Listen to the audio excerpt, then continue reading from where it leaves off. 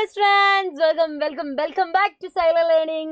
മിസ്സിന്റെ മക്കളെ എല്ലാവരും റെഡി ആയി നിൽക്കല്ലേ? നമ്മുടെ ക്ലാഷ് കൂട്ടിലേക്ക് എല്ലാവർക്കും സ്വാഗതം. അടിപൊളിയായിട്ടും റെഡി ആയിട്ടും സെറ്റ് ആയിട്ടും നിൽക്കാന്ന് മിസ്സിന് മനസ്സിലായി. അപ്പൊ ദാ നമ്മൾ എങ്ങോട്ട് പോവാണ്? യെസ്, എങ്ങോട്ടാണ് നമ്മൾ പോകുന്നത്? നമ്മുടെ ക്ലാഷ് കൂട്ടിലേക്കാണ്. നമ്മുടെ എക്സാമും കാര്യങ്ങളൊക്കെ ദാ അടുക്കാനായി. അപ്പൊ ഇന്ന് നമ്മൾ ഇമ്പോർട്ടന്റ് ആയിട്ടുള്ള എല്ലാ ചാപ്റ്റേഴ്സും ഓർഡർ ബൈ ആയിട്ടാണ് പറഞ്ഞത്. സോ ഫസ്റ്റ് 8 ചാപ്റ്റേഴ്സ് ഇന്ന് നമ്മൾ എന്ത് ചെയ്യും? അടിപൊളിയായിട്ട് റിവിഷൻ നടത്തും. അതിനുശേഷം നെക്സ്റ്റ് സെക്ഷനും കൂടെ മക്കൾക്ക് ഉണ്ടായിരിക്കും. ആ സെക്ഷനിൽ ബാക്കി റിമൈനിങ് ചാപ്റ്റേഴ്സ് നമ്മൾ നോക്കും. 18 ചാപ്റ്റേഴ്സ് ആണ് നമ്മുടെ പൊളിറ്റിക്കൽ സയൻസിൽ +2 നമുക്ക് പഠിക്കാനുള്ളത്. അപ്പൊ എല്ലാവരും റെഡി ആയിട്ടും സെറ്റ് ആയിട്ടും അടിപൊളിയായിട്ടും പവർ ആയിട്ടും നിൽക്കല്ലേ? അങ്ങനെയാണെങ്കിൽ ഒന്ന് വേഗം കമന്റ് അയച്ചേ, മിസ് ഞാൻ റെഡി ആണെന്ന് പറഞ്ഞിട്ട് ഒന്ന് ഫയറൊക്കെ ഒന്ന് കത്തിച്ച് റെഡിയായി നിന്നേ, സെറ്റായി നിന്നേ. റെഡിയല്ലേ എല്ലാവരും? അപ്പൊ നമുക്ക് തുടങ്ങാം. നമ്മളെ ഫസ്റ്റ് ചാപ്റ്റർ എന്ന് പറയുന്നത് challenges of nation building. Miss എപ്പോഴും പറയാറുണ്ട് ഈ ഒരു ചാപ്റ്റർ വളരെ ഇമ്പോർട്ടന്റ് ആയിട്ടുള്ള ചാപ്റ്റർ ആണ്. ഈ ഒരു പാഠഭാഗത്തിൽ നമുക്ക് എന്തൊക്കെ കാര്യങ്ങളാണ് പഠിക്കാനുള്ളത്? ഒരു രാഷ്ട്രം ബിൽഡ് ചെയ്യുന്ന സമയത്ത്, ഒരു രാജ്യം എന്ത് ചെയ്യാണ്? ബിൽഡ് ചെയ്യാലേ, ആ സമയത്ത് ഫേസ് ചെയ്യേണ്ടി വന്ന, നേരിടേണ്ടി വന്ന വെല്ലുവിളികളാണ് നമ്മളിവിടെ നോക്കുന്നത്. So I ready? എന്റെ മക്കള് റെഡി അല്ലേ? ഒന്ന് കമന്റ് ചെയ്തോളൂ കേട്ടോ. മിസ് ഞാൻ റെഡിയാണ്, അടിപൊളിയായിട്ട് നിൽക്കാന്നൊക്കെ പറഞ്ഞ് ഒന്ന് കമന്റ് ചെയ്യാട്ടോ. അപ്പൊ ദാ നമ്മൾ തുടങ്ങുകയാണ് മക്കളെ. ഇവിടെ ഒന്ന് നോക്കിക്കേ, ന്യൂലി ഇൻഡിപെൻഡന്റ് ഇന്ത്യ. ഇന്ത്യ എന്താ പുതുതായിട്ട് ഫോം ചെയ്യാൻ പോവാ. ഇത്രയും കാലത്തോളം ബ്രിട്ടീഷ് ഇന്ത്യ ആയിരുന്നു. അങ്ങനെ ഇന്ത്യ ഫോം ചെയ്യുന്ന സമയത്ത് നമ്മൾ പ്രധാനമായും ഫേസ് ചെയ്തൊരു പ്രശ്നം എന്തായിരിക്കും? To build the nation build ചെയ്യുക എന്നൊരു പ്രശ്നം നമ്മൾ നേരിടുന്നു. പ്രശ്നം ഇൻ ദ സെൻസ് നമുക്കതൊരു തലവേദനയായിട്ടല്ല, പക്ഷെ ഒരു വെല്ലുവിളി തന്നെയായിരുന്നു അല്ലെ. ദെൻ പിന്നെ എന്തായിരുന്നു ഫേസ് ചെയ്തത്? ഒരു ഡെമോക്രാറ്റിക് ഗവൺമെന്റ് ബിൽഡ് ചെയ്യുക, എസ്റ്റാബ്ലിഷ് ചെയ്യുക, ഒരു ജനാധിപത്യ രാജ്യം ബിൽഡ് ചെയ്യുക. അതേപോലെ തന്നെ സോഷ്യൽ ആയാലും എക്കണോമിക്കലി ആയാലും ഡെവലപ്മെന്റ് ഉണ്ടാവുക. ഇത് 3 ഇന്ത്യ ഫേസ് ചെയ്തിട്ടുള്ള ചാലഞ്ചസുകളായിരുന്നു. ഇവിടെ നോക്കിക്കേ, നാഷൻ ബിൽഡ് ചെയ്യുന്ന സമയത്ത് എന്തൊക്കെ പ്രോബ്ലംസ് ആണ് നമ്മൾ ഫേസ് ചെയ്യേണ്ടി വന്നതെന്നാണ് നമ്മൾ ഡിസ്കസ് ചെയ്യാൻ പോകുന്നത്. മക്കളെ, പാർട്ടീഷൻ വളരെ പ്രധാനപ്പെട്ട ഒരു പ്രശ്നമായിരുന്നു. The displacement and rehabilitation. ഇവിടെ എന്താ പറയുന്നത്? മുസ്ലിം ലീഗ് 2 നേഷൻ തിയറി കൊണ്ടുവന്നു. 2 നേഷൻ തിയറി അറിയുന്നത് ഇന്ത്യക്ക് സ്വാതന്ത്ര്യം കിട്ടിയപ്പം ഇന്ത്യ മാത്രമല്ല ഇവിടെ സ്വാതന്ത്ര്യം നേടിപ്പോയത്, ആരുകൂടെ? പാകിസ്ഥാനും എന്ത് ചെയ്തു? സ്വാതന്ത്ര്യം കിട്ടുന്ന ഒരു രീതിയിലായി. ഇവിടെ നോക്കിക്കേ മക്കളെ, it mention that India consist of 2 people. 2 nation theory എന്ന് പറയുന്നത് ഇന്ത്യയിൽ എന്താ 2 പീപ്പിൾ ഉണ്ട്. ആരൊക്കെയാ ഉള്ളതടാ? ഹിന്ദുക്കളും മുസ്ലിംസുകളും. അവര് ഡിമാൻഡ് ചെയ്തത് എന്തായിരുന്നു? മുസ്ലിംസിന് വേണ്ടിയിട്ട് ഒരു സെപ്പറേറ്റ് ആയിട്ടുള്ള എന്ത് വേണമെന്ന്? സ്റ്റേറ്റ് വേണമെന്ന് ഡിമാൻഡ് ചെയ്തു. സോ ഇന്ത്യൻ നാഷണൽ കോൺഗ്രസ് ഇതിന് എഗെയിൻസ്റ്റ് ആയിട്ടായിരുന്നു. ഒരിക്കലും ഇന്ത്യ വിഭജിക്കുന്നതിന് ഇന്ത്യൻ നാഷണൽ കോൺഗ്രസ് സപ്പോർട്ട് ചെയ്തിരുന്നില്ല. നമ്മൾ ഒന്നായിട്ട് പോകണമെന്നായിരുന്നു ഇന്ത്യൻ നാഷണൽ കോൺഗ്രസ് പറഞ്ഞിട്ടുണ്ടായിരുന്നത്. Pakistan was form by support of the British government. പക്ഷെ ബ്രിട്ടീഷുകാരെന്ത് ചെയ്തു? ബ്രിട്ടീഷുകാരുടെ സപ്പോർട്ടോടുകൂടെ പാകിസ്ഥാൻ എന്ന് പറയുന്ന ഒരു മുസ്ലിം നാഷൻ എന്ത് ചെയ്യാണ്? ഒരു മുസ്ലിം കൺട്രി ഫോം ചെയ്യുന്നു. സോ ഈ ഒരു പാർട്ടീഷന് പ്രോസസ് എന്ന് പറയുകയാണെങ്കിൽ ഒരുപാട് പ്രോബ്ലംസ്, ഒരുപാട് പ്രശ്നങ്ങൾ ഈ വിഭജനവുമായിട്ട് നമ്മൾ ഫേസ് ചെയ്യേണ്ടി വന്നിരുന്നു. അതായത് ഇന്ത്യയിൽ ഒരു സ്ഥലത്തും മക്കൾ ഒരു single belt of Muslim majority, അതിൽ ഒരു single belt of Muslim majority നമുക്ക് എവിടെയും കാണാൻ സാധിച്ചിട്ടുണ്ടായിരുന്നില്ല. അതേപോലെ തന്നെ എന്താണ്, എല്ലാ മുസ്ലിംസിനും നമ്മുടെ പാകിസ്ഥാന്റെ ഭാഗമാണെന്ന് അവർ നിർബന്ധം പിടിച്ചിട്ടും ഉണ്ടായിരുന്നില്ല. അവർ നിർബന്ധം പിടിക്കുകയൊന്നും ചെയ്തിട്ടുണ്ടായിരുന്നില്ല. അതേപോലെ തന്നെ എന്താണ്, even in the Muslim majority province like Bengal, Punjab, അവിടെ എന്താണ് മുസ്ലിം മെജോറിറ്റി ഉള്ള സ്ഥലങ്ങളായിട്ടുണ്ടായിരുന്ന, എവിടെ മുസ്ലിം മെജോറിറ്റി പ്രൊവിൻസുകളായിട്ടുണ്ടായിരുന്ന ബംഗാളിലും പഞ്ചാബിലൊക്കെ നോൺ മുസ്ലിംസുകളും ഒരുപാട് ഉണ്ടായിരുന്നു. അതേപോലെ തന്നെ മൈനോറിറ്റീസ് എന്ത് ചെയ്തു? 2 സൈഡിലും, പാകിസ്ഥാൻ ബോർഡറിലായാലും ഇന്ത്യൻ ബോർഡറിലായാലും ഒരുപാട് പ്രശ്നങ്ങൾ അവർ ഫേസ് ചെയ്തുകൊണ്ടിരുന്നു. അവരോട് ചോദിക്കും, പാകിസ്ഥാനിൽ പോയിട്ടുണ്ടെങ്കിൽ അവിടെ ഹിന്ദുക്കൾക്കും, ഇന്ത്യയിൽ വന്നിട്ടുണ്ടെങ്കിൽ മുസ്ലിംസിനും പ്രശ്നങ്ങൾ. അതായത് ഇന്ത്യയിൽ എല്ലായിടത്തും എന്നല്ല പറഞ്ഞത്, ചില ബോർഡറിൽ എന്താണ് ഇങ്ങനെ പല പ്രശ്നങ്ങളും നേരിടാൻ തുടങ്ങി. ഈ പാർട്ടീഷനെ കൊണ്ട് നമുക്ക് ഉണ്ടായിട്ടുള്ള കോൺസിക്വൻസ് നമ്മൾ നോക്കുകയാണെങ്കിൽ ഒരു ട്രാജിക് നമ്പർ ഓഫ് ആളുകൾ എന്ത് ചെയ്യേണ്ടി വന്നു, പോപ്പുലേഷന് ട്രാൻസ്ഫർ ചെയ്യേണ്ടി വന്നു. ഒരുപാട് ആളുകൾ മരണപ്പെട്ടു, ഒരുപാട് പെൺകുട്ടികൾ സ്ത്രീകളെയൊക്കെ റേപ്പ് ചെയ്തു.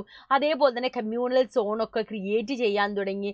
അതേപോലെ ആളുകളെ ഫോഴ്സ്ഫുള്ളി എന്താണ് ഓരോ മതത്തിലേക്ക് കൺവേർട്ട് ചെയ്യുക, കല്യാണം കഴിപ്പിക്കുക എന്ന രീതിയിൽ വന്നു. Large number of children often, ഒരുപാട് കുട്ടികൾ എന്ത് ചെയ്തു, അനാഥരായി പോകുന്ന സിറ്റുവേഷൻ ഒക്കെ എന്ത് കാരണം ഉണ്ടായി, എന്ത് കാരണം മക്കളെ ഉണ്ടായി, നമ്മുടെ ഈ ഒരു പാർട്ടീഷൻ കാരണം ഉണ്ടായി. ആൻഡ് ഇത് ഫസ്റ്റ് നമ്മൾ ഫേസ് ചെയ്ത ഒരു ഇഷ്യൂ ആണ്. പിന്നെ നമ്മൾ ഫേസ് ചെയ്ത ഒരു നാഷൻ ബിൽഡ് ചെയ്യുമ്പോൾ നമ്മൾ ഫേസ് ചെയ്ത രണ്ടാമത് ഇഷ്യൂ എന്ന് പറഞ്ഞാൽ ഇന്റഗ്രേഷൻ ഓഫ് പ്രിൻസ്ലി സ്റ്റേറ്റ്. നമുക്കറിയാം ബ്രിട്ടീഷുകാരുടെ ഭരണ സമയത്ത്, ബ്രിട്ടീഷുകാർ ഇന്ത്യ ഭരിക്കുന്ന സമയത്ത് ഓരോ പ്രിൻസ്ലി സ്റ്റേറ്റുകളായിരുന്നു, നാട്ടുരാജ്യങ്ങളായിട്ട് ആയിരുന്നു ഉണ്ടായിരുന്നത്. അവിടെ എന്താണ്, ഒരു ഭരണാധികാരി ഉണ്ടാവും, അവരായിരിക്കും കാര്യങ്ങളൊക്കെ തീരുമാനിക്കുന്നത്. എന്നിട്ട് ബ്രിട്ടീഷുകാർക്ക് ടാക്സ് കൊടുക്കുന്ന രീതിയിലായിരുന്നു ഉണ്ടായിരുന്നത്. അപ്പൊ ബ്രിട്ടീഷുകാർ ഇവിടുന്ന് പോകുന്ന സമയത്ത് അവരെന്ത് ചെയ്തു, നമ്മൾ എരുതിയിൽ എണ്ണ ഒഴിക്കുക എന്ന് പറഞ്ഞാൽ അവരൊരു കാര്യം പറഞ്ഞിട്ടാ പോയത്, നിങ്ങൾക്ക് ഇന്ത്യയുടെ ഭാഗം ചേരാം, പാകിസ്ഥാന്റെ ഭാഗം ചേരാം, അല്ലെങ്കിൽ സ്വതന്ത്രമായി നിലനിൽക്കാം. അപ്പൊ എന്താ സംഭവിക്കുന്നത്, ഡയറക്ട്ലി എന്താ സംഭവിക്കുന്നത്, ഇവര് ഒരുപാട് ആളുകൾ നമ്മൾ ഒറ്റക്ക് നിന്നോളാ എന്ന് പറഞ്ഞു. ഒരുപാട് ആളുകൾ എന്ത് ചെയ്യാ, ഞങ്ങൾ ഒറ്റക്ക് നിന്നോളാന്ന് പറഞ്ഞു. അങ്ങനെ പല ആളുകളും after the independence 565 princely state would become a legally independent. 565ഓളം പ്രിൻസ്ലി സ്റ്റേറ്റ് എന്താ, അവരും എന്ത് ചെയ്തു, ഇൻഡിപെൻഡന്റ്. അവർക്ക് 3 ഓപ്ഷൻസ് ആയിരുന്നു ഉണ്ടായിരുന്നത്. ഇന്ത്യയുമായിട്ട് ജോയിൻ ചെയ്യുക, പാകിസ്ഥാനായിട്ട് ജോയിൻ ചെയ്യുക, അല്ലെങ്കിൽ ഇൻഡിപെൻഡന്റ് സ്റ്റേറ്റ് ആയിട്ട് നിലനിൽക്കാം.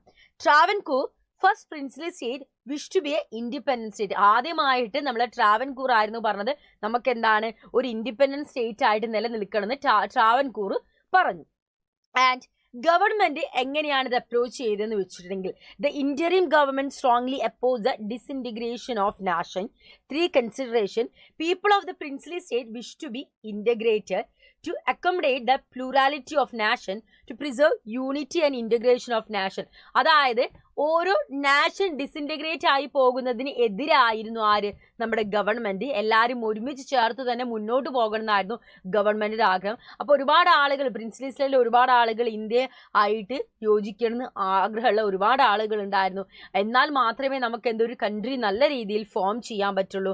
അതിന് വേണ്ടിയിട്ട് ഇനീഷ്യേറ്റീവ് എടുത്തത് നമ്മുടെ Sardar Vallabhbhai പട്ടേലാണ്.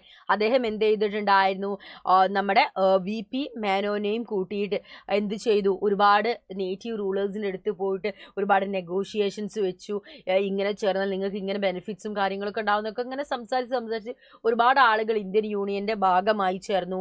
The rulers of ആ സമയത്ത് നമ്മുടെ ജുനഗഡ്, ഹൈദരാബാദ്, കാശ്മീർ, മണിപ്പൂർ ഇവരൊന്നും എന്താണ് ഇൻസ്ട്രുമെന്റ് ഓഫ് അസഷൻ എന്ന് പറഞ്ഞാൽ ഇന്ത്യൻ യൂണിയനിൽ ചേരാൻ ഞങ്ങൾ തയ്യാറാണെന്ന് പറഞ്ഞിട്ട് ഒപ്പുവെക്കുന്നതിനാണ് ആ ഒരു കരാറാണ് ഇൻസ്ട്രുമെന്റ് ഓഫ് അസഷൻ.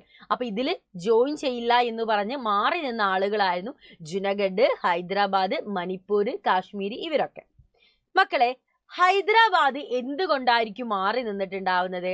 ആ സമയത്തെ 565 പ്രിൻസ്ലി സ്റ്റേറ്റിലെ നാട്ടുരാജ്യങ്ങളിലെ ഏറ്റവും വലിയ നാട്ടുരാജ്യമാണ്, ലാർജസ്റ്റ് ആയിട്ടുള്ള നാട്ടുരാജ്യമാണ് ഹൈദരാബാദ് എന്ന് പറയുന്നത്. അതേപോലെ തന്നെ അവിടുത്തെ ആ സ്റ്റേറ്റിലെ റൂളറെ നിസാം എന്നാണ് വിളിച്ചിട്ടുണ്ടായിരുന്നത്. അവിടെ ഒരു പാരാമിലിറ്ററി റസാക്കേഴ്സ് എന്ന പേരിൽ ഒരു പാരാമിലിറ്ററി ഫോഴ്സും ഉണ്ടായിരുന്നു. To retain Hyderabad as a independent state. അവർക്കൊരു ഇൻഡിപെൻഡന്റ് ആയിട്ടുള്ള സ്റ്റേറ്റ് ആയിട്ട് ഹൈദരാബാദിനെ, കൺട്രിയാണ് ഉദ്ദേശിക്കുന്നത്, നിലനിർത്തണമായിരുന്നു കേട്ടോ. അപ്പൊ അവരെല്ലാവരും എന്താണ്, സബ്ജക്ട്സ് വോ അഗെയിൻസ്റ്റ് നിസാം. പ്രസി റൂൾ ആയിരുന്നു അദ്ദേഹത്തിന് ഉണ്ടായിരുന്നത്.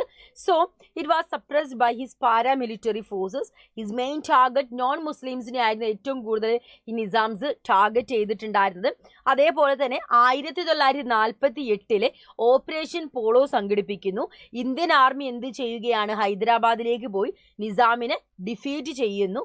അങ്ങനെ അവസാനം ഇൻസ്ട്രുമെന്റ് ഓഫ് അസഷനിൽ ഒപ്പുവെച്ചിട്ട് ആരുടെ ഭാഗമാവുകയാണ്, ഹൈദരാബാദ് ഇന്ത്യൻ യൂണിയന്റെ ഭാഗമാണ്. ഇന്ത്യൻ യൂണിയൻ ഇവിടെ പറയാൻ കാരണം മക്കളെ, ബ്രിട്ടീഷുകാർ ഭരിച്ചിരുന്ന സമയത്ത് ബ്രിട്ടീഷ് ഇന്ത്യ എന്നാണ് നമ്മൾ വിളിക്കുക. അപ്പം ഇന്ത്യ ഒരു യൂണിയൻ ആയിട്ട് മാറുക, അതൊരു രാജ്യമായിട്ട് മാറുന്ന ആ ഒരു പ്രോസസ്സാണ്. അതുകൊണ്ടാണ് നമ്മുടെ ഇന്ത്യൻ യൂണിയൻ എന്ന് പറയുന്നത് കേട്ടോ. ഓക്കെ, അങ്ങനെ ഹൈദരാബാദ് എന്ത് ചെയ്തു, നമ്മുടെ ഇന്ത്യൻ യൂണിയന്റെ ഭാഗമായി. അപ്പൊ ഇതുവരെ മക്കളെ ക്ലിയർ ആണോ? ഒന്ന് വേഗം കമന്റ് ചെയ്തേ. ഇതുവരെ പറഞ്ഞ കാര്യങ്ങൾ ക്ലിയർ ആണോ? സെറ്റ് അല്ലേ? ക്ലിയർ അല്ലേ? ഓക്കെ അല്ലേടാ? അങ്ങനെ ജുനഗഡിലേക്ക് നമ്മൾ വരുന്ന സമയത്ത് through the policy of referendum, the rulers of Junagadh signed the instrument of accession. അവരും എന്ത് ചെയ്തിട്ടുണ്ടായിരുന്നു? Instrument of അസെഷനിൽ ഒപ്പുവെച്ചിട്ടുണ്ടായിരുന്നു. റെഫറൻഡിലെ പോളിസിയിലൂടെ അവരെന്ത് ചെയ്യാണ്? ഒപ്പുവെക്കുകയാണ്. മണിപ്പൂരിലേക്ക് നമ്മൾ നോക്കുന്ന സമയത്ത് Bodhachandra Singh the Manipur maharaja at the time of independence സമയത്ത് അവിടുത്തെ റൂളർ എന്ന് പറയുന്നത് ബോധചന്ദ്ര സിംഗ് ആയിരുന്നു. പീപ്പിൾ ഒപ്പോസ് ദ അസെഷന് പീപ്പിൾ എന്തായിരുന്നു? എതിരായിരുന്നു. അങ്ങനെ 1948 എന്ത് ചെയ്യാണ്? പബ്ലിക് പ്രഷറിനെ തുടർന്ന് ഒരു ജനറൽ ഇലക്ഷൻ മണിപ്പൂരിൽ കണ്ടക്ട് ചെയ്യുന്നു. Manipur the first region in India to hold the election universal adult franchise വെച്ച് ഇന്ത്യയിൽ ആദ്യമായിട്ട് ഇലക്ഷൻ നടന്നിട്ടുണ്ടായിരുന്ന എവിടെയാണ്? മണിപ്പൂരിലാണ്. Manipur become a constitutional monarchy. Manipur എന്തായി മാറി? ഒരു കോൺസ്റ്റിറ്റ്യൂഷണൽ മൊനാർക്കി ആയി മാറി. Except Congress all other parties were against the accession. Congress അല്ലാതെ ബാക്കി എല്ലാവരും എന്തായിരുന്നു? ഈ അസെഷന് എതിരായിരുന്നു. Diplomatic move of the central government Bodhachandra sign the instrument of accession. അങ്ങനെ സെൻട്രൽ ഗവൺമെന്റിന്റെ ഡിപ്ലോമാറ്റിക് മൂവ് കാരണം ബോധചന്ദ്ര സിംഗ് എന്ത് ചെയ്യാണ്?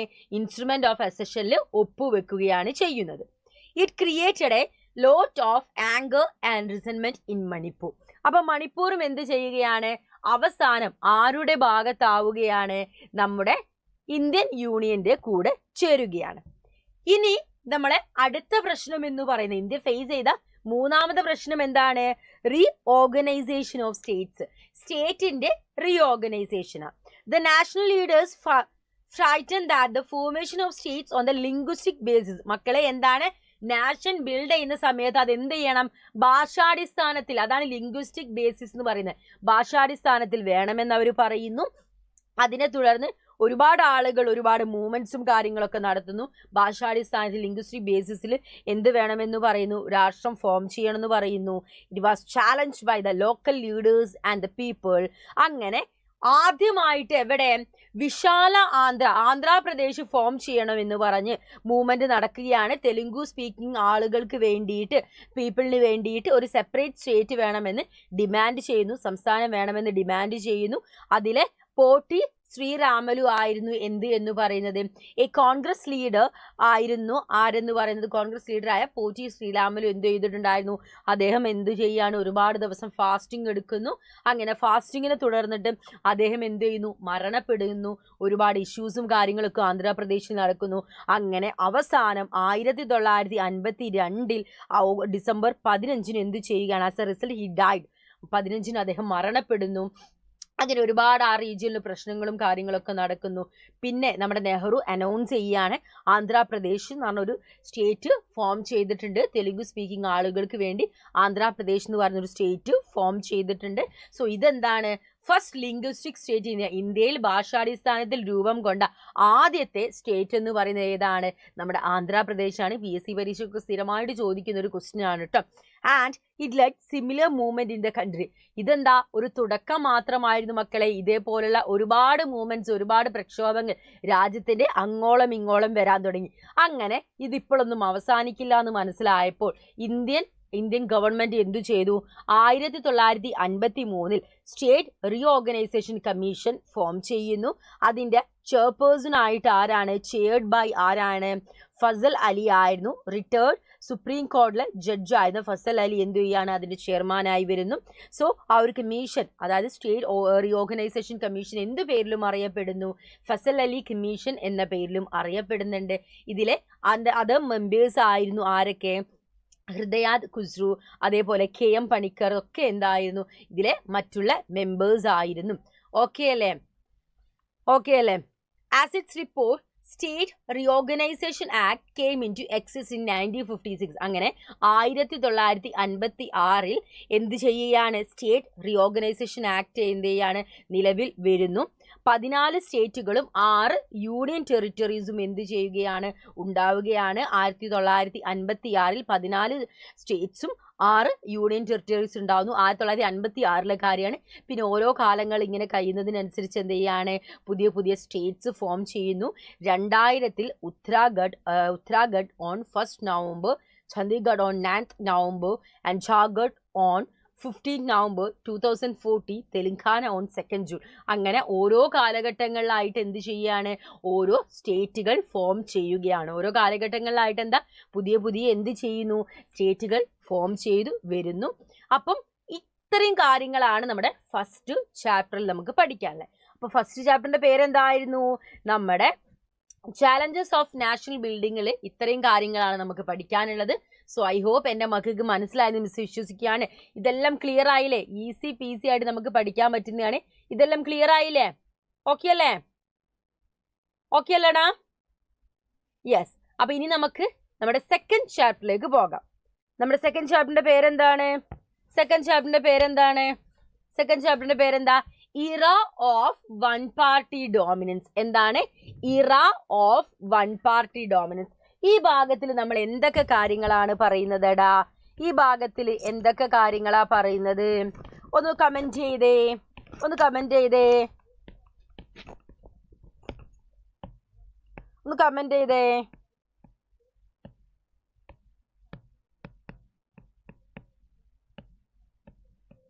അറിയോ ഇറ ഓഫ് വൺ പാർട്ടി ഡോമിനൻസ്? അപ്പൊ ഇവിടെ ആരെ കുറിച്ചാണ് നമ്മൾ പറയുന്നത്?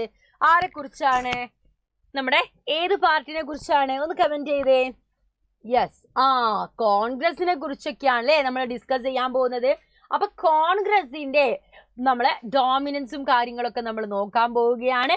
അപ്പൊ എന്റെ കുഞ്ഞുങ്ങളെല്ലാവരും റെഡി അല്ലേ? നമുക്ക് തുടങ്ങല്ലേ. Era of one party dominance. Challenges of building democracy. After the Second World War, most of the newly independent Asian African countries opted non-democratic government. മക്കളെ, സെക്കൻഡ് വേൾഡ് വാറിന് ശേഷം എല്ലാ ന്യൂലി ഇൻഡിപെൻഡന്റ് ആയുള്ള ഏഷ്യൻ ആഫ്രിക്കൻ കൺട്രീസ് ഓപ്റ്റ് ചെയ്തത് എന്തായിരുന്നു? Non democratic government ആയിരുന്നു അവർ opt ചെയ്തത്. ഡെമോക്രാറ്റിക് അല്ല, നോൺ ഡെമോക്രാറ്റിക് ഗവൺമെന്റ് ആണ്. Priority was given to the socio economic developments. അവർ കൂടുതൽ പ്രയോറിറ്റി കൊടുത്ത് എന്തായിരുന്നു? സോഷ്യോ എക്കണോമിക് ഡെവലപ്മെന്റ്സിനായിരുന്നു അവർ ഇമ്പോർട്ടൻസ് കൊടുത്തിട്ടുണ്ടായിരുന്നത്. And India opted a democratic form of government. India ആ സമയം ഓപ്റ്റ് ചെയ്ത് എന്തായിരുന്നു? ഒരു ഡെമോക്രാറ്റിക് ഗവൺമെന്റ് ആണ് ഇന്ത്യ ഓപ്റ്റ് ചെയ്തത്. ഇന്ത്യ ഓപ്റ്റ് ചെയ്തിട്ടുണ്ടായിരുന്നത്. Indian freedom struggle was deeply committed to democracy. മക്കളെ, തുടക്കത്തിൽ തന്നെ എന്ത് സംഭവിച്ചിട്ടുണ്ട്? നമ്മള് ഫ്രീഡം സ്ട്രഗിൾ നടക്കുന്ന സമയത്ത് തന്നെ ഇന്ത്യ ഡെമോക്രസിയുമായിട്ട് വളരെയധികം കമ്മിറ്റഡ് ആയിരുന്നു. ആ സമയത്ത് തന്നെ ഇന്ത്യൻ ലീഡേഴ്സ് ഒക്കെ വാക്ക് പറഞ്ഞിട്ടുണ്ടായിരുന്നു, നമ്മൾ ഒരു ഡെമോക്രാറ്റിക് ഗവൺമെന്റ് ആയിരിക്കും ഫോം ചെയ്യുക. ജനങ്ങളാൽ തിരഞ്ഞെടുക്കപ്പെടുന്ന ജനങ്ങളുടെ ഭരണ സമ്പ്രദായം മാത്രമേ നടപ്പിലാവുള്ളൂ എന്ന് പറഞ്ഞിരുന്നു. സ്വാതന്ത്ര്യം കിട്ടിയതിന് ശേഷവും ഇന്ത്യ എന്ത് ചെയ്തിരുന്നു? ഈ വാക്ക് തന്നെയാണ് പാലിച്ചിട്ടുണ്ടായിരുന്നത്. അങ്ങനെ 1952 ആദ്യത്തെ ഫസ്റ്റ് ജനറൽ ഇലക്ഷൻ ഇന്ത്യയിൽ നടക്കുകയാണ്. ഇലക്ഷൻ കമ്മീഷൻ എന്ത് ചെയ്യുന്നു? 1950 ഫോം ചെയ്യുന്നു. ഇലക്ഷൻ കമ്മീഷൻ എന്താണ്? ഒരു ഇൻഡിപെൻഡന്റ് ബോഡിയാണ്. ആർട്ടിക്കിൾ 324 ഇന്ത്യൻ കോൺസ്റ്റിറ്റ്യൂഷനിലെ ആർട്ടിക്കിൾ 324 ഇലക്ഷൻ കമ്മീഷനെ കുറിച്ച് പ്രതിപാദിക്കുന്നത്. ആൻഡ് പിന്നെ എന്തൊക്കെയാ പറയുന്നത്? It supervises. ഇലക്ഷൻ കമ്മീഷന്റെ ഡ്യൂട്ടി എന്താണ്? സൂപ്പർവൈസ് ചെയ്യും, ഡയറക്റ്റ് ചെയ്യും, കൺട്രോൾ ചെയ്യും, ഇലക്ടോറൽ ലോൾ പ്രിപ്പയർ ചെയ്യും, അതേപോലെ തന്നെ ഇലക്ഷൻ കണ്ടക്ട് ചെയ്യും. ഈ ഡ്യൂട്ടി ഒക്കെ ആർക്കാണ്? ഇലക്ഷൻ കമ്മീഷന് ഉള്ളതാണ്. അതേപോലെ ഇന്ത്യയിലെ ആദ്യത്തെ first election commission of India എന്ന് പറയുന്നത് ആരാണ്? നമ്മുടെ സുകുമാർ സെൻ ആണ്. ആൻഡ് ഇവിടെ മക്കളെ നോക്കിക്കേ, election preparation prior to the first general election. So ആദ്യം ഇവർ ചെയ്തത് എന്താണ്? കോൺസ്റ്റിറ്റ്യുവൻസീസ്, നിയോജക മണ്ഡലങ്ങൾ ഫോം ചെയ്യുക, ഫോർമേഷൻ ഓഫ് കോൺസ്റ്റിറ്റ്യുവൻസീസ്. രണ്ടാമത്തേത് വോട്ടേഴ്സ് ലിസ്റ്റ് പ്രിപ്പയർ ചെയ്യണം. നമ്മുടെ യൂണിവേഴ്സൽ ആയിട്ട് ഫ്രാഞ്ചൈസ് ആണ്, 18 വയസ്സിന് മുകളിലുള്ള ആളുകളാണ്. അപ്പൊ അതൊക്കെ എന്ത് ചെയ്യണം? അത് കൃത്യമായിട്ട് റെഡിയാക്കണം. ടു എൻഷുർ പീപ്പിൾ പാർട്ടിസിപ്പേഷൻ, ആളുകളുടെ പാർട്ടിസിപ്പേഷൻ ഉറപ്പുവരുത്തണം. അതേപോലെ തന്നെ ടു അറേഞ്ച് മെഷീനറീസ് ഓഫ് ഇലക്ഷനുമായിട്ട് റിലേറ്റ് ചെയ്തുള്ള മെഷീനറീസ് അലോട്ട് ചെയ്യണം. ഈ ജോലി അറേഞ്ച് ചെയ്യണം. ഈ ജോലിയൊക്കെ ആർക്കായിരുന്നു? ഇലക്ഷൻ കമ്മീഷൻ ആയിരുന്നു ഉണ്ടായിരുന്നത്. And Congress dominance in the first 3 general election. മക്കളെ ആദ്യത്തെ 3 ജനറൽ ഇലക്ഷനിൽ നമുക്ക് ആരുടെ ഒരു ഡോമിനൻസ് കാണാം? കോൺഗ്രസിന്റെ ഡോമിനൻസ് കാണാം. അതായത് 1952, 57, 62 കാലഘട്ടത്തിൽ കോൺഗ്രസിന്റെ ഡോമിനൻസ് നമുക്ക് കാണാം. സോ ഇതിനെയാണ് നമ്മൾ വൺ പാർട്ടി ഡോമിനൻസ് പറയുന്നത്. ഇറ ഓഫ് വൺ പാർട്ടി ഡോമിനൻസ്. അതായത് 3 ഇലക്ഷനിലും ആര് വരികയാണ്? കോൺഗ്രസ് തന്നെ വരികയാണ് ചെയ്യുന്നത്. സോ കോൺഗ്രസിന് എന്തുകൊണ്ടായിരിക്കും ഇത്തരത്തിലൊരു ഡോമിനൻസ് നമുക്ക് കിട്ടിയിട്ടുണ്ടായിരിക്കാം? ഒബ്വിയസ്ലി നമുക്ക് പറയാം നാഷണൽ മൂവ്മെന്റ് ഒരു ഇൻഹെറിറ്റൻസ് ഉണ്ട്. അതേപോലെ തന്നെ വെൽ ഓർഗനൈസ് ചെയ്തിട്ടുള്ള പാർട്ടിയാണ്. ലീഡേഴ്സ് നമ്മുടെ ജവഹർലാൽ നെഹ്റുവിനെ പോലെ ഒരുപാട് ചെറിസ്മാറ്റിക് ലീഡേഴ്സ് ഒക്കെ എവിടെ ഉണ്ടായിരുന്നു? കോൺഗ്രസ് പാർട്ടിയിൽ ഉണ്ടായിരുന്നു. സോ ഈ ഒരു റീസൺ, സോ ദാറ്റ് റീസൺ കൊണ്ടാണ് എന്താണ് നമ്മുടെ കോൺഗ്രസ് പാർട്ടിക്ക് ആ ഒരു 3 ജനറൽ ഇലക്ഷനും ഡോമിനൻസ് ഉണ്ടായിരുന്നത്.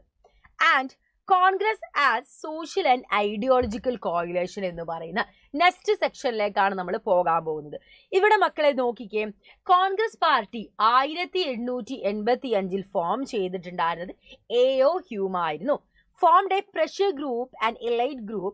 Its members were educated and professionals. So ഇതിലെന്തായിരുന്നു മക്കളെ? എഡ്യൂക്കേറ്റഡ് ആയിട്ടുള്ള മെമ്പേഴ്സും പ്രൊഫഷണൽസും ഒക്കെ ഉണ്ടായിരുന്നു. സോഷ്യൽ കോയിലേഷൻ എന്ന് പറയുന്നത് എന്താ? The active involvements of peasants, villages, workers and other backward people. Social coalition എന്ന് പറഞ്ഞാൽ അവിടെ ഏതെങ്കിലും ഒരു ഗ്രൂപ്പിലെ ആളുകളല്ല ഉണ്ടാവുക. പെസൻസ് ഉണ്ടാവും, വില്ലേജസ് ഉണ്ടാവും, വർക്കേഴ്സ് ഉണ്ടാവും, ബാക്ക്വേർഡ് പീപ്പിൾ, ഇവരെല്ലാവരെയും ഇൻക്ലൂഡ് ചെയ്യുന്ന ഒന്നാണ് സോഷ്യൽ കോയിലേഷൻ എന്ന് പറയുന്നത്. ഐഡിയോളജിക്കൽ കോയിലേഷൻ എന്ന് പറയുന്നത് it could accommodate the idea of the moderate, the extremist, the left and right. അതായത് ഇവിടെ എന്താണ്? 2 ഗ്രൂപ്പിനെയും ലൈക്ക് മോഡറേറ്റ്സിന്റെയും എക്സ്ട്രീമിസ്റ്റിന്റെയും എന്ത് ചെയ്തിട്ടുണ്ടായിരുന്നു? ഐഡിയാസും കാര്യങ്ങളൊക്കെ അക്കോമഡേറ്റ് ചെയ്തിട്ടുണ്ടായിരുന്നു. അതാണ് അവിടെ പറയുന്നത്. ഇവിടെ മക്കളെ നോക്കിക്കേ, ഈ സമയത്ത് ഒപ്പോസിഷൻ പാർട്ടീസ് എന്ത് ചെയ്തു? എമേർജ് ചെയ്തു. ഒപ്പോസിഷൻ പാർട്ടീസ് എന്ത് ചെയ്യാണ്? എമേർജ് ചെയ്യുകയാണ്. Opposition parties losers the election, the act as a watch dog in the democratism. ഈ ഒപ്പോസിഷൻ പാർട്ടീസ് എന്താണ്? ഈ പല ഇലക്ഷനിൽ പരാജയപ്പെടുന്ന ആളുകളാണ് നമ്മൾ എന്താണ്? ഒപ്പോസിഷൻ ആയിട്ട് വരുന്നത്. അപ്പൊ ഇവരെപ്പോഴും എന്താണ്? ഒരു ഡെമോക്രാറ്റിക് സിസ്റ്റത്തിൽ ഒരു വാച്ച് ഡോഗ് ആയിട്ട് മാത്രം നിൽക്കാൻ ഇവർക്ക് സാധിച്ചിട്ടുണ്ടായിരുന്നുള്ളൂ. And give the real basis for the democratic system. So opposition parties ആണ് നമ്മൾ ഇനി പറയാൻ പോകുന്നത്. ഏതൊക്കെ ഒപ്പോസിഷൻ പാർട്ടീസ് എന്നാണ് നമ്മൾ നോക്കാൻ പോകുന്നത്. മക്കളെ ശ്രദ്ധിച്ച് കേൾക്കുക. പറയുന്ന കാര്യങ്ങൾ വേറെ ഇന്നും കമന്റ് ബോക്സിൽ അങ്ങോട്ടും ഇങ്ങോട്ടും പറയണ്ട കേട്ടോ. പഠിക്കുന്ന കാര്യങ്ങൾ നമുക്കത് ആ കലാശക്കൊട്ടാണ്. നമ്മൾ കുറച്ച് ദിവസങ്ങളെ നമ്മുടെ മുമ്പിലുള്ളൂ. അപ്പൊ നിങ്ങൾ എഫേർട്ട് എടുത്ത് പഠിച്ചാൽ മാത്രമേ മക്കളെ എന്താണ് നമുക്ക് നല്ല സ്കോർ ചെയ്യാൻ പറ്റുള്ളൂ. എക്സാമിന് മുന്നേ നമുക്ക് കുറച്ച് ലീവ്സും കാര്യങ്ങളൊക്കെ ഉണ്ട്, പഠിക്കാൻ ടൈം ഉണ്ട്. അപ്പോൾ സെറ്റായിട്ട് പഠിക്കുക. 8 പാഠം നമ്മൾ അടിപൊളിയായിട്ട് ഇന്ന് പഠിക്കും. അതിനുശേഷം നമ്മൾ റിമൈനിങ് ചാപ്റ്റേഴ്സായിട്ട് മിസ് വീണ്ടും വരും. അപ്പോൾ എൻ്റെ കുഞ്ഞുങ്ങളെല്ലാവരും ഫ്രണ്ട്സിനൊക്കെ ഒന്ന് ഷെയർ ചെയ്ത് കൊടുത്ത് എല്ലാവരോടും ഒന്ന് ക്ലാസ്സിലേക്ക് വരാൻ വേണ്ടി പറയട്ടോ. എല്ലാവരോടൊന്ന് പറയണേ. അങ്ങനെ ദ സോഷ്യലിസ്റ്റ് പാർട്ടിയിലേക്ക് നമ്മൾ വരികയാണ്. The socialist among the Congress party form the socialist party in 1934. 1934 മക്കളെ സോഷ്യലിസ്റ്റ് പാർട്ടി ഫോം ചെയ്യുന്നത്. ഐഡിയോളജി നമ്മൾ നോക്കുകയാണെങ്കിൽ ഡെമോക്രാറ്റിക് സോഷ്യലിസ്റ്റ് ആണ് ideology. That means the mixing of democratic principles with socialist ideas. ഇവിടെ എന്താണ്? ഡെമോക്രാറ്റിക് പ്രിൻസിപ്പിൾ വരുന്നുണ്ട്. അത് എന്തുമായിട്ട്? സോഷ്യലിസ്റ്റ് ഐഡിയാസ് ആയിട്ട് എന്ത് ചെയ്ത് മിക്സ് ചെയ്ത രീതിയിലാണ് വരുന്നത്. And against the Congress for ignoring the rights of farmers and workers. എന്താ ഇവിടെ പറയുന്നത്? Against the Congress for ignoring the rights of farmers and workers. So ഇവർ കോൺഗ്രസിന് എതിരായിട്ടായിരുന്നു സോഷ്യലിസ്റ്റ് പാർട്ടി വന്നത്. ബിക്കോസ് കോൺഗ്രസ്സുകാർ എപ്പോഴും എന്താണ്? വർക്കേഴ്സിനും ഫാമേഴ്സിനും ഇഗ്നോർ ചെയ്യുന്നതാണ് ഇവർ പറഞ്ഞിട്ടുണ്ടായിരുന്നത്. അതേപോലെ തന്നെ it was form under the leadership of ആചാര്യ നരേന്ദ്രദേവ്. ആചാര്യ നരേന്ദ്രദേവിന്റെ ലീഡർഷിപ്പിലായിരുന്നു എന്തു ചെയ്തത്? ഈ ഒരു പാർട്ടി അവർ ഫോം ചെയ്തിട്ടുണ്ടായിരുന്നത്. ആചാര്യ നരേന്ദ്രദേവിന്റെ നേതൃത്വത്തിലായിരുന്നു കേട്ടോ. അദ്ദേഹത്തിന്റെ നേതൃത്വത്തിലായിരുന്നു പാർട്ടി ഫോം ചെയ്തിട്ടുണ്ടായിരുന്നത്. ആൻഡ് അതിലെ പ്രധാനപ്പെട്ട മറ്റുള്ള ലീഡേഴ്സ് എന്ന് പറയുന്നത് ആരൊക്കെയാണ്? JP ജയപ്രകാശ് നാരായൺ, അശോക് മേത്ത, അതേപോലെ തന്നെ റാം മനോഹർ ലോഹിയ. ഇതൊക്കെ എന്താണ്? ഈ ഒരു പാർട്ടിയിലെ പ്രധാനപ്പെട്ട മെമ്പേഴ്സ് ആയിരുന്നു. ദെൻ സോഷ്യലിസ്റ്റ് പാർട്ടി നമ്മൾ നോക്കി. ഒപ്പോസിഷൻ പാർട്ടീസ് ആട്ടോ. കോൺഗ്രസ് ജയിച്ച സമയത്ത് ഉണ്ടായിരുന്ന ഒപ്പോസിഷൻ പാർട്ടീസ് ആണ് സോഷ്യലിസ്റ്റ് പാർട്ടി പഠിച്ചു. ഇനി കമ്മ്യൂണിസ്റ്റ് പാർട്ടി ഓഫ് ഇന്ത്യ നോക്കുകയാണെങ്കിൽ second oldest party in India, ഇന്ത്യയിലെ സെക്കൻഡ് ഓൾഡസ്റ്റ് പാർട്ടിയാണ് കമ്മ്യൂണിസ്റ്റ് പാർട്ടി എന്ന് പറയുന്നത്. ഡെമോക്രാറ്റിക് സെൻട്രലിസത്തിൽ വിശ്വസിച്ച് വന്ന ആളുകളായിരുന്നു. ഇന്ത്യയിലെ നാഷണൽ പാർട്ടിയാണ്. M N. Roy played an important role. Communist party 1924 form ചെയ്യുന്നത്. അതിൻ്റെ ഫോർമേഷന് ഒരു പ്രധാന പങ്ക് വഹിച്ചിട്ടുണ്ടായിരുന്ന വ്യക്തിയായിരുന്നു എം.എൻ. റോയ് എന്ന് പറയുന്നത്. അങ്ങനെ communist party form A government in Kerala 1951 first non Congress government ഇന്ത്യയിൽ വരികയാണ്. കമ്മ്യൂണിസ്റ്റ് പാർട്ടിയാണ് ആ ഒരു നോൺ കോൺഗ്രസ് ഗവൺമെന്റ്. അങ്ങനെ കമ്മ്യൂണിസ്റ്റ് പാർട്ടിയിൽ 1964 സ്പ്ലിറ്റ് സംഭവിക്കുന്നു. CPI എന്നും CPIM എന്നും പറഞ്ഞിട്ട് എന്താണ് ഒരു സ്പ്ലിറ്റ് സംഭവിക്കുകയാണ്. CPI എന്ന് പറയുന്നത് എന്തായിരുന്നു? റഷ്യൻ സപ്പോർട്ടേഴ്സ് ആയിരുന്നു CPI എന്ന് പറയുന്നത്. CPIM എന്ന് പറയുന്നത് ചൈന സപ്പോർട്ടേഴ്സ് ആണ്. സോ ഇതൊന്ന് പഠിച്ചു വെക്കുക. ഇതിലെ പ്രധാനപ്പെട്ട നോട്ടബിൾ ലീഡേഴ്സ് ആയിട്ട് വരുന്നത് ആരൊക്കെയാണ്? AKG, PC Joshi, Ajay Ghosh, EMS ആയിരുന്നു ഇതിലെ പ്രധാനപ്പെട്ട ആര് മക്കളെ ലീഡേഴ്സ് എന്ന് പറയുന്നത്. ഓക്കെ, ക്ലിയർ ആയില്ലേ കമ്മ്യൂണിസ്റ്റ് പാർട്ടി? ഓക്കെ അല്ലടാ? ഇനി നമുക്ക് അടുത്ത് നോക്കാം. ഭാരതീയ ജനസംഘാണ്. ഭാരതീയ ജനസംഘ് 1951 ഫോം ചെയ്തിട്ടുണ്ടായിരുന്നത്. ഫൗണ്ടർ പ്രസിഡന്റ് എന്ന് പറഞ്ഞ ശ്യാം പ്രസാദ് മുഖർജിയാണ് മക്കളെ ഫൗണ്ടർ പ്രസിഡന്റ് ആയിട്ട് പറയുന്നത്. ആൻഡ് ഇവരെ ഐഡിയോളജിക്കൽ ബാക്ക് ബോൺ എന്ന് പറയുന്നത് RSS ആയിരുന്നു. ദെൻ സ്റ്റുഡ് ഫോർ, ഇവരെ എപ്പോഴും ഇമ്പോർട്ടൻസ് കൊടുത്തെന്താ? One party, one culture and one nation. One party, one culture, one nation. ഇതൊക്കെ നമുക്ക് എന്തിൽ വരുന്നതാണ്? മാച്ച് ദ ഫോളോവിംഗ് വരുന്ന കാര്യങ്ങളാണ്. കൃത്യമായിട്ട് പാർട്ടീനെ കുറിച്ച് പഠിച്ചു വെക്കണം. 4 മാർക്ക് നമുക്ക് അവിടെ വരുന്നതാണ് കേട്ടോ, മറന്നു പോകരുതേ. അതേപോലെ തന്നെ സ്റ്റുഡ് ഫോർ അംഗദ് Bharat reunion of India and Pakistan. അപ്പം ഇന്ത്യയും പാകിസ്ഥാനും തമ്മിലൊരു റീയൂണിയന് വേണ്ടിയിട്ട് അവർ ഇമ്പോർട്ടൻസ് കൊടുത്തിട്ടുണ്ടായിരുന്നു. In favour for developing nuclear വെപ്പണിന് ഡെവലപ്പിങ്ങിന് ഫേവർ ആയിട്ട് നിന്ന ആളുകളായിരുന്നു ഇവർ. Official language എന്താക്കണമെന്നു?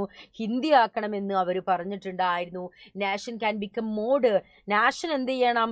ഒരു മോഡേൺ ആവണമെങ്കിൽ, അല്ലെങ്കിൽ പ്രോഗ്രസീവ് ആവണമെങ്കിൽ, പ്രോസ്പറസ് ആവണമെങ്കിൽ അതെന്തുകൊണ്ട് മാത്രമേ സാധിക്കുകയുള്ളൂ? ഇന്ത്യൻ സിവിലൈസേഷനെ കൊണ്ടും അതേപോലെ തന്നെ ഇന്ത്യൻ കൾച്ചറിനാലും മാത്രമേ എന്താവുകയുള്ളൂ? നാഷൻ എന്തായി മാറുകയുള്ളൂ? സിവിലൈസ്ഡ് ആവുകയുള്ളൂ, പ്രോസ്പറസ് ആവുകയുള്ളൂ, മോഡേൺ ആവുകയുള്ളൂ എന്നാണ് ഭാരതീയ ജനസംഘിലെ ആളുകൾ പറഞ്ഞിരുന്നത്. ഇതിലെ പ്രധാനപ്പെട്ട ലീഡേഴ്സ് എന്ന് പറയുന്നത് ശ്യാം പ്രസാദ് മുഖർജി, ദീൻ ദയാൽ ഉപാധ്യായ ഒക്കെ എന്താണ് ഭാരതീയ ജനസംഘിലെ പ്രധാനപ്പെട്ട ലീഡേഴ്സ് ആണ്. ഓക്കെ, ക്ലിയർ ആയില്ലടാ? ഇനി നമ്മളെ സ്വതന്ത്ര പാർട്ടിയിലേക്കാണ് നമ്മൾ പോകുന്നത്. എങ്ങോട്ടാ? സ്വതന്ത്ര പാർട്ടി. സ്വതന്ത്ര പാർട്ടി ഫോം ചെയ്തത് എപ്പോഴാണ്? 1959 സ്വതന്ത്ര പാർട്ടി ഫോം ചെയ്യുന്നത്.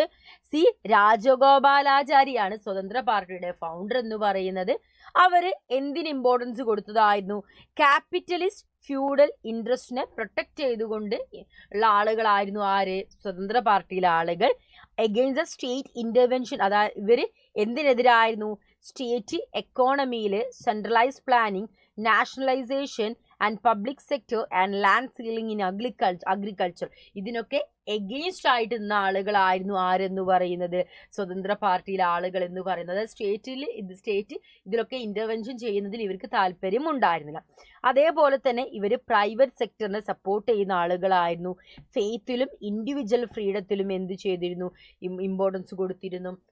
disappeared from the political sphere, lack of strong organization structure. ഇവർക്ക് പലപ്പോഴും എന്താണ്? ഒരു സ്ട്രോങ് ഓർഗനൈസേഷൻ സ്ട്രക്ചർ ഇവർക്ക് ഉണ്ടായിരുന്നില്ല.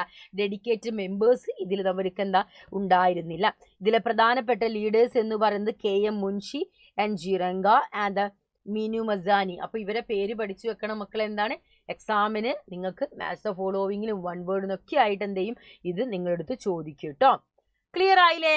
അപ്പൊ നമ്മള് 2 ചാപ്റ്റേഴ്സിലെ എല്ലാ കാര്യങ്ങളും നമ്മൾ പഠിച്ചു കഴിഞ്ഞു. 2 ചാപ്റ്റർ അടിപൊളിയായിട്ട് നമ്മൾ റിവൈസ് ചെയ്തു കഴിഞ്ഞു. ഇനി നമ്മൾ പോകുന്നത് നമ്മുടെ 3rd ചാപ്റ്റർ ആണടാ, പൊളിറ്റിക്സ് ഓഫ് പ്ലാൻ ഡെവലപ്മെന്റ്. എന്താണ്? Politics of plan development. എല്ലാവരും സെറ്റ് അല്ലേ? അടിപൊളിയല്ലേ? ഓക്കെ അല്ലേടാ? ഒന്ന് കമന്റ് ചെയ്തേ. ഓക്കെ അല്ലേ? സെറ്റല്ലേ? ഓക്കെ, സെറ്റിമസ് എന്നൊക്കെ പറയുന്നുണ്ട്. ഓക്കെ, അപ്പൊ നമ്മുടെ തേർഡ് ചാപ്റ്ററിലേക്കാണ് നമ്മൾ പോകാൻ പോകുന്നത്. നമ്മുടെ എത്രാമത്തെ ചാപ്റ്റർ ആണ്? യെസ്, തേർഡ് ചാപ്റ്റർ അല്ലേ. തേർഡ് ചാപ്റ്ററിലേക്കാണ് നമ്മൾ പോകുന്നത്. Politics of plan development. അപ്പൊ പൊളിറ്റിക്സ് ഓഫ് പ്ലാൻ ഡെവലപ്മെന്റ് നമുക്ക് റിവിഷൻ ചെയ്യാം. റെഡി അല്ലേ? ഓക്കെ, ആദ്യം ഇവിടെ നമുക്ക് പഠിക്കാനുള്ളത് economic development in independent India. Independent ഇന്ത്യയിലെ എക്കണോമിക് ഡെവലപ്മെന്റ് ആണ് നമുക്ക് പഠിക്കാനുള്ളത്. Soon after the independence, India had to take a number of decisions regarding development. ഇന്ത്യക്ക് സ്വാതന്ത്ര്യം കിട്ടിയ ഉടനെ ഒരുപാട് ഈ ഡെവലപ്മെന്റ് റിലേറ്റ് ചെയ്തുള്ള ഒരുപാട് ഡിസിഷൻസും കാര്യങ്ങളൊക്കെ എടുക്കുന്നു. Almost every one agreed that development should be mean both economic growth and socio economic justice. So എല്ലാവരും പറഞ്ഞ കാര്യം ഒന്നുള്ളൂ, എക്കണോമിക് ഗ്രോത്ത് ഉണ്ടാകണം, അത് സെയിം ടൈം എന്താണ് അവിടെ സോഷ്യോ എക്കണോമിക് ജസ്റ്റിസ് കൂടെ ഉണ്ടായിരിക്കണം എന്ന് പറഞ്ഞിട്ടുണ്ടായിരുന്നു. And ideas of development ideas നമ്മൾ നോക്കുന്ന സമയത്ത് a lot of debates on the issue of development took place, like to take the western countries as a standard for measuring development. So ഈ ഒരു development relate ചെയ്തിട്ടുള്ള ഒരുപാട് ഡിബേറ്റ്സും കാര്യങ്ങളൊക്കെ നടന്നിട്ടുണ്ടായിരുന്നു. So ഒരു development ഒരു മെഷറിംഗ് എന്ന് പറയുന്ന സമയത്ത് വെസ്റ്റേൺ കൺട്രീസ് റിലേറ്റ് ചെയ്തിട്ടുള്ള ഒരുപാട് ഡിസ്കഷനും കാര്യങ്ങളൊക്കെ നടക്കുന്നു.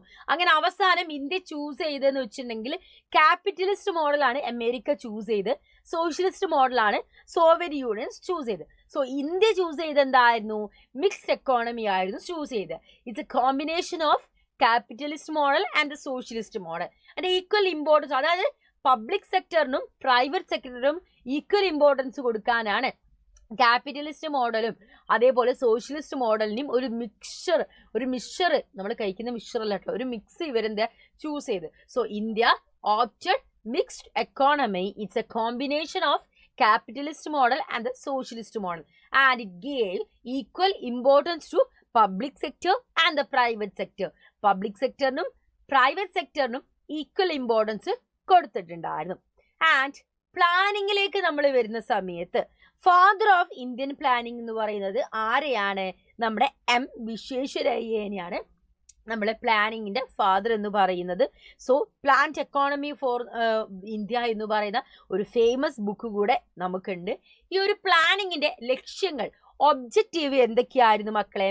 Proper utilisation of economic resources. Economic resources എന്താണ്? പ്രോപ്പർ ആയിട്ട് യൂട്ടിലൈസ് ചെയ്യുക. അതേപോലെ തന്നെ എന്താ? Attainment of fixed goal in a definite time period. ഒരു ഡെഫിനിറ്റ് ടൈം പീരീഡ് നമ്മൾ വെച്ചിട്ട് ആ പീരീഡിൽ നമുക്ക് എന്താണ് അച്ചീവ് ചെയ്യാൻ പറ്റുന്ന ഒരു ഫിക്സ്ഡ് ഗോൾ നമ്മൾ എന്ത് ചെയ്യാണ്? അറ്റൈൻ ചെയ്യുക. ഇതൊക്കെ അവരുടെ ലക്ഷ്യങ്ങളായിരുന്നു. അതേപോലെ തന്നെ സൊസൈറ്റിക്ക് വേണ്ടിയുള്ള ബേസിക് നീഡ്സ് നമ്മൾ ഫുൾഫില്ല് ചെയ്തു കൊടുക്കണം. ലൈക്ക് ഷെൽട്ടർ, ഫുഡ്, ക്ലോത്ത്, ഇതൊക്കെ ബേസിക് നീഡ്സ് ആണ്. അതൊക്കെ നമ്മൾ ഫുൾഫില്ല് ചെയ്തു കൊടുക്കണം. ഇതൊക്കെ എന്തായിരുന്നു മക്കളെ? അവരുടെ മെയിൻ ഒബ്ജക്റ്റീവുകളായിരുന്നു. ആൻഡ് ഇതിനു ശേഷം 1950 മാർച്ചിൽ government of India planning commission set ചെയ്യുന്നു. അതിന്റെ ചെയർമാൻ എന്ന് പറയുന്നത് ആരായിരുന്നു? പ്രൈം മിനിസ്റ്റർ ആയിരുന്നു. അത് ഏത് കാലമായാലും പ്ലാനിംഗ് കമ്മീഷന്റെ ചെയർമാൻ എന്ന് പറയുന്നത് ആരായിരിക്കും? പ്രൈം മിനിസ്റ്റർ ആയിരിക്കും. ഇപ്പൊ നമ്മുടെ പ്ലാനിംഗ് കമ്മീഷന്റെ ചെയർമാൻ ആരാ? Obviously Narendra Modi. He is A prime minister of India അല്ലേ. And deciding the strategy of planning for development. അതായത് ഡെവലപ്മെന്റിന് വേണ്ടി എന്തൊക്കെ സ്ട്രാറ്റജീസ് വേണമെന്ന് തീരുമാനിക്കുന്നത് ആരായിരിക്കും? ഈ ഒരു പ്ലാനിംഗ് കമ്മീഷൻ.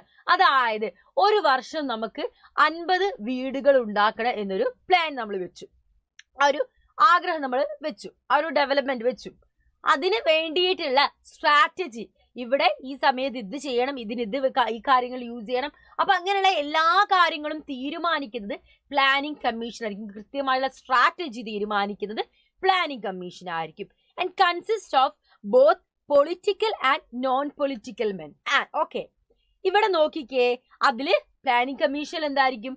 പൊളിറ്റിക്കൽ മെന്നും നോൺ പൊളിറ്റിക്കൽ മെന്നും ഉണ്ടായിരിക്കും. എന്താണ് ഈ പ്ലാനിംഗ് കമ്മീഷന്റെ ഫംഗ്ഷൻ എന്ന് പറയുന്നത്? Allocation of resources on the priority. അതായത് റിസോഴ്സസ് എന്ത് ചെയ്യാണ്, പ്രയോറിറ്റി അനുസരിച്ച് അലോക്കേഷൻ ചെയ്യുക, അലോട്ട് ചെയ്യുക. Then effective utilisation of resource, നമുക്ക് ആകെ തന്നെ നമുക്ക് വളരെ കുറച്ച് റിസോഴ്സസ് ആണുള്ളത്, അത് കൃത്യമായിട്ട് നമ്മൾ എന്ത് ചെയ്യുക, എഫക്റ്റീവായിട്ട് യൂട്ടിലൈസ് ചെയ്യാം.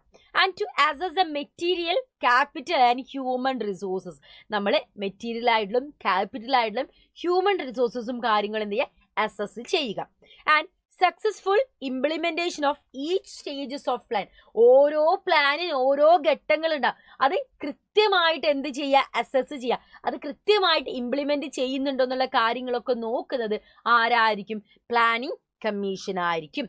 ആൻഡ് നീതി ആയോഗ് എന്തിനാ മക്കൾ ഇവിടെ വന്നത്, നീതി ആയോഗ് എന്ന് പറയുന്നത് it means national institute of transforming India. ഇന്ത്യക്ക് ഒരു ട്രാൻസ്ഫോർമേഷൻ വരുത്തുന്നതിന് വേണ്ടി നമ്മൾ സ്റ്റാർട്ട് ചെയ്തതാണ് നീതി ആയോഗ്. ആണോ? അതെ. പക്ഷെ പുതുതായിട്ട് സ്റ്റാർട്ട് ചെയ്തതാണോ? അല്ല. പ്ലാനിംഗ് കമ്മീഷനെ ഇപ്പൊ നമ്മൾ വിളിക്കുന്ന പേര് നീതി ആയോഗ് എന്നാണ്. NDA government abolish the planning commission. Planning commission abolish ചെയ്തിട്ട് ഒഴിവാക്കിയിട്ട് ഒരു ന്യൂ ഇൻസ്റ്റിറ്റ്യൂഷൻ എന്ത് ചെയ്തു, സ്റ്റാർട്ട് ചെയ്തു. അതിന്റെ പേരാണ് എന്ത്, നീതി ആയോഗ് എന്ന് പറയുന്നത്. Officially, it came into existence on 1st January 2015. 2015 NDA government January 1 നീതിയെ നയിപ്പ് നീതി ആയോഗ് എന്ത് കൊണ്ടുവന്നത്, നിലവിൽ കൊണ്ടുവന്നത്. ആൻഡ് അങ്ങനെ 5-year പ്ലാൻസും കാര്യങ്ങളും വരുന്നു. The planning commission formulated 5-year plan for economic development of India. അടുത്ത 5 വർഷത്തേക്ക് ഇന്ത്യ എവിടെ എത്തും, അങ്ങനെയുള്ള കാര്യങ്ങളൊക്കെ പ്ലാൻ ചെയ്യുന്നത് ആരായിരിക്കും, പ്ലാനിംഗ് കമ്മീഷൻ ആയിരിക്കും. ഫസ്റ്റ് 5-year പ്ലാൻ എന്ന് പറയുന്നത് 1951 56 ഇടയിലായിരുന്നു. അത് ഡ്രാഫ്റ്റ് ചെയ്തിട്ടുണ്ടായിരുന്നത് ഡോക്ടർ KN രാജ ആയിരുന്നു അത് പ്രിപ്പയർ ചെയ്തിട്ടുണ്ടായിരുന്നത്. അതിൽ കൂടുതൽ ഇമ്പോർട്ടൻസ് കൊടുത്തിട്ടുണ്ടായിരുന്നത് മക്കളെ അഗ്രികൾച്ചർ സെക്ടറിനാണ് ഏറ്റവും കൂടുതൽ ഇമ്പോർട്ടൻസ് അവർ കൊടുത്തിട്ടുണ്ടായിരുന്നത്. And the policy of hasten slowly opto in the development process. അപ്പൊ അങ്ങനെ എന്ത് ചെയ്തു, ഡെവലപ്മെന്റ് പ്രോസസ്സിനൊക്കെ മെല്ലെ മെല്ലെ ഇമ്പോർട്ടൻസ് കൊടുത്തു.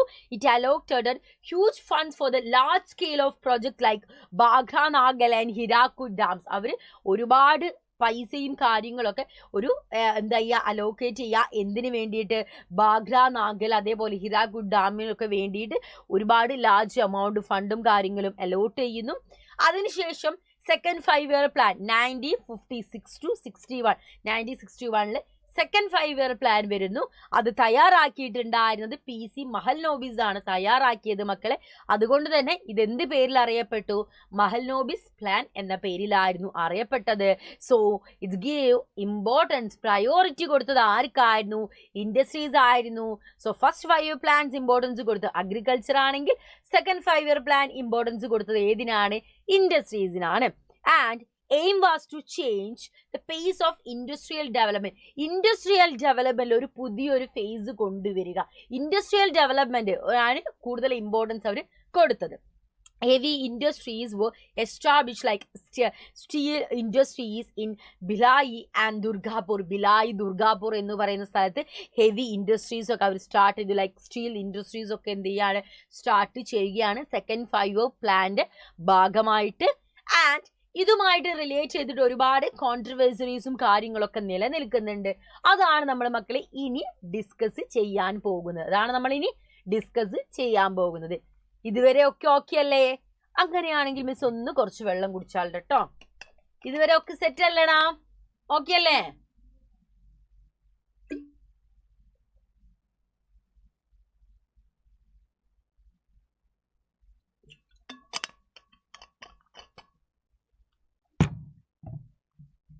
അപ്പൊ നമുക്ക് നോക്കിയാലോ? നോക്കല്ലേ? യെസ്, നമ്മളെ കീ കോൺട്രവേഴ്സറീസ് ആണ് നമ്മൾ നോക്കുന്നത്.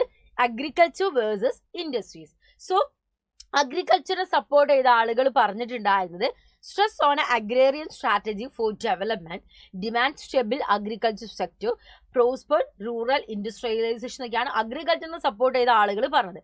ഇൻഡസ്ട്രീനെ സപ്പോർട്ട് ചെയ്തതെന്ന് വെച്ചിട്ടുണ്ടെങ്കിൽ റാപ്പിഡ് ഇൻഡസ്ട്രിയലൈസേഷൻ കൊണ്ട് മാത്രമേ നമുക്ക് എന്താണ് പോവർട്ടി ഇറാഡിക്കേഷൻ പോസിബിൾ ആവുകയുള്ളൂ. ഒരുപാട് എംപ്ലോയ്മെന്റും കാര്യങ്ങളൊക്കെ ഓപ്പർച്യൂണിറ്റീസ് കിട്ടണമെങ്കിൽ ഇൻഡസ്ട്രീസ് വേണമെന്നായിരുന്നു ആളുകൾ പറഞ്ഞത്. ഇത് അഗ്രികൾച്ചർ വേഴ്സസ് ഇൻഡസ്ട്രീസിലെ കോൺട്രവേഴ്സറീസ് ആയിരുന്നു. ദെൻ പബ്ലിക് വേഴ്സസ് പ്രൈവറ്റ് സെക്ടറിലും കോൺട്രവേഴ്സറീസ് ഉണ്ടായിരുന്നു. പബ്ലിക് സെക്ടറിനെ സപ്പോർട്ട് ചെയ്ത ആളുകൾ പറഞ്ഞത് എന്താ, no much investment in sphere of education and health care and state was a favour of private sector. State എന്താണ് പ്രൈവറ്റ് സെക്ടറിനാണ് ഫേവർ ചെയ്യുന്നത്, പബ്ലിക് സെക്ടറിനല്ല എന്ന് പറഞ്ഞു.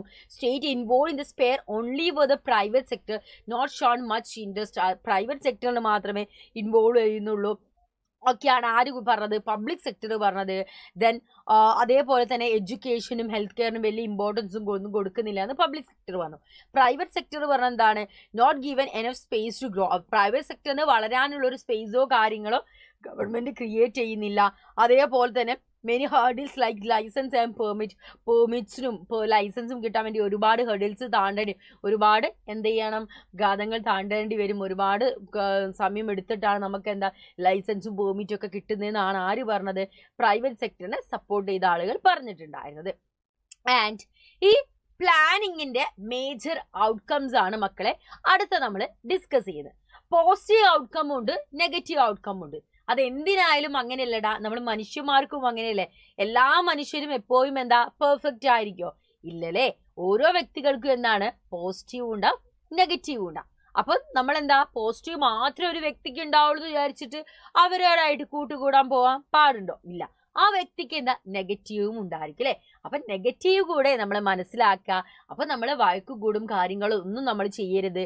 അപ്പൊ എന്ത് ചെയ്യാ, എന്തെങ്കിലും പ്രശ്നങ്ങളൊക്കെ വരുന്ന സമയത്ത് പോസിറ്റീവ് നമ്മൾ എന്ത് ചെയ്യാ, ഈ വ്യക്തി ഈ ഒരു പോസിറ്റീവ് ഉണ്ട്, അങ്ങനെ നമ്മൾ മുൻകൂട്ടി കാണാം ഇൻ ദ സെൻസ് പോസിറ്റീവ് ഉണ്ടല്ലോ, അങ്ങനെ നമ്മൾ എന്ത് ചെയ്യുക, ആ പ്രശ്നങ്ങളും കാര്യങ്ങളും പരിഹരിക്കാം. അതേപോലെ തന്നെയാണ് ഏതൊരു കാര്യത്തിനും പോസിറ്റീവ് നെഗറ്റീവ് ഉണ്ടാവും. മനുഷ്യന്മാർക്കുള്ളതുപോലെ തന്നെ പ്ലാനിങ്ങിനും ഒക്കെ ഉണ്ടായിരിക്കും. അപ്പൊ നെഗറ്റീവ് ഒബ്വിയസ്ലി ഉണ്ടാകുന്ന സമയത്ത് ഇത്രയൊക്കെ പോസിറ്റീവ് അത് തന്നല്ലോ എന്ന് കൂടെ നമ്മൾ നോക്കാം. പക്ഷെ പോസിറ്റീവിനെക്കാളും കൂടുതൽ നെഗറ്റീവ് ആണെങ്കിൽ നമ്മൾ എന്താ, ആ കമ്മീഷൻ ഫെയിലാണ്, ആ ഒരു പ്ലാനിങ് ഫെയിലാണ്. അതിപ്പോ എന്താണ്, അത് നമ്മൾ ഏത് ഫ്രണ്ട്സ് ആയാലും റിലേഷൻ ആയാലും എവറിത്തിങ് അത് തന്നെയാണ്. നെഗറ്റീവിനെക്കാളും പോസിറ്റീവിനെക്കാളും നെഗറ്റീവ് ആണ് കൂടുതൽ നിൽക്കുന്നെങ്കിൽ അതെന്താണ്, ഫെയിലിയർ ആണ് കേട്ടോ. അങ്ങനെ പോസിറ്റീവ് ഔട്ട്കം നമ്മൾ നോക്കുകയാണെങ്കിൽ ലേ down very good foundation four India's economic growth. ഇന്ത്യയുടെ എക്കണോമിക് ഗ്രോത്തിന് ഒരു ഗുഡ് ഫൗണ്ടേഷൻ ക്രിയേറ്റ് ചെയ്യാൻ വേണ്ടി ആർക്ക് സാധിച്ചിട്ടുണ്ട്, ഇവർക്ക് സാധിച്ചിട്ടുണ്ട്. ദെൻ ഹ്യൂജ് പ്രൊജക്ട്സ് വർ ഇനീഷ്യേറ്റ് ലൈക്ക് നമ്മൾ dam, power generation project, steel plants, ഇതൊക്കെ എന്താണ് പ്ലാനിങ് ചെയ്തതിൻ്റെ ഭാഗമായി നമുക്ക് വന്നിട്ടുണ്ട്. ലാൻഡ് റിഫോംസ് ലൈക്ക് നമ്മൾ അഗ്രികൾച്ചർ ലാൻഡ് സീലിംഗ്, ജമീന്ദാരി സിസ്റ്റത്തിൻ്റെ അബോളിഷ് ചെയ്യുന്നത്, ഇതൊക്കെ എന്താണ് നമ്മളെ പോസിറ്റീവായിട്ടുള്ള ഒരു ഔട്ട്കമ്മിൽ നമുക്ക് പറയാം. നെഗറ്റീവ് ഔട്ട്കമ്മിൽ എന്തൊക്കെ കാര്യങ്ങളാണ് നമുക്ക് അവിടെ പറയാനുള്ളത്? Food crisis subsequently led to acute and wide spread malnutrition. Food crisis face ചെയ്യാൻ തുടങ്ങി. എല്ലായിടത്തും നമ്മൾ എന്താ മാൽന്യൂട്രീഷൻസ് ഫേസ് ചെയ്യാൻ തുടങ്ങി. ഡെത്ത് റേറ്റ് കൂടിക്കൂടി വന്നു. ഫെമൈനും ഡ്രൗട്ട്സും ഒക്കെ എന്താണ് ഉണ്ടാകാൻ തുടങ്ങി. അപ്പം ഇത് നെഗറ്റീവ് ഔട്ട്കമ്മിൽ വരുന്ന കുറച്ച് കാര്യങ്ങളാണ്. ഓക്കെ, ദെൻ മക്കളെ ഈ പാഠഭാഗത്ത് പിന്നെ നമ്മൾ പഠിക്കുന്നത് ഗ്രീൻ റവല്യൂഷനെ കുറിച്ചാണ്. ഗ്രീൻ റവല്യൂഷനെ കുറിച്ചിട്ടുള്ള എന്തൊക്കെ കാര്യങ്ങളാണ് പറയുന്നത്? ഡോക്ടർ MS സ്വാമിനാഥൻ ആയിരുന്നു നമ്മുടെ ഈ ഒരു ഗ്രീൻ റവല്യൂഷന് master brain. So he's known as the father of Indian green revolution. And ഒരുപാട് അഗ്രികൾച്ചർ ഡെവലപ്മെന്റിന് വേണ്ടിയിട്ടും ഫുഡ് ഗ്രെയിൻ്റെ പ്രൊഡക്ഷന് വേണ്ടിയിട്ടും ഹെൽപ്പ് ചെയ്യാൻ പറ്റിയിട്ടുള്ള ഒന്നായിരുന്നു ഈ ഒരു ഗ്രീൻ റവല്യൂഷൻ എന്ന് പറയുന്നത്. To increase the food production, എന്ത് ചെയ്യാണ്, ഫുഡ് പ്രൊഡക്ഷൻ ഇൻക്രീസ് ചെയ്യാൻ വേണ്ടിയിട്ട് Indian government high yielding varieties of seeds, പെട്ടെന്ന് തന്നെ എന്താണ് വളരുന്ന high yielding varieties of seeds create ചെയ്തു. ഫെർട്ടിലൈസേഴ്സ്, പെസ്റ്റിസൈഡ്സ്, സബ്സിഡി റേറ്റ്, ഇതൊക്കെ എന്ത് ചെയ്തു, കൊണ്ടുവന്നു. ഇതിന്റെ ഒരു നെഗറ്റീവ് ഇമ്പാക്റ്റിലേക്ക് മക്കളെ നമ്മൾ വരുന്ന സമയത്ത് major beneficiaries were the rich peasants and large land holders. ഇതിന്റെ ഏറ്റവും കൂടുതൽ ബെനിഫിറ്റ്സ് കിട്ടിയത് ആർക്കാണ്? ഏറ്റവും കൂടുതൽ ബെനിഫിറ്റ്സ് നമുക്ക് കിട്ടിയെന്ന് പറയുന്നത് ലാൻഡ് ലോഡ്സിനും അതേപോലെ തന്നെ റിച്ച് പെസൻസിനുമാണ് ഏറ്റവും കൂടുതൽ ബെനിഫിറ്റ്സ് കിട്ടിയത് എന്നാണ് പറയുന്നത്. Increase the gap between poor peasants and large land holders. എന്താ ഇവിടെ പറയുന്നത്? Increase the gap between poor പെസൻസും ലാർജ് ആയിട്ടുള്ള ലാൻഡ് ഹോൾഡേഴ്സും തമ്മിലെ ഗ്യാപ്പ് കൂടിക്കൊണ്ടേയിരുന്നു. പോസിറ്റീവ് ഇമ്പാക്റ്റിലേക്ക് നമ്മൾ വരുന്ന സമയത്ത് എന്താണ്, റൈസ് പ്രൊഡക്ഷൻ നല്ല രീതിയിൽ എന്ത് ചെയ്തു, കൂടി. റൈസ് പ്രൊഡക്ഷൻ എന്ത് ചെയ്യാണ്, നല്ല രീതിയിൽ എന്ത് ചെയ്തു, കൂടി എന്നാണ് പറയുന്നത്. കാണുന്നില്ല, നല്ല രീതിയിൽ കൂടി. ആൻഡ് പിന്നെ എന്തു പറയുന്നു, rice production and wheat production enhance. Rice പ്രൊഡക്ഷനും വീറ്റ് പ്രൊഡക്ഷനും എന്ത് ചെയ്തു, എൻഹാൻസ് ചെയ്തു. Sugar and wheat become main crop as a result of Green Revolution. ഷുഗറും വീറ്റും എന്തായി മാറി, ഗ്രീൻ റെവല്യൂഷന് ശേഷം, ഗ്രീൻ റെവല്യൂഷൻ്റെ ഒരു മെയിൻ റിസൾട്ട് ആയിട്ട് എന്ത് ചെയ്തു മാറി, മെയിൻ ക്രോപ്സ് ആയിട്ട് എന്തു മാറി, ഷുഗറും വീറ്റും മാറി. ഇതൊക്കെ എന്താണ്, നമ്മുടെ പോസിറ്റീവ് ഇമ്പാക്റ്റ് ആണ് കേട്ടോ പറയുന്നത്. ദെൻ വൈറ്റ് റെവല്യൂഷൻ മക്കളെ ഇവിടെ പറയുന്നുണ്ട്. വൈറ്റ് റെവല്യൂഷന്റെ മാസ്റ്റർ ബേ എന്ന് പറയുന്നത് മിൽക്ക്മാൻ ഓഫ് ഇന്ത്യ ആയിട്ടുണ്ടായിരുന്ന വർഗീസ് കുര്യൻ ആണ്. So it was a dairy cooperative movement. ഇതൊരു ഡയറി കോപ്പറേറ്റീവ് മൂവ്മെന്റ് ആയിരുന്നു. The pattern become a model for rural development and poverty alleviation. സോ ഒരു റൂറൽ ഡെവലപ്മെന്റ് മോഡൽ, അതായത് പോവേർട്ടി എലിവേഷൻ, ഈ ഒരു രീതിയിലാണ് ഈ ഒരു വൈറ്റ് റെവല്യൂഷൻ സ്റ്റാർട്ട് ചെയ്തത്. It double the milk production and high the regular income. The milk production എന്ത് ചെയ്തു, ഡബിൾ ആയി കൂട്ടി. റെഗുലർ ഇൻകം എന്ത് ചെയ്തു, അവർ ഹൈക്ക് ചെയ്തു. Laid foundation to self reliance ഒക്കെ എന്ത് ചെയ്തു, അതിൻ്റെ സെൽഫ് റിലയൻസിന്റെ ഫൗണ്ടേഷൻ കൊണ്ടുവന്നു. ചെറിയ ചെറിയ ഓരോ സെൽഫ് റിലയൻസും കാര്യങ്ങളും വന്നു. അതേപോലെ തന്നെ ഒരുപാട് ജോബ് ഓപ്പർച്യൂണിറ്റി കൂട്ടിയിട്ടുള്ള ഒന്നുകൂടിയായിരുന്നു വൈറ്റ് റെവല്യൂഷൻ എന്ന് പറയുന്നത്. സോ ഇനി നമ്മൾ അതിനുശേഷം ഉണ്ടായിരുന്ന ഡെവലപ്മെന്റ്സിലേക്ക് നമ്മൾ പോവുകയാണെങ്കിൽ, ഇന്ദിരാഗാന്ധി എന്ത് ചെയ്തു, ആ സമയമാകുമ്പോൾ ഒരു popular ലീഡറായി മാറിയിട്ടുണ്ടായിരുന്നു. She strengthen the role of the state in controlling and direct the economy. Economy എന്താണ്, കൺട്രോൾ ചെയ്യാനും ഡയറക്റ്റ് ചെയ്യാനും പറ്റുന്ന ഒരു രീതിയിലായി മാറി ആര്, Indira Gandhi. Then main development progress 1967 ശേഷം ഒരുപാട് പ്രധാനപ്പെട്ട ഡെവലപ്മെന്റ് പ്രോഗ്രാംസ് കൊണ്ടുവന്നു. ലൈക്ക് പ്രൈവറ്റ് സെക്ടറിൽ റെസ്ട്രിക്ഷൻസ് കൊണ്ടുവന്നു. 14 ബാങ്ക്സ് എന്തു ചെയ്തു, നാഷണലൈസ് ചെയ്തു, ദേശസാൽക്കരിച്ചു 14 ബാങ്ക്. അതേപോലെ തന്നെ ഒരുപാട് പ്രോഗ്രാംസ് എന്ത് ചെയ്തു, കൊണ്ടുവന്നു. This changes were accompanied by the ideological tilt towards the socialist policy. So ഇങ്ങനെ ഒരുപാട് ഡെവലപ്മെന്റ്സ് എന്ത് ചെയ്യുന്നുണ്ട്, പിന്നെ ഇന്ത്യയിൽ സംഭവിക്കുന്നുണ്ട്. അപ്പൊ നമ്മള് തേർഡ് ചാപ്റ്ററും അടിപൊളിയായിട്ട് സെറ്റ് ചെയ്ത് പവറാക്കി പഠിച്ചു കഴിഞ്ഞു. സോ ഐ ഹോപ്പ് എൻ്റെ മക്കൾക്ക് നമ്മൾ ഇന്ന് ഡിസ്കസ് ചെയ്ത ചാപ്റ്റേഴ്സ് എല്ലാം മനസ്സിലായില്ലേ? ഓക്കെ അല്ലേ? ഓക്കെ അല്ലടാ, ഒന്ന് കമന്റ് ചെയ്തേ. ഇനി നമുക്ക് നമ്മുടെ നെക്സ്റ്റ് ചാപ്റ്റർ ആയ ഇന്ത്യാസ് എക്സ്റ്റേണൽ റിലേഷൻസിലേക്ക് പോകാം. ഓക്കെ അല്ലേ? India's external റിലേഷൻസിലേക്ക്. സോ ഇന്ന് നമ്മൾ ഡിസ്കസ് ചെയ്യുന്ന എത്രാമത്തെ ചാപ്റ്റർ ആണ്? നമ്മുടെ 4th ചാപ്റ്റർ ആണ് അല്ലേ? 4ാമത്തെ ചാപ്റ്റർ ആണ് നമ്മൾ ഇന്ന് ഡിസ്കസ് ചെയ്യാൻ പോകുന്നത്. 4ാമത്തെ ചാപ്റ്റർ ആണ് ഡിസ്കസ് ചെയ്യാൻ പോകുന്നത്, ഇന്ത്യാസ് എക്സ്റ്റേണൽ റിലേഷൻ. ഓക്കെ, നമുക്ക് ആദ്യം ഇന്റർനാഷണൽ കോണ്ടസ്റ്റ് മുതൽ തുടങ്ങാം. റെഡി അല്ലേ? ഒന്നുകൂടെ മിസ് ഒന്ന് വെള്ളം കുടിച്ചാട്ടെ കേട്ടോ. എല്ലാവർക്കും ഒന്ന് വെള്ളം കുടിച്ച് സെറ്റായി നിൽക്കണേ.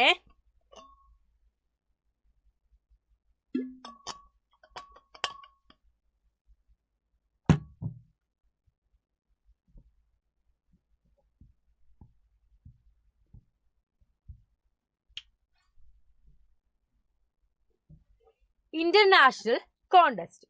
Immediately after the Second World War, many developing countries opted to support the foreign policy of powerful countries who were giving them economic aids. Economic AIDS. എന്താ മക്കളെ ഇവിടെ പറയുന്നത്? സെക്കൻഡ് വേൾഡ് വാറിന് ശേഷം ഒരുപാട് കൺട്രീസ് എന്ത് ചെയ്തിട്ടുണ്ടായിരുന്നു? Many developing countries opted to support the foreign policy of powerful countries who were giving them economic aids. സാമ്പത്തികപരമായ ലാഭത്തിന് വേണ്ടിയിട്ട് ഒരുപാട് ഡെവലപ്പിംഗ് കൺട്രീസ്, ഡെവലപ്ഡ് ആയിട്ടുള്ള ഡെവലപ്പിംഗ് കൺട്രീസ് ഫോറിൻ പോളിസീനെ എന്ത് ചെയ്തിരുന്നു? സപ്പോർട്ട് ചോദിച്ചിരുന്നു. കാരണം അവർക്ക് എന്താ, പവർഫുൾ കൺട്രീസിന്റെ ഫോറിൻ പോളിസിയുടെ സപ്പോർട്ടോടുകൂടെ സാമ്പത്തിക ലാഭത്തിന് വേണ്ടിയിട്ട് അപ്രോച്ച് ചെയ്തിരുന്നു. Divided the world into 2 power blocs. World 2 power blocs ആയിട്ട് ഡിവൈഡ് ചെയ്തു. One was under the influence of America. ഒന്നെന്തായിരുന്നു? നമ്മുടെ അമേരിക്കൻ ഇൻഫ്ലുവൻസിലുള്ളതായിരുന്നു. And the other was under the influence of Soviet Union. മറ്റേതെന്തായിരുന്നു? സോവിയറ്റ് യൂണിയന്റെ ഇൻഫ്ലുവൻസ്. അങ്ങനെ 2 എന്തുണ്ടാവുകയാണ്? ബ്ലോക്കുകൾ ഉണ്ടാവുകയാണ്. India adopted non alignment basis of foreign policy. India adopt ചെയ്തത് എന്തായിരുന്നു? നോൺ അലൈൻമെന്റ് ആയിരുന്നു ഇന്ത്യ അഡോപ്റ്റ് ചെയ്തത്.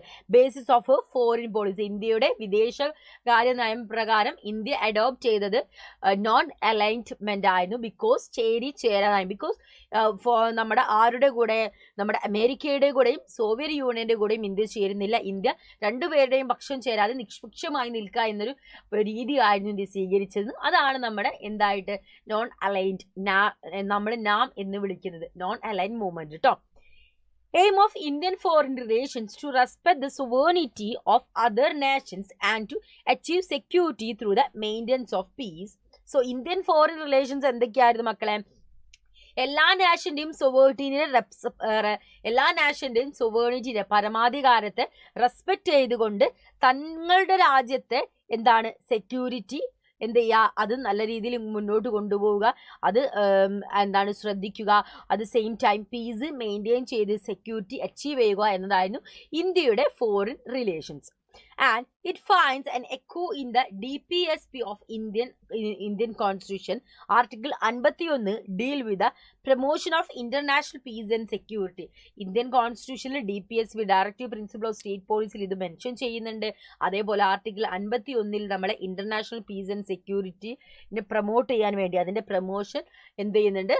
പറഞ്ഞ് വെക്കുന്നുണ്ട്. ഇന്ത്യയുടെ ഫോറിൻ പോളിസി നോക്കുന്ന സമയത്ത് നെഹ്റു ആയിരുന്നു ഇന്ത്യൻ ഫോറിൻ പോളിസിയുടെ ആർക്കിടെക്റ്റ് എന്ന് പറയുന്നത്. Indian foreign policy 2 factors base ചെയ്തിട്ടായിരുന്നു. ഒന്ന്, to keep the country away, 2 ബ്ലോക്കിൽ നിന്നും കൺട്രി മാറി നിൽക്കുക.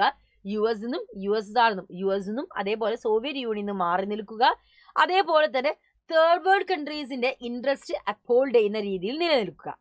Nehru implemented it with the assistance of V.V. Krishna Menon, who was the defense minister of India. ഇന്ത്യയുടെ ഡിഫൻസ് മിനിസ്റ്റർ ആയിട്ടുണ്ടായിരുന്ന V.V. കൃഷ്ണ മേനോന്റെ അസിസ്റ്റൻസിൽ India എന്ത് ചെയ്തു? ഇത് ഇംപ്ലിമെന്റ്, ഇന്ത്യയല്ല നെഹ്റു എന്ത് ചെയ്തു? ഇത് ഇന്ത്യയിൽ ഇംപ്ലിമെന്റ് ചെയ്തു.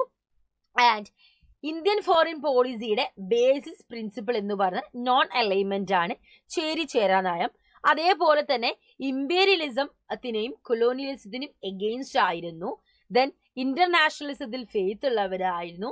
അതർ നാഷൻസ് ആയിട്ട് ഒരു ഫ്രണ്ട്ലി റിലേഷൻഷിപ്പ് ബിൽഡ് ചെയ്യാനുള്ള ആഗ്രഹമുള്ളവരാണ്. അതേപോലെ തന്നെ importance to the principles of the United nations.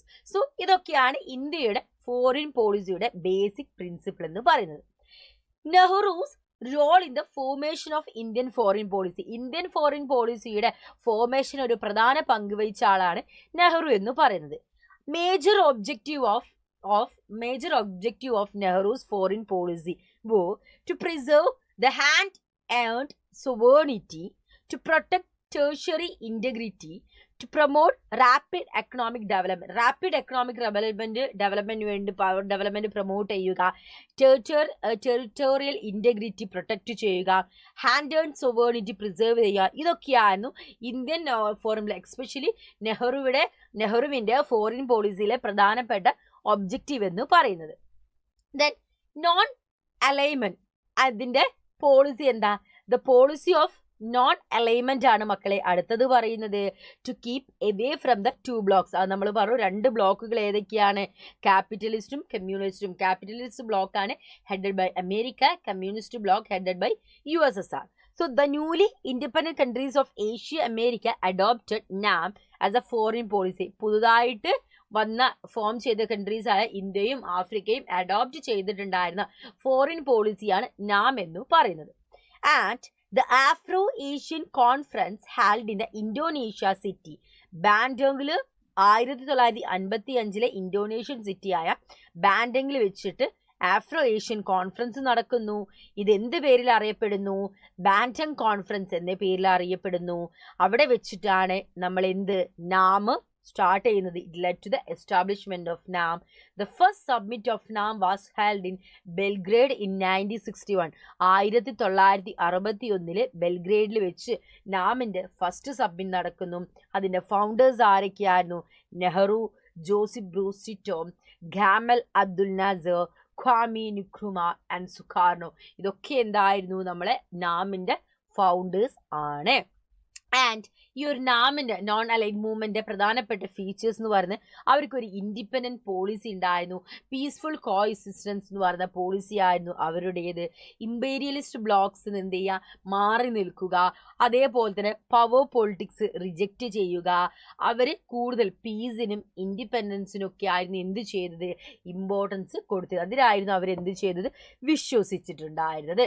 Okay അല്ലേ മക്കളെ? ആ സമയത്ത് എന്തായിരുന്നു, peace and conflict with China.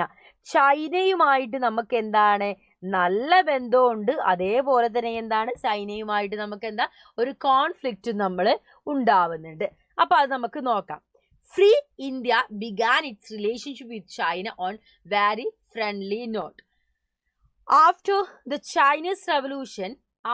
Chinese Revolution, in 1949, India was one of the first countries to recognize the communist government. Chinese Revolution ശേഷം 1949 Chinese റെവല്യൂഷന് ശേഷം India എന്ന് പറയുന്ന ആദ്യത്തെ കൺട്രിയാണ് കമ്മ്യൂണിസ്റ്റ് ഗവൺമെന്റ് റെക്കഗ്നൈസ് ചെയ്ത ഫസ്റ്റ് കൺട്രിയാണ്. Nehru maintain the cordial relation with China. ചൈനയുമായിട്ട് എന്താണ്, ഒരു കോർഡിയൽ റിലേഷൻ ആയിരുന്നു നെഹ്റു മെയിൻറ്റെയിൻ ചെയ്തത്.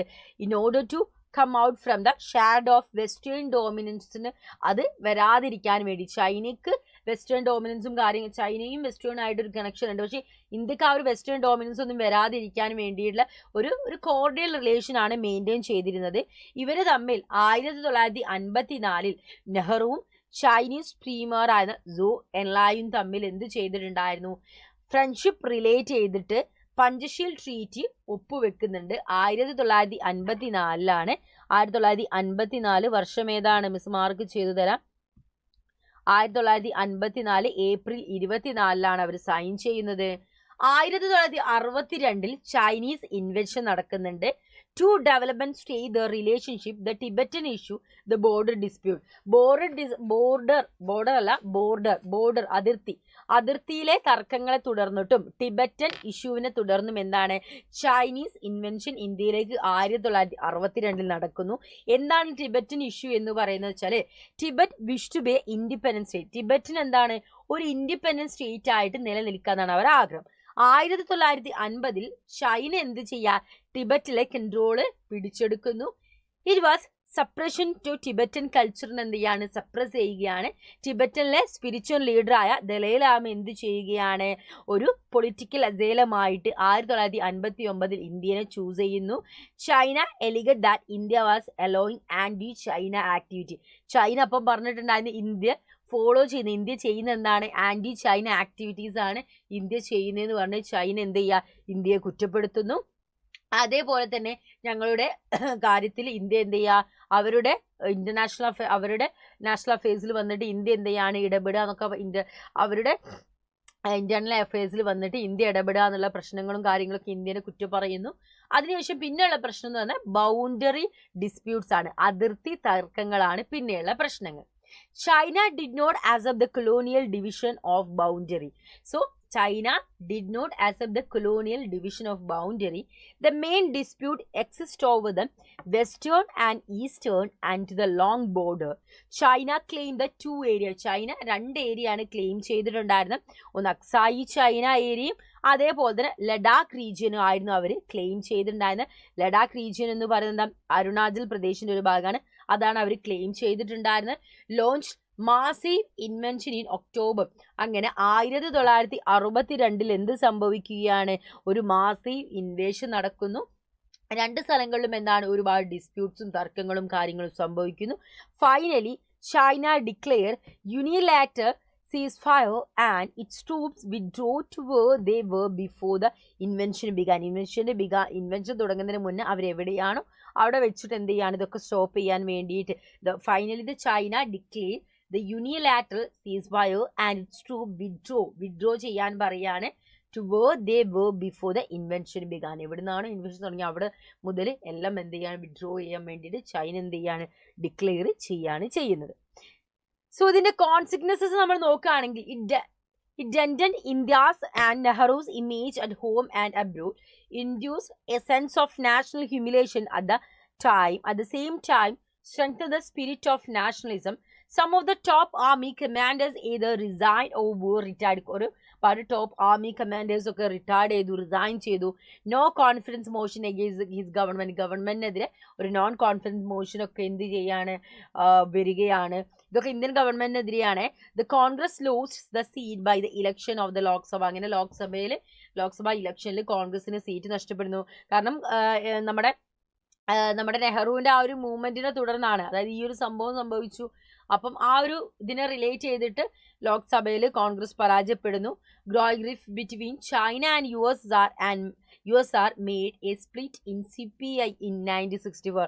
അങ്ങനെ 1964 CPIയിൽ എന്ത് ചെയ്യുകയാണ്, ഒരു സ്പ്ലിറ്റ് സംഭവിക്കുന്നു. ചൈന USSR എന്ന് പറഞ്ഞൊരു സ്പ്ലിറ്റ് എന്ത് സംഭവിക്കുകയാണ്, CPIയിൽ സംഭവിക്കുകയാണ് ചെയ്തത്. കമ്മ്യൂണിസ്റ്റ് പാർട്ടി ഓഫ് ഇന്ത്യയിൽ സംഭവിക്കുന്നു. അത് നമ്മൾ കമ്മ്യൂണിസ്റ്റ് പാർട്ടി ഓഫ് ഇന്ത്യനെ കുറിച്ച് മുന്നത്തെ ചാപ്റ്ററിൽ പഠിച്ചപ്പം പറഞ്ഞിട്ടുണ്ടായിരുന്നു miss.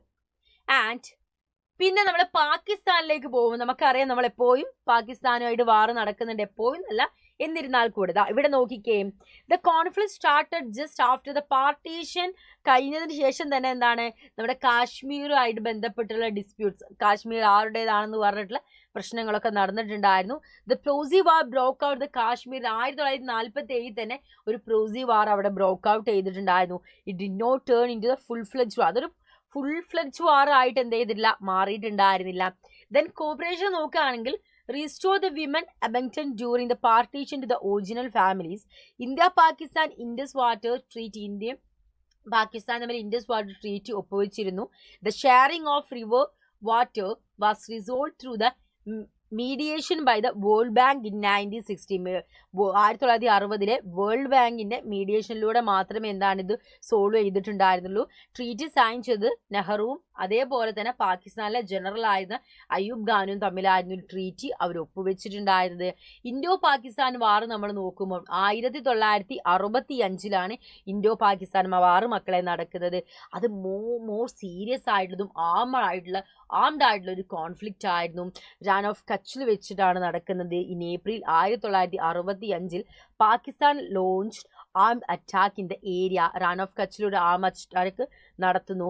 Pakistan made a bigger offensive in Jammu and Kashmir in the month of August and September. അതെന്ത് ചെയ്യാണത് വേണമെന്ന് പറഞ്ഞിട്ടാണ് ശാസ്ത്രി PM ഓഫ് ഇന്ത്യ, അന്ന് ഇന്ത്യയിലെ പ്രൈം മിനിസ്റ്റർ എന്ന് പറയുന്നത് ശാസ്ത്രി ആയിരുന്നു, ഓർഡർ ഇന്ത്യൻ ട്രൂപ്പിൽ launch a counter offensive on the Punjab border.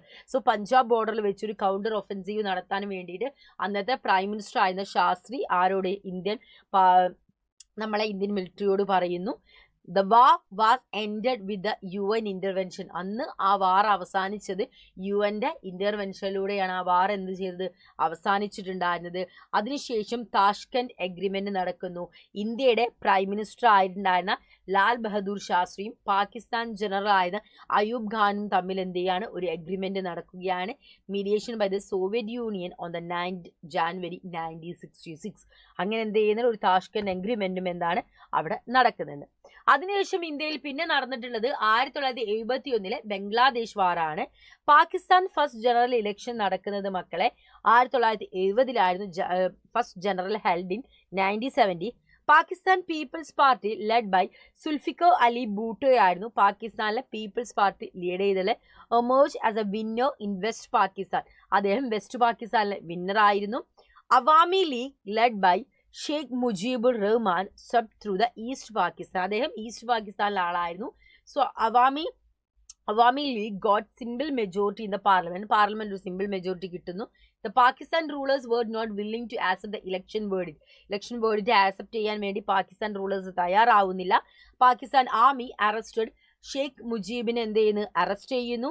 And created a reign of terror in the East Pakistan. എന്താണ്, ഒരു ടെററും കാര്യങ്ങളും ക്രിയേറ്റ് ചെയ്ത് ഷെയ്ഖ് മുജീബിനെ എന്ത് ചെയ്യുകയാണ്, ഷെയ്ഖ് മുജീബുർ റഹ്മാൻ എന്ത് ചെയ്യുക, പാകിസ്ഥാൻ ആർമി അറസ്റ്റ് ചെയ്യുന്നു. The East Pakistani started a struggle to liberate Bangladesh from Pakistan. അങ്ങനെ ഈസ്റ്റ് പാകിസ്ഥാനിലെ ഈസ്റ്റ് ഭാഗത്തുള്ള ആളുകളൊക്കെ എന്താണ്, അവർക്കൊരു സെപ്പറേറ്റ് ആയിട്ടുള്ള കൺട്രി വേണമെന്ന് പറഞ്ഞിട്ട് അവരെന്ത് ചെയ്യുക, ലിബറേറ്റ് ആവണമെന്ന് പാകിസ്ഥാന് ബംഗ്ലാദേശ് എന്ന് പറയുന്ന ഒരു പുതിയൊരു ഒരു കൺട്രി ഫോം ചെയ്യണം, ലിബറേറ്റ് ആവണം എന്നുള്ള സ്ട്രഗിൾസ് സ്റ്റാർട്ട് ചെയ്യുന്നു. India had to bear the burden of refugees who flood East Pakistan. ഒരുപാട് ആളുകൾ ഇന്ത്യയിലേക്ക് വരുന്നുണ്ടായിരുന്നു. ഇന്ത്യക്ക് ആ ഒരു റെഫ്യൂജീസിന്റെ ആ ഫ്ലഡ് താങ്ങാവുന്നതിൽ കൂടുതലായിരുന്നു. ഇറ്റ് വാസ് അറൌണ്ട് 80 lakh 80 ലക്ഷത്തോളം ആളുകൾ ഇന്ത്യയിലേക്ക് എന്ത് ചെയ്തു പലായനം ചെയ്തു വന്നുകൊണ്ടേയിരുന്നു. India extended and moral material support the freedom struggle in Bangladesh. ബംഗ്ലാദേശിന് ഒരു മോറൽ ആയിട്ടുള്ള ഒരു മെറ്റീരിയൽ ആയിട്ടുള്ള സപ്പോർട്ട് ആരും നൽകി?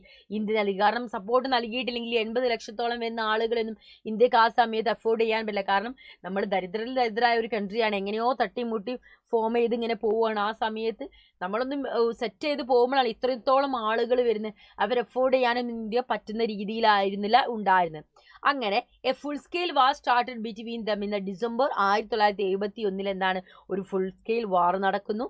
Welcome and supported by the local people, the Indian army made the rapid progress in East Pakistan. East പാകിസ്ഥാനിലെത്തിയ ഇന്ത്യൻ ആർമിയെ അവിടുത്തെ ആളുകളൊക്കെ എന്ത് ചെയ്യുകയാണ്? അവരെ സപ്പോർട്ട് ചെയ്യുകയും വെൽക്കം ചെയ്യുകയും ചെയ്യുന്നു.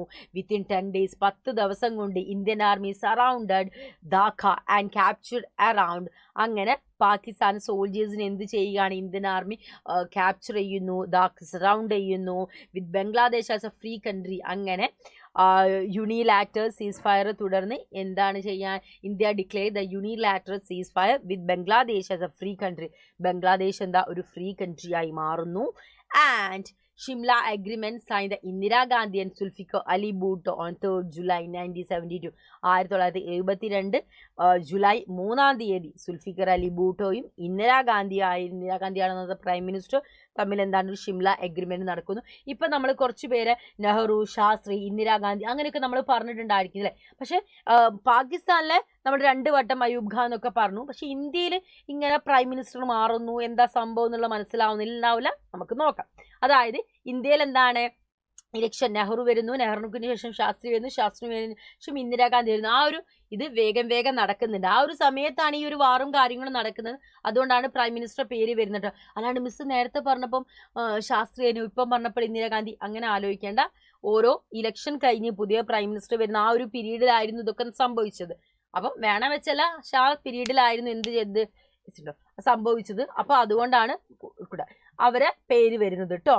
ഓക്കെ, ഇനി വാറിന്റെ റിസൾട്ട് നോക്കുകയാണെങ്കിൽ എന്താ പറയുന്നത്? Victory in the war led to the national liberation, then sign of India's growing military strength, popularity of Indira Gandhi was showed and Congress party won the majority of the states election held after the war. വാറിന് ശേഷം ഇലക്ഷൻ നടന്നു. അതിൻ്റെ അകത്ത് എന്താണ് ഏറ്റവും കൂടുതൽ vote ആർക്ക് ലഭിക്കുകയാണ്? കോൺഗ്രസ് പാർട്ടിക്ക് ലഭിക്കുകയും കാര്യങ്ങളും ചെയ്തു. പിന്നെയും 1999 കാർഗിൽ വാർ നടക്കുന്നു, കാർഗിൽ യുദ്ധം നടക്കുന്നു. Mujahideen, with the support of Pak Army, occupied several points of India. Lock in Mashok Das Khaksar. India's forces reacted it. It was confrontation with the Kargil region. Kargil Day is observed on 26 July. ലാണ് ഈ ഒരു കാർഗിൽ വാറും കാര്യങ്ങളൊക്കെ എന്താ 1999 നടക്കുന്നത്. ഇനി നമ്മൾ നോക്കുന്നത് ഇന്ത്യയുടെ ന്യൂക്ലിയർ പോളിസി. ഇന്ത്യയുടെ എന്താ നോക്കുന്നത്? Nuclear policy. റെഡി അല്ലേടാ ഇന്ത്യയുടെ ന്യൂക്ലിയർ പോളിസി പഠിക്കാൻ വേണ്ടിയിട്ട്? Okay, Nehru, father of modern India, put faith in science and technology for the rapid development of the country. Nuclear programs initiated in the late 1940s. 1940കളിൽ ഹോമി ജെ ബാബയുടെ ഗൈഡൻസോട് കൂടിയാണ് ഇന്ത്യയിൽ ഒരുപാട് ന്യൂക്ലിയർ പ്രോഗ്രാംസ് കാര്യങ്ങളൊക്കെ സ്റ്റാർട്ട് ചെയ്യുന്നത്. NPTയിലും CTBT, NPT എന്താ? Non proliferation treaty. അതിൻ്റെ ഫുൾ ഫോം ഒക്കെ എഴുതാൻ വേണ്ടി എക്സാമിന് വരും. ആൻഡ് CTBT എന്താ? Comprehensive test ban treaty. ഇതിലൊന്നും ഒപ്പുവെക്കാൻ വേണ്ടിയിട്ട് ഇന്ത്യ തയ്യാറായിരുന്നില്ല. അങ്ങനെ ആദ്യമായിട്ട് ഫസ്റ്റ് ന്യൂക്ലിയർ ടെസ്റ്റ് നടക്കുന്നു ഓൺ 18th May 1974. 1974 മെയ് 18 നമ്മുടെ പൊക്രാനിൽ വെച്ചിട്ട് എന്താണ് ഫസ്റ്റ് ട്രീറ്റി നടക്കുക, ഫസ്റ്റ് ന്യൂക്ലിയർ ടെസ്റ്റ് നടക്കുന്നു. സെക്കൻഡ് ന്യൂക്ലിയർ ടെസ്റ്റ് നടക്കുന്നത് എവിടെയായിരുന്നു? 13th May 1998 at Pokhran, known as A operation ശക്തി എന്ന പേരിലാണ് ഇത് അറിയപ്പെട്ടത്. ആൻഡ് ന്യൂക്ലിയർ ടെറൻ മെയിൻറ്റെയിൻ ചെയ്ത് ഇന്ത്യ പോകുന്നുണ്ട്. Non use of nuclear weapons against non nuclear countries. അതാണ് non use of nuclear weapon against non nuclear countries. ഇതൊക്കെയാണ് ഇന്ത്യയുടെ ന്യൂക്ലിയർ പോളിസി എന്ന് പറയുന്നത്. ഓക്കെ, ക്ലിയർ ആയില്ലേ മക്കളെ? സെറ്റായില്ലേ? അങ്ങനെയാണെങ്കിൽ നമ്മൾ ഇനി എങ്ങോട്ടാ പോകുന്നത്? നമ്മുടെ 5th ചാപ്റ്ററിലേക്കാണ്, നമ്മുടെ 5ാമത്തെ ചാപ്റ്ററിലേക്കാണ് നമ്മൾ ഇനി പോകാൻ പോകുന്നത്. 5th ചാപ്റ്റർ ആട്ടോ നമ്മൾ ഇനി ഡിസ്കസ് ചെയ്യാൻ പോകുന്നത്. 5th ചാപ്റ്റർ റെഡി അല്ലേ? ഓക്കെ അല്ലേ? ഇവിടെ മക്കളെ നോക്കിക്കേ,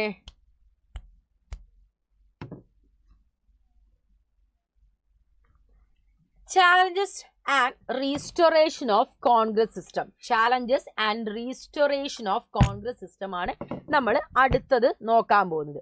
സോ ഇവിടെ നമ്മൾ ആരെ കുറിച്ചാണ് പഠിക്കാൻ പോകുന്നത്? കോൺഗ്രസിനെ കുറിച്ച് നമ്മൾ എന്ത് ചെയ്യുന്നുണ്ട്? പഠിക്കുന്നുണ്ട്. ആരെ കുറിച്ച് പഠിക്കുന്നുണ്ട്?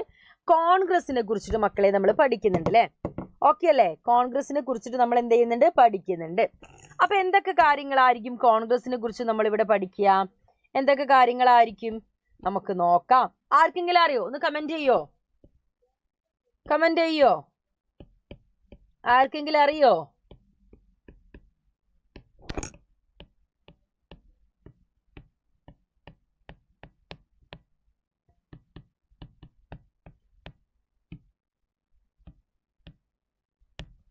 ഓക്കെ,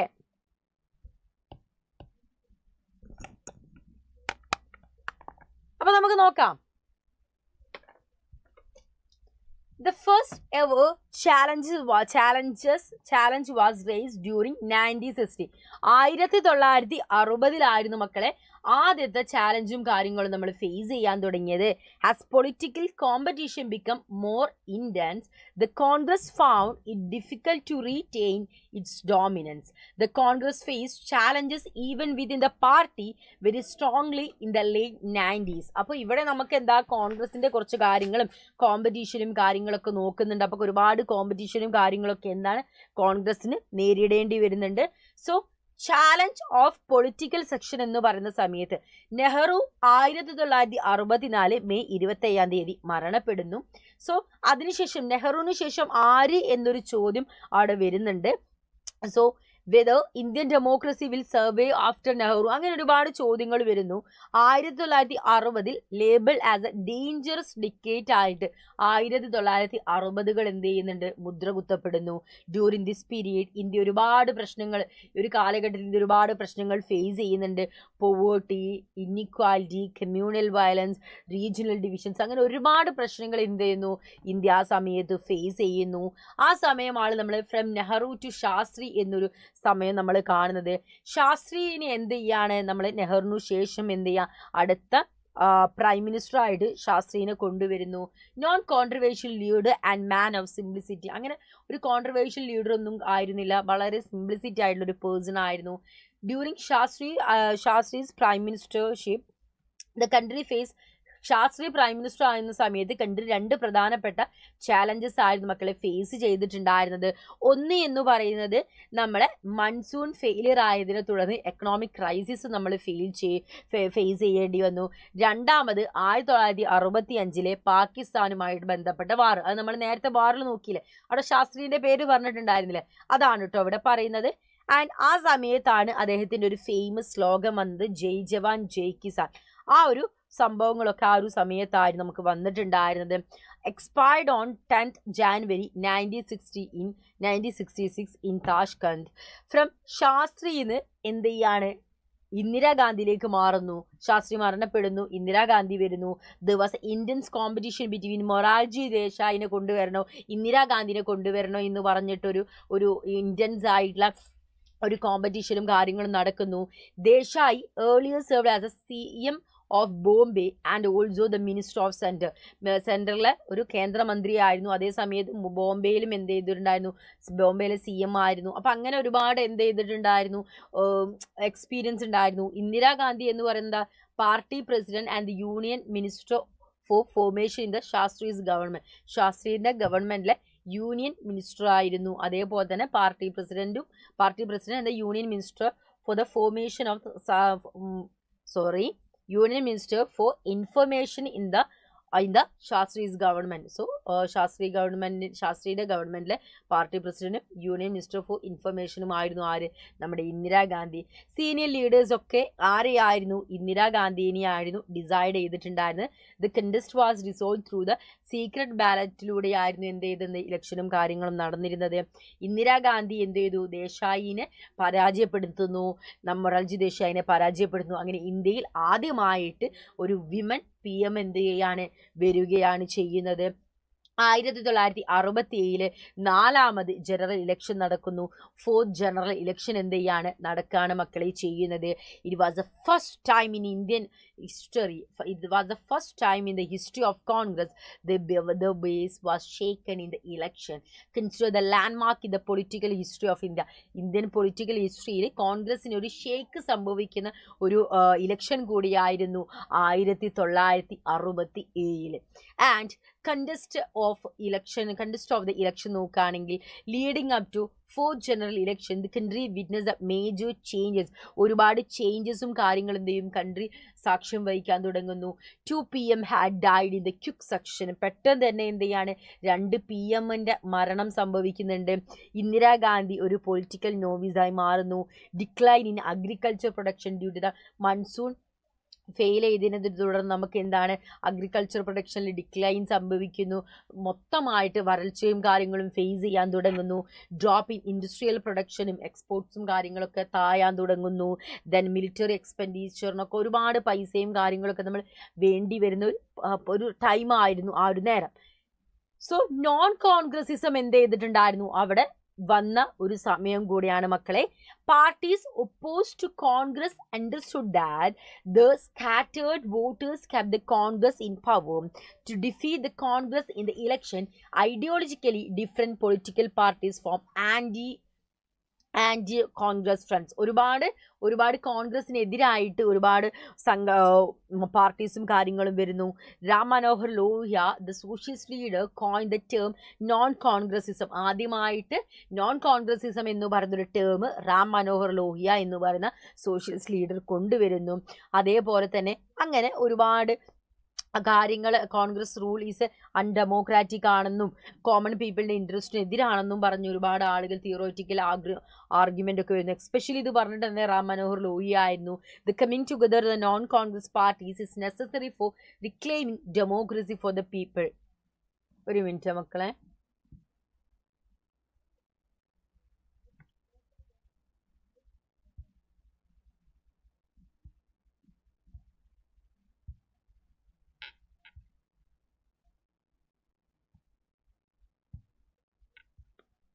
സ്ക്രീൻ ഒന്ന് ഔട്ടായതാണ്. അപ്പോൾ നമുക്കതൊന്ന് സെറ്റ് ചെയ്യാം. ഓക്കെ, ശ്രദ്ധിച്ചിരിക്കണേ മിസ്. അതൊന്ന് സെറ്റ് ചെയ്യട്ടെ കേട്ടോ.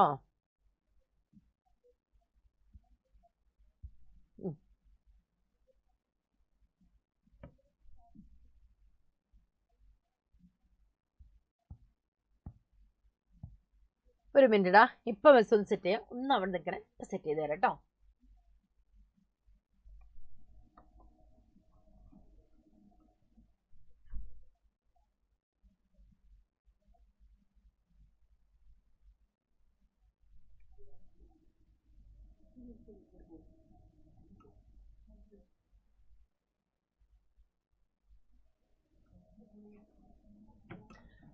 അപ്പൊ മക്കളെ സെറ്റ് ആയില്ലേ? അപ്പൊ എല്ലാവരും വേഗം പോന്നോളൂ. അപ്പൊ നമ്മൾ ആരെ കുറിച്ചാണ്? രാം മനോഹർ ലോഹ്യനെ കുറിച്ചാണ് പറഞ്ഞത്. അങ്ങനെ ഒരുപാട് നോൺ കോൺഗ്രസ് പാർട്ടീസും കാര്യങ്ങളൊക്കെ വരുന്നു. ഈ നോൺ കോൺഗ്രസ് പാർട്ടി വന്നത് കൊണ്ട് മാത്രമാണ് ഡെമോക്രസിയെ നമുക്ക് നല്ല രീതിയിൽ എന്ത് ചെയ്യാൻ പറ്റുകയുള്ളൂ. ഡെമോക്രസി വീണ്ടെടുക്കാൻ പറ്റണമെങ്കിൽ എന്ത് വേണം? നോൺ കോൺഗ്രസിസം ഉണ്ടാവണമെന്ന് രാം മനോഹർ ലോഹ്യ പോലുള്ള ഒരുപാട് ആളുകൾ എന്ത് ചെയ്തു? പറഞ്ഞുകൊണ്ടേയിരുന്നു. ദെൻ ഇലക്ഷൻ വേർഡിക്റ്റ് വരുന്നു. ഇലക്ഷൻ വേർഡിക്റ്റ് എന്താണെടാ? The result jolter the Congress at both the national and the state level. The election result was described as a political earthquake. ഒരു പൊളിറ്റിക്കൽ earthquake തന്നെയായിരുന്നു എന്ത് എന്ന് പറയുന്നതടാ ഈ ഒരു ഇലക്ഷൻ. അത്രത്തോളം എന്താണ് ഒരു earthquake തന്നെ നമ്മൾ ഒന്നാകെ കുലിയില്ല. അതേ രീതിയിലായിരുന്നു എന്താ ഈ ഒരു ഇലക്ഷൻ, പൊളിറ്റിക്കൽ earthquake സംഭവിച്ചത്. The Congress manage to get majority in the Lok Sabha. Majority കിട്ടാൻ വേണ്ടി ഒരുപാട് പരിശ്രമിച്ചു. Almost half of the ministers of Indira Gandhi's cabinet were defeated like Kamaraj, SK Patil, Atulya Ghosh. The Congress lose majority in 7 states. കോൺഗ്രസിന് എന്താ 7 സ്റ്റേറ്റിലെ മെജോറിറ്റി എന്ത് ചെയ്തു, നഷ്ടപ്പെട്ടു. DMK, a regional party, came to power in Madras Legislative Assembly. Madras legislative അസംബ്ലിയിൽ DMK എന്ന് പറയുന്ന party എന്ത് ചെയ്തു, ഭരണത്തിൽ വരുന്നു. ഒരു റീജിയണൽ പാർട്ടി ഭരണത്തിൽ വരുന്നു. ദെൻ പിന്നെ നമ്മൾ കാണുന്നത് കോയിലേഷൻ ആണടാ.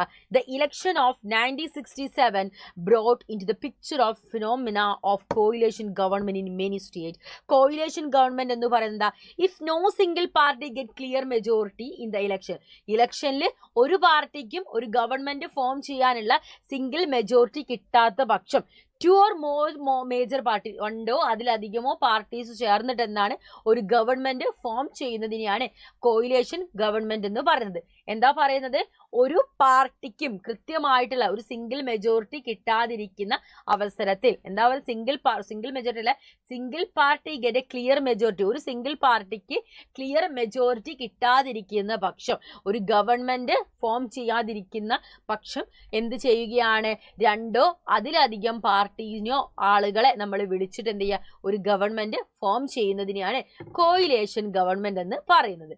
ഓക്കെ, ദെൻ ഡിഫെക്ഷൻ ആണ് അടുത്ത നമ്മൾ മക്കളെ നോക്കുന്നത്. എന്താ നോക്കുന്നത്, ഡിഫെക്ഷൻ. ഓക്കെ അല്ലേടാ?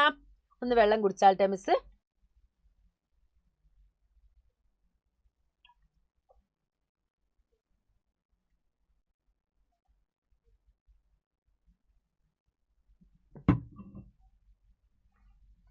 ദെൻ ഡിഫെക്ഷൻ നമുക്ക് നോക്കാം. Another important feature of 1967 election. 1967 അടുത്ത പ്രധാനപ്പെട്ട ഒരു ഫീച്ചർ ആയിരുന്നു ഡിഫെക്ഷൻ എന്ന് പറയുന്നത്. If a representative leaves the party on who symbol he or she has elected and joins another party called defection. Defection എന്ന് പറയുന്നത് എന്താണ്, ഇഫ് എ റെപ്രസെന്റേറ്റീവ് ലീവ്സ്, എന്താ പറയുന്നത് മക്കളെ, റെപ്രസെന്റേറ്റീവ് എന്താ ലീവ് ചെയ്യുകയാണ്, ഈ representative leave the party on whose symbol he or she has elected and joined another party. എന്നിട്ട് മറ്റൊരു പാർട്ടിയിൽ ജോയിൻ ചെയ്യുന്നതിന് എന്ത് നമ്മൾ വിളിക്കും, ഡിഫെക്ഷൻ എന്ന് വിളിക്കും. ഈ ഒരു സമയത്ത് 1967 ഇലക്ഷനിൽ ഈ ഒരു ഡിഫെക്ഷൻ സംഭവിച്ചിട്ടുണ്ടായിരുന്നു. ആൻഡ് അതിനുശേഷം കോൺഗ്രസിൽ സ്പ്ലിറ്റ് സംഭവിക്കുന്നു. 1967 ഇലക്ഷനെ തുടർന്നിട്ട് എന്ത് സംഭവിക്കുക, Congress could be defeated at the election but the coalition government had no consistency. Then ഇവിടെ എന്ത് ചെയ്യാണ്, സ്പ്ലിറ്റ് സംഭവിക്കുന്നു. സിൻഡിക്കേറ്റും ഇന്ദിരാഗാന്ധിയുമായിട്ട് ഇഷ്യൂസ് സംഭവിക്കുന്നു. The real challenge to India came not from the opposition but from the within her own party. മറ്റുള്ള പാർട്ടിയിൽ നിന്നുള്ള ചാലഞ്ചസും കാര്യങ്ങളും അല്ല ഇന്ദിരാഗാന്ധിക്ക് ഫേസ് ചെയ്യേണ്ടി വന്ന, സ്വന്തം പാർട്ടിയിൽ എന്തായിരുന്നു, ഒരുപാട് ചാലഞ്ചസും ഒപ്പോസിഷൻസും ഉണ്ടായിരുന്നു. Had to deal with syndicate, a group of powerful ആയിട്ടുള്ളതും ഇൻഫ്ലുവൻസ് ആയിട്ടുള്ള ആളുകളുള്ള ഒരു ഗ്രൂപ്പാണ് കോൺഗ്രസിനകത്തെ സിൻഡിക്കേറ്റ് എന്ന് പറയുന്നത്. സോ അവരായിരിക്കും എന്താണ്, the played a vital role in the installation of Indira as a PM. ഇന്ദിരയെ PM ആക്കാൻ വേണ്ടിയിട്ട് ഒരു പ്രധാന പങ്ക് വഹിച്ച ആളുകളാണ് സിൻഡിക്കേറ്റ് എന്ന് പറയുന്നത്. പക്ഷേ they expected Indira to follow the advice. അവർ വിചാരിച്ചെന്താ, ഞങ്ങൾ കാര്യങ്ങൾ പറയും, ഞങ്ങൾ അഡ്വൈസ് ചെയ്യും, അതിനനുസരിച്ച് ഇന്ദിര ഭരിച്ചോളും എന്നായിരുന്നു വിചാരിച്ചത്. പക്ഷെ ഇന്ദിര എന്തായിരുന്നു, അവൾക്ക് മറ്റുള്ള കയ്യിലെ കളിപ്പാട്ടയാവാൻ വേണ്ടി, പപ്പറ്റാവാൻ വേണ്ടിയിട്ട് അവർക്ക് സാധിച്ചിരുന്നില്ല. അവൾക്ക് എന്താണോ അവൾക്ക് തോന്നിയത് അതേ രീതിയിലായിരുന്നു ഭരണകാര്യങ്ങൾ നടത്തിയത്. മറ്റുള്ളവർ എന്തോ പറയുന്നു അതിനനുസരിച്ച് ഞാൻ ചെയ്യണം, ആ രീതിയൊന്നും ഇന്ദിരാഗാന്ധിക്ക് ഉണ്ടായിരുന്നില്ല. ആൻഡ് ഇവിടെ എന്താ സംഭവിക്കുന്നത്, Xi cemented her position in the party by her choose the trusted group of advisors from the outside of the party. Slowly and gradually she sidelined the syndicate. അങ്ങനെ മെല്ലെ മെല്ലെ എന്തായി, ആ സിൻഡിക്കേറ്റിന് ഇന്ദിരാഗാന്ധി എന്താ സൈഡ് ആവാൻ തുടങ്ങി. അങ്ങനെ ഇന്ദിരാഗാന്ധി എന്ത് ചെയ്യുക, to get liberated from the clutches of syndicate to work toward regaining the ground of the Congress lost the election. ഇലക്ഷന് കോൺഗ്രസ് ലോസ്റ്റ് ചെയ്യുന്ന അതിൽ നിന്ന് തിരിച്ചു പിടിക്കണം കോൺഗ്രസിന്. അതിന് വേണ്ടിയിട്ട് ഇന്ദിരാഗാന്ധി എന്ത് ചെയ്യുന്നുണ്ട്, ഒരു കാര്യങ്ങൾ പ്ലാൻ ചെയ്യുന്നു. 10-point programme 1967 10-point programme start ചെയ്യുന്നു. launched a series of program to give the government policy of left orientation. ഒരു സീരീസ് ഓഫ് പ്രോഗ്രാംസ് അവർ സ്റ്റാർട്ട് ചെയ്യുന്നു. അതിൽ ഇൻക്ലൂഡ് ആയതായിരുന്നു social control of banks, nationalisation of general insurance, sailing on urban property and income, public distribution of food grains, land reforms. ഇങ്ങനെ ഒരു series of programmes എന്ത് ചെയ്യുന്നു, ഇന്ദിരാഗാന്ധി കൊണ്ടുവരുന്നു. അങ്ങനെ ആളുകളുടെ കണ്ണിലുണ്ണിയായിട്ട് ആര് മാറുകയാണ്, ഇന്ദിരാഗാന്ധി മാറുന്നു.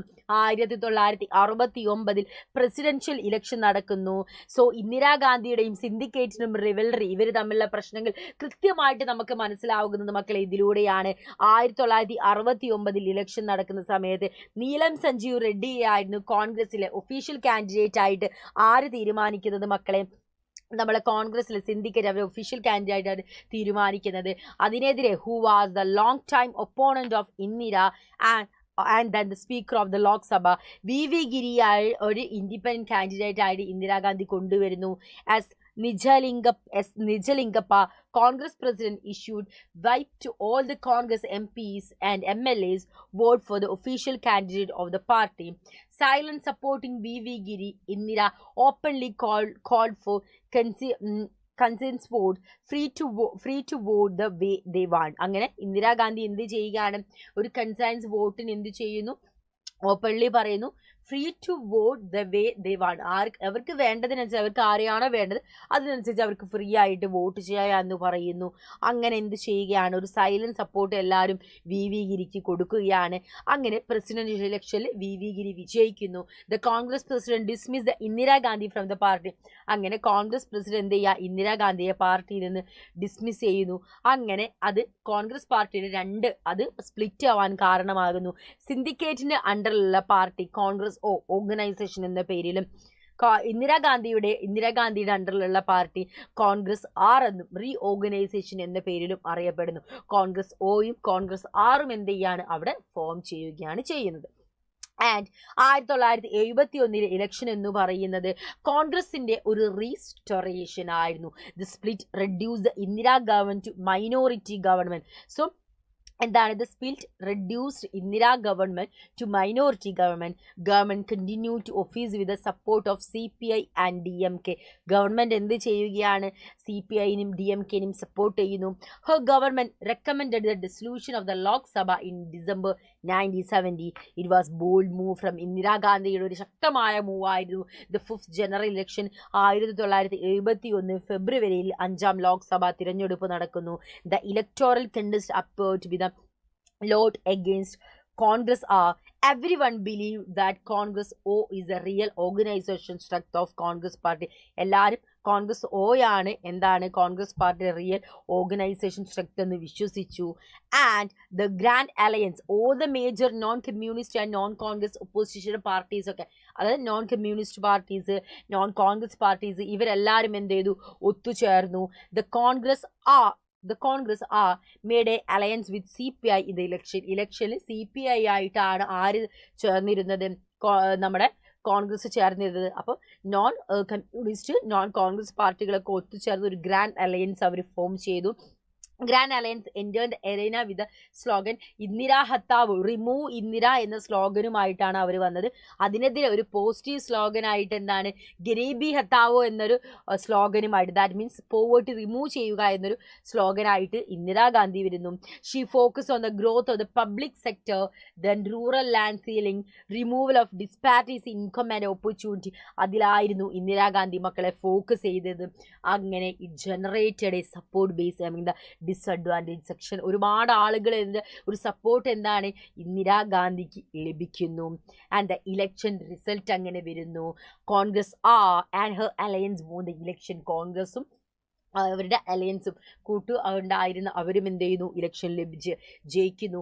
Secure 2/3 majority in the election and prove that Congress is A real Congress. 2/3 majority Congress ലഭിക്കുന്നു. അങ്ങനെ കോൺഗ്രസ് ആണ് റിയൽ കോൺഗ്രസ് എന്നെന്ത് ചെയ്യാണ് അവിടെ തെളിയുന്നു. The grand alliance was grand failure. Non കമ്മ്യൂണിസ്റ്റും നോൺ കോൺഗ്രസ് എല്ലാവരും ചേർന്നിട്ട് എന്താണ് ഒരു പാർട്ടി അവർ ഫോം ചെയ്തെങ്കിലും അവർക്ക് എന്താണ് 40 സീറ്റ് പോലും എന്തായാലും ലഭിച്ചിരുന്നില്ല. ഗ്രാൻഡ് അലയൻസ് എന്നുള്ള ഒരു ഗ്രാൻഡ് ഫെയിലിയർ ആയി മക്കളെ മാറി. 1971 ഇൻഡോ പാക് വാർ നടക്കുന്നു. Double the name and the fame of Indira Gandhi. ഇന്ദിരാഗാന്ധിയുടെ ഫെയിമും നെയിമും ഡബിൾ ആകാൻ അത് കാരണമായി. The dominance of the Congress was restored. അങ്ങനെ കോൺഗ്രസിന്റെ ആ ഡോമിനൻസ് വീണ്ടും എന്ത് ചെയ്യുക, റീസ്റ്റോർ ചെയ്യുകയാണ് അവിടെ നടക്കുന്നത്. ആൻഡ് റീസ്റ്റോറേഷനിലേക്ക് പോകുന്ന സമയത്ത് the new Congress was entirely different from the old Congress. പുതുതായിട്ട് ഫോം ചെയ്ത കോൺഗ്രസ് ഓൾഡ് കോൺഗ്രസിന് എൻറ്റയർലി ഡിഫറെൻ്റ് ആയിരുന്നു. പാർട്ടി എൻറ്റയർലി ഒരു supreme popularity of the supreme leader. Party entirely depend on the popularity of the supreme leader. അവരെല്ലാവരും ആരെയാണ് depend ചെയ്തത്? ഇന്ദിരാഗാന്ധിയായിരുന്നു. It had a weak organisational structure, failure of accommodative different all kinds of opinion and interest within the party. So restoration ആണ് അവിടെ നമുക്ക് കാണുന്നത്. Okay okay, സെറ്റല്ലേ മക്കളെ? സെറ്റല്ലേ? ഓക്കെ, അപ്പൊ നമ്മള് എത്ര ചാപ്റ്റേഴ്സ് പഠിച്ചു? യെസ്, നമ്മളിപ്പം ടോട്ടൽ 5 ചാപ്റ്റേഴ്സ് പഠിച്ചു. ഇനി നമ്മൾ പോകുന്നത് നമ്മുടെ 6th ചാപ്റ്റേഴ്സിലേക്കാണ്. അപ്പൊ ഇതും കൂടി 6, 7, 8 3 ചാപ്റ്റേഴ്സും കൂടെ നമുക്ക് പഠിക്കാനുണ്ട്. അപ്പൊ എല്ലാവരും സെറ്റ് അല്ലേ? ഓക്കെ അല്ലേ? അപ്പൊ 3 ചാപ്റ്റേഴ്സ് നമുക്ക് പഠിക്കണം. The crisis of democratic order എന്ന് പറയുന്ന അടുത്ത ചാപ്റ്റർ ആണ്. അത് കഴിഞ്ഞിട്ട് നമുക്ക് എന്തെല്ലാം കുട്ടി അല്ല, വലിയ ചാപ്റ്റേഴ്സ് ആണ്. എന്നാലും നമുക്ക് എന്ത് ചെയ്യാം? പഠിക്കാടാ, നമുക്ക് പരീക്ഷ എഴുതണ്ടേ? അപ്പൊ നിങ്ങൾ കൂടെ നിക്കില്ലേ? ഓക്കെ, അപ്പൊ നമുക്ക് പഠിക്കട്ടോ. അപ്പൊ മിസ് കുറച്ചൊന്ന് വെള്ളം കുടിച്ചാട്ടെ.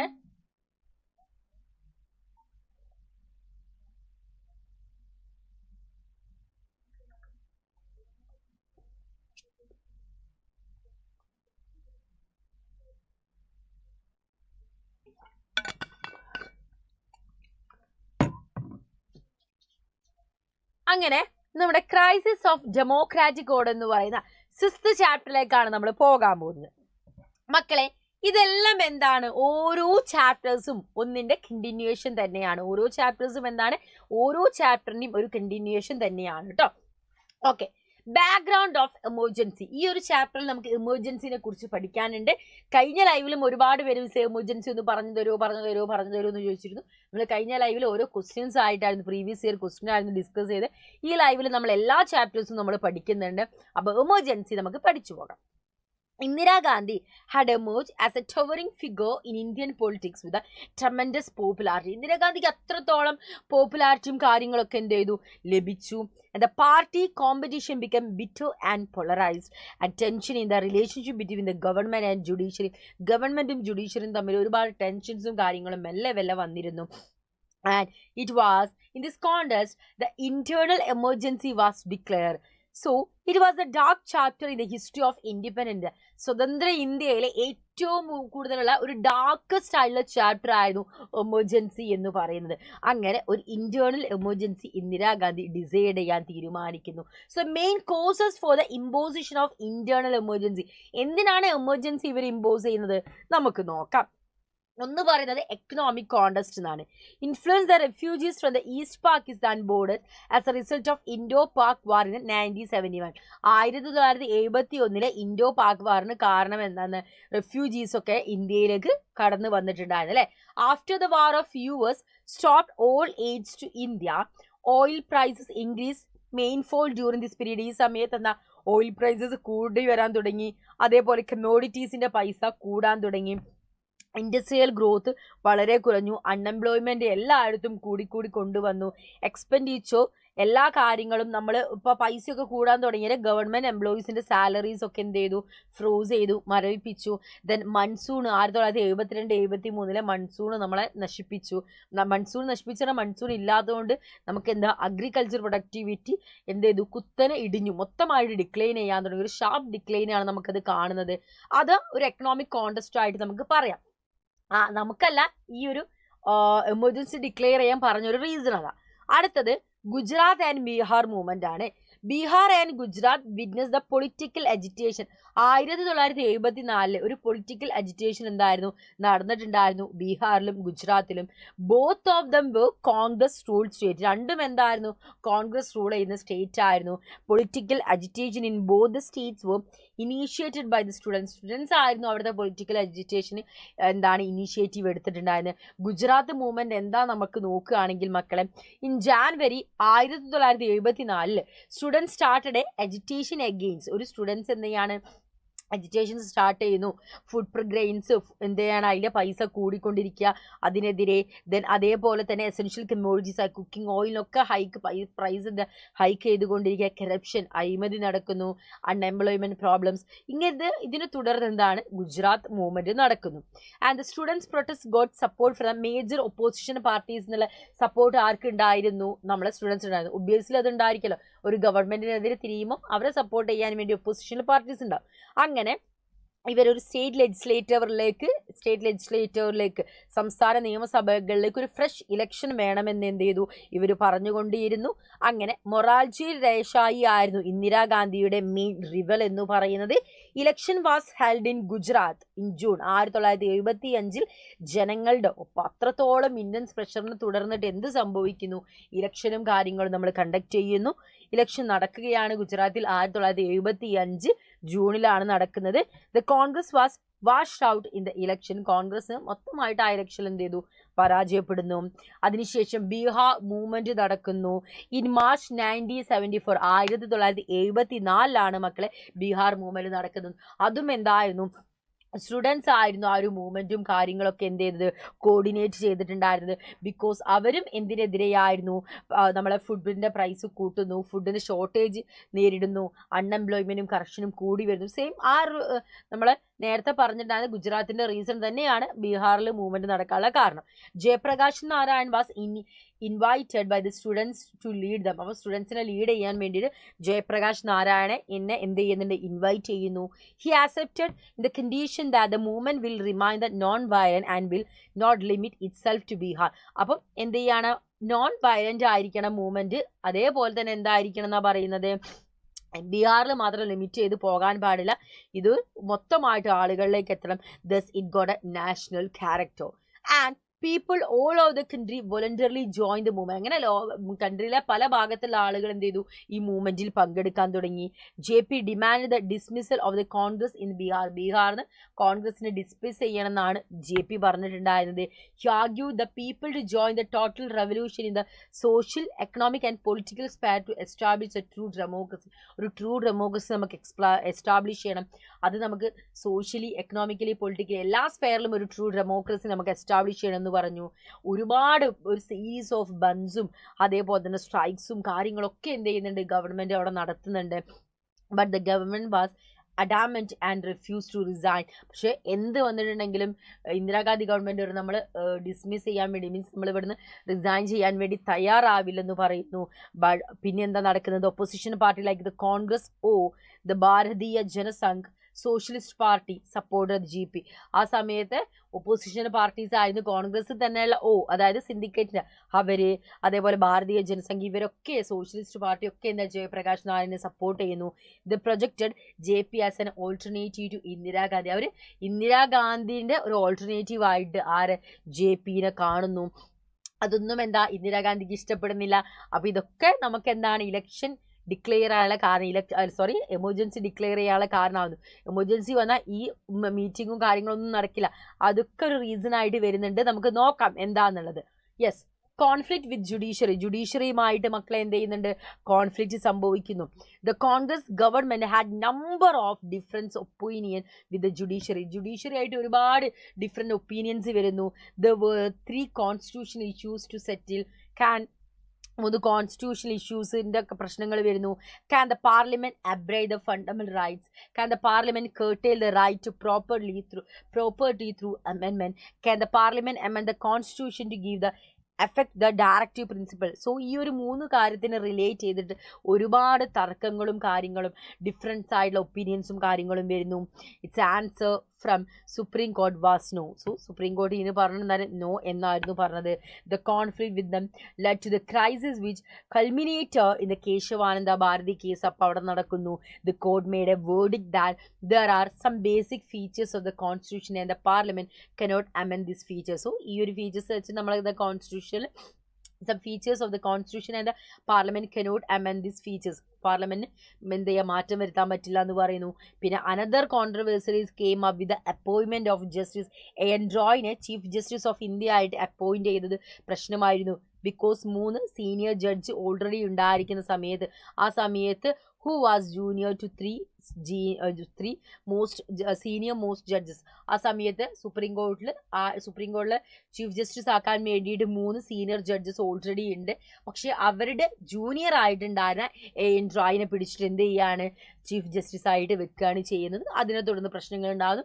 ആ പ്രശ്നങ്ങളൊക്കെ എരിവരിയായിട്ട് എന്ത് ചെയ്തു, തുടക്കത്തിൽ മെല്ലെ ഒന്ന് കത്തിച്ചു വിട്ടതാണ്. പക്ഷെ കത്തി ഇന്ദിരാഗാന്ധിയുടെ കയ്യിൽ നിന്ന് പോയി. അവസാനം ഇതൊക്കെ സ്റ്റോപ്പ് ചെയ്യാൻ ഒരു വഴിയുള്ളൂ. ഞാൻ പറഞ്ഞ കേൾക്കൂല. അവസാനം എന്ത് ചെയ്തു, എമർജൻസി ഡിക്ലെയർ ചെയ്തു. യെസ്, അങ്ങനെ എമർജൻസി ഡിക്ലെയർ ചെയ്യുകയാണ് ചെയ്യുന്നത്. അപ്പോൾ എമർജൻസിൻ്റെ ആ ഡിക്ലറേഷൻ 3 ഇൻസിഡൻ്റ് ആയിട്ട് നമുക്ക് പഠിക്കണം. ഇത് മക്കളെ 8 മാർക്കിൻ്റെ എസ് ആയിട്ട് വരും. അപ്പം ഞാൻ തുടക്കത്തിൽ മുതൽ ഈ ചാപ്റ്റർ തുടങ്ങി അപ്പം മുതൽ ഈ പറയുന്ന കാര്യങ്ങളൊക്കെ എന്ത് ചെയ്യണം, അതിൽ ഇൻക്ലൂഡ് ചെയ്യണം കേട്ടോ. സോ ഫസ്റ്റ് വന്നത് നമ്മുടെ അലഹബാദിലെ high court judgement of the Allahabad high court verdict ആണ്. ഈ declare that Indira Gandhi election 1975 June 12 നടന്നിട്ടുണ്ടായിരുന്ന Indira Gandhi and ഒരു ലോക്സഭ ഇലക്ഷൻ ഇൻവാലിഡ് ആണെന്ന് ഡിക്ലെയർ ചെയ്യുന്നു. The order came an election petition filed by Raj Narayan file ചെയ്ത പെറ്റീഷനെ തുടർന്നാണ് വരുന്നത്. He was A candidate who had contest against ഇന്ദിരാഗാന്ധിക്കെതിരെ 1971 ഇലക്ഷനിൽ പങ്കെടുത്ത വ്യക്തിയായിരുന്നു. Petition against Indira Gandhi that she had used government machinery and government servants in her election campaign. Election campaign government മെഷീനറീസും government സെർവൻസിനും use ചെയ്തിട്ട് ആണ് ഇലക്ഷൻ ക്യാമ്പയിൻ നടത്തിയത് എന്ന ഒരു അലിഗേഷനാണ് ഇന്ദിരാഗാന്ധിക്കെതിരെ വരുന്നത്. So she could not be the PM of the country. അപ്പോൾ അതുകൊണ്ട് ഒരിക്കലും കൺട്രിയിലെ PM ആയിട്ട് മാറരുത്. Unless once again elected within the 6 months on June 24, 1975 the Supreme Court granted partial stay on the verdict of the Allahabad High Court.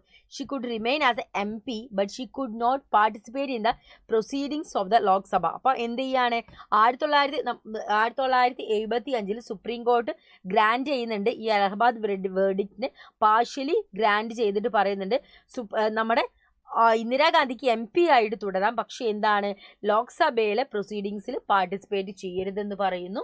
അങ്ങനെ Gujarat ഇലക്ഷനിലെ result എന്താന്ന് പറയുന്നുണ്ടെങ്കിൽ it was highly distressing to the Congress party. The United opposition front came to power. അവിടെ United opposition എന്ത് ചെയ്യുന്നു, ഭരണത്തിൽ വരുന്നു. It made Indira Gandhi more ഡിസ്പറേറ്റ്. Indira Gandhi കൂടുതൽ എന്താണ് ഒരു ഡെസ്പറേറ്റ് ആവാൻ ഇത് കാരണമായി. പിന്നെ വരുന്നത് formation of unite front the mass and the massive protest. United ഫ്രണ്ടിൻ്റെ ആ ഒരു ഫോർമേഷനും മാസീവ് പ്രൊട്ടസ്റ്റും എന്താ വളരെ പ്രശ്നങ്ങൾ ഉണ്ടാക്കുന്നുണ്ട്. JP എന്താ ഒരു മാസീവ് പ്രൊട്ടസ്റ്റും കാര്യങ്ങളൊക്കെ ഒപ്പോസിഷൻ പാർട്ടി വലിയൊരു രീതിയിൽ നടത്തുന്നുണ്ട്. എല്ലാ ഒപ്പോസിഷൻ പാർട്ടിയും JPയുടെ കൂടെ നിൽക്കുന്നു. അങ്ങനെ ഇവർ പറഞ്ഞത് എന്തായിരുന്നു, ഇന്ദിരാഗാന്ധിയുടെ റെസിഗ്നേഷൻ ആയിരുന്നു അവർ ഡിമാൻഡ് ചെയ്തുകൊണ്ടിരുന്നത്. A massive demonstration was organised in Delhi Ramlila grounds on 25 June 1975. It was nationwide satyagraha ഇന്ദിരാഗാന്ധിക്കെതിരെ അവർ തീരുമാനിക്കുന്നു. He asked the army, the police and the government servant not to obey illegal and immoral orders. അങ്ങനെ എന്താ പറയുക, he asked the army, the police, government service not to obey illegal and immoral orders. ഒരിക്കലും illegal ആയുള്ള immoral ആയുള്ള orders നിങ്ങൾ എന്ത് ചെയ്തു, obey ചെയ്യരുതെന്ന് ആര് പറയുന്നു, JP പറയുന്നു. It was threat to bring all government activities of stand still. So ഇതിനൊക്കെ തുടർന്ന് ഇന്ദിരാഗാന്ധി എന്ത് ചെയ്യുക, എമർജൻസി ഡിക്ലെയർ ചെയ്യുന്നു. 1975 ഇന്ദിരാഗാന്ധി എമർജൻസി ഡിക്ലെയർ ചെയ്യുന്നു. ഇതിൻ്റെ കോൺസിക്വൻസസിലേക്ക് നമ്മൾ പോവുകയാണെങ്കിൽ ഫ്രീഡം ഓഫ് പ്രസ്, നമുക്ക് എന്താണ് ഫ്രീഡം ഇല്ല, നമ്മളെ പത്രസ്വാതന്ത്ര്യം എന്ത് ചെയ്യുന്നു, കട്ട് ചെയ്യുന്നു. വൈഡ് സ്കെയിൽ ഓഫ് ഇംപ്രിസൺമെൻറ്റ്, എല്ലാവരെയും പിടിച്ച് ജയിലിലേക്ക് അടക്കുകയാണ്, എല്ലാവരെയും പിടിച്ച് എന്താ ജയിലിലേക്ക് അടച്ചിടുന്നു. ഫിയറിങ് കമ്മ്യൂണൽ ഡിസ്ഹാർമണി, ഒരുപാട് സ്ഥലങ്ങളിൽ എന്താണ് കമ്മ്യൂണൽ ഡിസ്ഹാർമണീസ് നടക്കുന്നു. RSSനും ജമാഅത്ത് ഇസ്ലാമിയെയും ബാൻ ചെയ്യുന്നു. പ്രിവെൻറ്റീവ് ഡെറ്റൻഷൻ, ഇയാൾ തെറ്റ് ചെയ്യാം, ഇയാൾ തെറ്റ് ചെയ്തേക്കാം എന്ന് പറഞ്ഞിട്ട് അവരെ പിടിച്ച് ജയിലിലിടുന്ന അവസ്ഥ. Emergency to away the fundamental rights of the citizen ഒരു ഫണ്ടമെൻ്റൽ റൈറ്റ്സും കാര്യങ്ങളൊന്നും അപ്പം ഉണ്ടായിരുന്നില്ല. ഇങ്ങനെ ഒരുപാട് ഇഷ്യൂസും കാര്യങ്ങളൊക്കെ എന്ത് ചെയ്യുന്നുണ്ട്, നടക്കുന്നുണ്ട്. അപ്പോൾ 1975 ഇന്ദിരാഗാന്ധി എന്ത് ചെയ്യുന്നത്, എമർജൻസി ഡിക്ലെയർ ചെയ്തിട്ടുണ്ട്. ഓക്കെ അല്ലേ മക്കളെ, സെറ്റല്ലേ? സോ എമർജൻസി ഡിക്ലെയർ ചെയ്ത് ഒരുപാട് ആളുകൾ എന്ത് ചെയ്യുന്നുണ്ട്, അതിലൊരുപാട് പ്രശ്നങ്ങളും കാര്യങ്ങളും ഫേസ് ചെയ്യുന്നു. സോ എമർജൻസിക്ക് ശേഷവും നമ്മുടെ പൊളിറ്റിക്സിൽ എന്ത് സംഭവിച്ചു എന്നതാണ് നമ്മൾ അടുത്തതായിട്ട് നോക്കുന്നത്. പൊളിറ്റിക്സിൽ എന്താണ് മക്കളെ സംഭവിക്കുന്നത്, എന്താണ് നമുക്ക് നോക്കാം. നോക്കിയുടെ ഇവിടെ The Lok Sabha election were announced as soon as the emergency was over. Emergency over ചെയ്ത ഉടനെ തന്നെ പെട്ടെന്ന് തന്നെ ലോക്സഭ ഇലക്ഷൻ അനൗൺസ് ചെയ്യുന്നു. The impact of emergency was felt mostly strongly in North India. The opposition fought the election on the slogan Save Democracy എന്ന സ്ലോഗനുമായിട്ടാണ് opposition parties വന്നിട്ടുണ്ടായിരുന്നത്. After the 8 months of emergency, the government decided to hold election. നമ്മളെ emergency കഴിഞ്ഞ് 18 മാസത്തിന് ശേഷം government election നടത്താൻ വേണ്ടി തീരുമാനിക്കുന്നു. എല്ലാ ലീഡേഴ്സിനും ജയിലിൽ നിന്ന് ചെയ്യാണ് അവർ ജയിലിൽ നിന്ന് റിലീസ് ചെയ്യുന്നു. ഒപ്പോസിഷൻ പാർട്ടി പുതിയൊരു പാർട്ടി ഫോം ചെയ്യുന്നു. അതെന്താണ്? ജനതാ പാർട്ടി എന്ന് പറയുന്ന പുതിയ പാർട്ടി ഫോം ചെയ്യുന്നു. അതിൻ്റെ ലീഡർഷിപ്പ് ആർക്ക് കൊടുക്കുന്നു? ജയപ്രകാശ് നാരായണ് കൊടുക്കുന്നു. അങ്ങനെ election was A referendum on the emergency. JP became the popular symbol of restoration of democracy. ഡെമോക്രസിയുടെ democracy രജിസ്ട്രേഷൻ്റെ പോപ്പുലർ സിമ്പിളായിട്ട് ജയപ്രകാശ് നാരായൺ മാറുന്നു. It was the first time since independence the Congress party was defeated in Lok Sabha election. അങ്ങനെ ആദ്യമായിട്ട് എന്ത് ചെയ്യാണ്? ലോക്സഭ ഇലക്ഷനിൽ Congress party പരാജയപ്പെടുന്നു. ജനതാ പാർട്ടിക്ക് 295 സീറ്റ് ലഭിക്കുന്നു. ഒരു ക്ലിയർ മെജോറിറ്റി അവർക്ക് എൻജോയ് ചെയ്യാൻ സാധിക്കുന്നു. In southern states the Congress had sweeping victory. The election excess were not felt in the states. Most of the election atrocities of the emergency like forced, അതായത് ഇലക്ഷനെ കൊണ്ട് പ്രധാനപ്പെട്ട ഈ എമർജൻസി കാരണം അവർ ചെയ്തു വെച്ച ഉപദ്രവങ്ങൾ എന്ന് പറഞ്ഞാൽ ഫോഴ്സ്ലി ഒരുപാട് ആളുകളെ സ്റ്റെറിലൈസേഷൻ ചെയ്തു. Demolition of slums, blunt denial of human rights and the fundamental rights did not occur in the southern states. ഇങ്ങനെ ഒരുപാട് കാര്യങ്ങളൊക്കെ എന്ത് ചെയ്തിട്ടുണ്ടായിരുന്നു? അട്രോസിറ്റീസ് എമർജൻസിയുടെ സമയത്ത് നടന്നിട്ടുണ്ടായിരുന്നു. ദെൻ ഷാ കമ്മീഷൻ വരുന്നു. ഷാ കമ്മീഷൻ എന്ന് പറഞ്ഞാൽ ജനതാ ഗവൺമെൻറ് ഒരു കമ്മീഷനെ അപ്പോയിൻറ്റ് ചെയ്യുന്നിരുന്നു. ജസ്റ്റിസ് JC ഷാ അദ്ദേഹം ഹെഡായിട്ടുള്ള കമ്മീഷനായിരുന്നു. അദ്ദേഹം നമ്മുടെ സുപ്രീം കോടതിയിലെ ചീഫ് ജസ്റ്റിസ് ഓഫ് സുപ്രീം കോർട്ടാണ്. അദ്ദേഹം റിട്ടയർഡ് ആണ്. അദ്ദേഹത്തിൻ്റെ കമ്മീഷൻ, അദ്ദേഹം ചെയർഡായിട്ടുള്ള കമ്മീഷൻ, ചെയർപേഴ്സൺ ആയിട്ടുള്ള കമ്മീഷനാണ് ഷാ കമ്മീഷൻ എന്ന പേരിൽ അറിയപ്പെടുന്നത്. സോ എന്തിനാന്ന് വെച്ചിട്ടുണ്ടെങ്കിൽ എന്തൊക്കെ എലിഗേഷനാണ്, അബ്യൂസാണ്, കറപ്ഷനാണ് ഒക്കെ നമുക്ക് ഈ ഒരു സമയത്ത് taken place during the time of എമർജൻസിൻ്റെ സമയത്ത് നടന്നത് എന്നറിയാൻ വേണ്ടിയിട്ട് ഒരു കമ്മീഷന് ആര് തീരുമാനിക്കുന്നു, ബിൽഡ് ചെയ്യുന്നു? നമ്മുടെ ജനതാ ഗവൺമെൻറ് ബിൽഡ് ചെയ്യുന്നു. ആൻഡ് ജനതാ ഗവൺമെൻറ് ശരിക്കും ഒരു ഫെയിലിയർ തന്നെയായിരുന്നു. It was an alliance of various party. ഒരുപാട് പാർട്ടിയിലെ ആളുകൾ ചേർന്ന് ഫോം ചെയ്താണ് അല്ലേ. Which had no ideological unity. അവർക്ക് ഒരിക്കലും ഒരു ഐഡിയോളജിക്കൽ യൂണിറ്റിയോ കാര്യങ്ങളൊന്നും ഉണ്ടായിരുന്നില്ല. There was a stiff competition. അവിടെയുള്ള ആളുകൾ തമ്മിൽ PM ആവാൻ വേണ്ടി, പ്രൈം മിനിസ്റ്റർ ആവാൻ വേണ്ടി മൊറാർജി ദേശായും ചരൺ സിംഗും ജഗ്ജീവൻ റാമും തമ്മിൽ എപ്പോഴും എന്ത് ചെയ്തിട്ടുണ്ടായിരുന്നു? കോമ്പറ്റീഷൻ നടന്നിട്ടുണ്ടായിരുന്നു. അങ്ങനെ അവസാനം JP കുറേ സംസാരിച്ചൊക്കെ ചെയ്ത് JB കൃപാലനെയും ഇവരുടെ ഒരു മീഡിയേഷനിലൂടെ നമ്മുടെ മൊറാർജി ദേശായി എന്തായി മാറുന്നു? പ്രൈം മിനിസ്റ്റർ ആയി മാറുന്നു. The party lack direction. കൃത്യമായിട്ടുള്ള ഒരു ഡയറക്ഷൻ അവർക്ക് ഉണ്ടായിരുന്നില്ല. ഒരു ലീഡർഷിപ്പ് ഉണ്ടായിരുന്നില്ല. കോമൺ പ്രോഗ്രാമും കാര്യങ്ങളൊന്നും ഈ ഒരു പാർട്ടിക്ക് ഉണ്ടായിരുന്നില്ല. സോ കറപ്ഷനും പവർ സ്ട്രഗിളും ഒക്കെ പാർട്ടി ലീഡേഴ്സ് തമ്മിൽ കൂടിക്കൊണ്ടേയിരുന്നു. അങ്ങനെ പാർട്ടി എന്ത് ചെയ്തു? സ്പ്ലിറ്റ് ആവാൻ തുടങ്ങി. The Morarji government lose its majority. Morarji government അവരെ മെജോറിറ്റി നഷ്ടപ്പെട്ടു. 1979 ജൂലൈ 15 തന്നെ ആ പാർട്ടി അവിടുന്ന് റിസൈൻ ചെയ്യേണ്ട സിറ്റുവേഷൻ വന്നു. ഈ ലാസ്റ്റഡ് ഫോർ ജസ്റ്റ് 18 മാസം മാത്രമേ അവർക്ക് 18 മാസം എന്ന് പറയുന്നത് 12 മാസമാണ് ഒരു കൊല്ലം. 12, 13, 14, 15, 16, 17, 18 ഒരു 1.5 വർഷത്തോളം മാത്രമേ ഒരു വർഷത്തോളം മാത്രമേ അവർക്ക് ഭരിക്കാൻ സാധിച്ചിട്ടുള്ളൂ. Charan Singh, leader of faction of Janata Party formed a new government with the support of the Congress, but it had a little life. പക്ഷേ കോൺഗ്രസിന്റെ സപ്പോർട്ടോടുകൂടെ ചരൺ സിംഗ്, നേരത്തെ PM ആവാൻ വേണ്ടി കോമ്പറ്റീഷനിൽ ഉണ്ടായിരുന്ന ചരൺ സിംഗ് ഒരു പാർട്ടി രൂപപ്പെടുത്തുന്നു. പക്ഷെ അതിനൊരു കുറച്ച് കാലഘട്ടം അതിന് ലൈഫ് ഉണ്ടായിരുന്നുള്ളൂ. And fresh election was held to Lok Sabha in January 1980. 1980 എന്ത് ചെയ്യാണ്? വീണ്ടും ഒരു ലോക്സഭ ഇലക്ഷൻ നടക്കുന്നു. And the Congress party swept the polls. Congress party എന്ത് ചെയ്യുന്നുണ്ട്? വീണ്ടും എന്ത് ചെയ്യുക? തിരിച്ചു വരികയും കാര്യങ്ങളൊക്കെ ചെയ്യുന്നത് ആ ഒരു ഇലക്ഷനിലൂടെയാണ്. അപ്പൊ മക്കളെ, നമ്മളെ എത്ര ചാപ്റ്റേഴ്സ് പഠിച്ചു കഴിഞ്ഞു? ഒന്ന് കമന്റ് ചെയ്തേ. എത്ര ചാപ്റ്റേഴ്സ് നമ്മൾ പഠിച്ചു കഴിഞ്ഞു? നമ്മളെ ഈ സമയം കൊണ്ട് ഓൾമോസ്റ്റ് 1.25 മണിക്കൂർ നമ്മൾ കഴിഞ്ഞു. നമ്മൾ 6 ചാപ്റ്റേഴ്സ് ആണ് കംപ്ലീറ്റ് ചെയ്തത്, സക്സസ്ഫുള്ളി നമ്മൾ കംപ്ലീറ്റ് ചെയ്തത്. സോ ഇനി നമ്മൾ എങ്ങോട്ടാ പോകുന്നത്?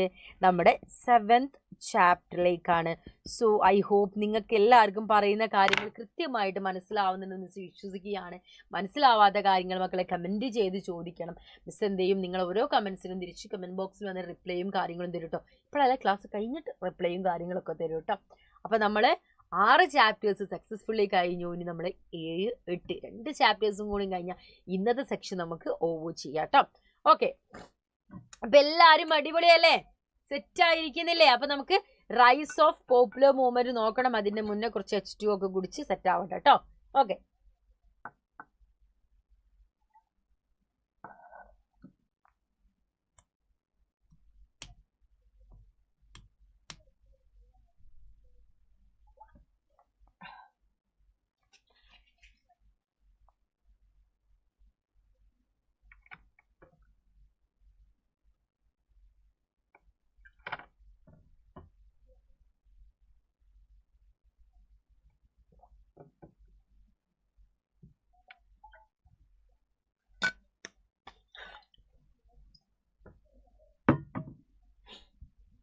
ഓക്കെ, റൈസ് ഓഫ് പോപ്പുലർ മൂവ്മെന്റിലേക്കാണ് നമ്മൾ ഇനി പോകുന്നത്. റൈസ് ഓഫ് പോപ്പുലർ മൂവ്മെന്റിലേക്കാണ് നമ്മൾ പോകുന്നത്. Okay, rise of popular movement പറഞ്ഞാൽ ഒരുപാട് പോപ്പുലർ മൂവ്മെന്റും കാര്യങ്ങളൊക്കെ എവിടെ നടക്കുന്നുണ്ട് മക്കളെ? എവിടെ നടക്കുന്നുണ്ട്? നമ്മുടെ ഇന്ത്യയിൽ നടക്കുന്നുണ്ട്. സോ പൊളിറ്റിക്കൽ മൂവ്മെന്റ് വേറെ, പോപ്പുലർ മൂവ്മെന്റ് വേറെ. സോ ഇതൊരു പാർട്ടി ബേസ് ചെയ്തുള്ള മൂവ്മെന്റ് അല്ല പോപ്പുലർ മൂവ്മെന്റ് വരുന്നത് കേട്ടോ. ഓക്കെ, ഒരു പാർട്ടിയുടെ അണ്ടറിലൊന്നും വരുന്ന മൂവ്മെന്റ് അല്ല. അപ്പൊ നമുക്ക് ആദ്യം ഈ പാഠത്തിൽ ചാപ്റ്ററിൽ നമുക്ക് പഠിക്കാനുള്ളത് ചിപ്കോ മൂവ്മെന്റിനെ കുറിച്ചാണ് പഠിക്കാനുള്ളത്. അപ്പൊ നമുക്ക് ആദ്യം ചിപ്കോ മൂവ്മെന്റ് പഠിക്കണം. അത് കഴിഞ്ഞിട്ട് നമുക്ക് കുറച്ച് മൂവ്മെന്റ്സ് ഒക്കെ ആണ് ഈ ഒരു പാഠഭാഗത്ത് നമുക്ക് പഠിക്കാനുള്ളത്. കുറച്ച് നല്ല ഈ പാഠഭാഗത്തിന് മൊത്തമായിട്ട് നമുക്ക് എന്താ മൂവ്മെന്റ്സ് പഠിക്കാനുള്ളൂ കേട്ടോ. ചിപ്കോ മൂവ്മെന്റ് മക്കളെ 1970 എവിടെ നടക്കുന്നതാണ്? നമ്മുടെ ഉത്തരാഖണ്ഡിലെ വില്ലേജിൽ സ്റ്റാർട്ട് ചെയ്താണ്. ഓജിൻ villages were not given the permission. അതായത് ആ വില്ലേജിലെ ജനങ്ങൾക്ക് എന്താണ്, അഗ്രികൾച്ചർ ടൂൾസ്, അവർക്ക് എന്താണ് ടൂൾസ് ഇതാക്കാനും ash tree for making agriculture ടൂൾസും കാര്യങ്ങളൊക്കെ ഉണ്ടാക്കാനും വീട്ടിലേക്ക് ആവശ്യമായ വിറക് വെട്ടാനൊന്നും അവരെ കാട്ടുന്ന് അനുവദിക്കില്ല എന്ന് പറഞ്ഞു. അതേസമയം തന്നെ ഒരു സ്പോർട്സ് കമ്പനിക്ക് പെർമിഷൻ കൊടുക്കുകയാണ്. എന്താണ്, കൊമേഴ്ഷ്യൽ പർപ്പസിന് വേണ്ടിയിട്ട് എന്ത് ചെയ്യാണ്, ട്രീ കട്ട് ചെയ്യാന്ന് പറഞ്ഞിട്ട്. അങ്ങനെ അവിടെയുള്ള ആളുകളൊക്കെ എന്ത് ചെയ്തു, ദേഷ്യം പിടിച്ചു. അവരെ നാട്ടിൽ അവരെ ലാൻഡിൽ അവർക്ക് എന്താ ഒരു കാര്യങ്ങളും ചെയ്യാൻ പറ്റില്ല, ബാക്കിയുള്ളവർക്ക് തോന്നുന്ന രീതിയിൽ ചെയ്യാം, ആ ഒരു രീതിയിൽ വന്നു. അങ്ങനെ എന്ത് ചെയ്തു എന്നാണ് പറയുന്നത്, അവിടുത്തെ ആളുകളെല്ലാം കൂടി ഗവൺമെന്റിന് എതിരെ ഒരു മൂവ്മെന്റ് സ്റ്റാർട്ട് ചെയ്യുന്നു. അതിന്റെ ലീഡർ ആയിരുന്നു ആരൊക്കെ, നമ്മുടെ ചാണ്ട് പ്രസാദ് ബുദ്ധും അതേപോലെ തന്നെ സുന്ദർലാൽ ബഹുഗുണയും. Participation by women folk made the movement special. So ഈ ഒരു മൂവ്മെന്റിനെ സ്പെഷ്യൽ ആക്കിയത് ഒരുപാട് സ്ത്രീകൾ ഇതിൽ പാർട്ടിസിപ്പേറ്റ് ചെയ്തു എന്നാണ്. ഇതിന്റെ മെത്തേഡ് ഓഫ് പ്രൊട്ടസ്റ്റ് നമ്മൾ നോക്കുകയാണെങ്കിൽ women and children stood around the trees and hugged them hard so as to prevent cutting.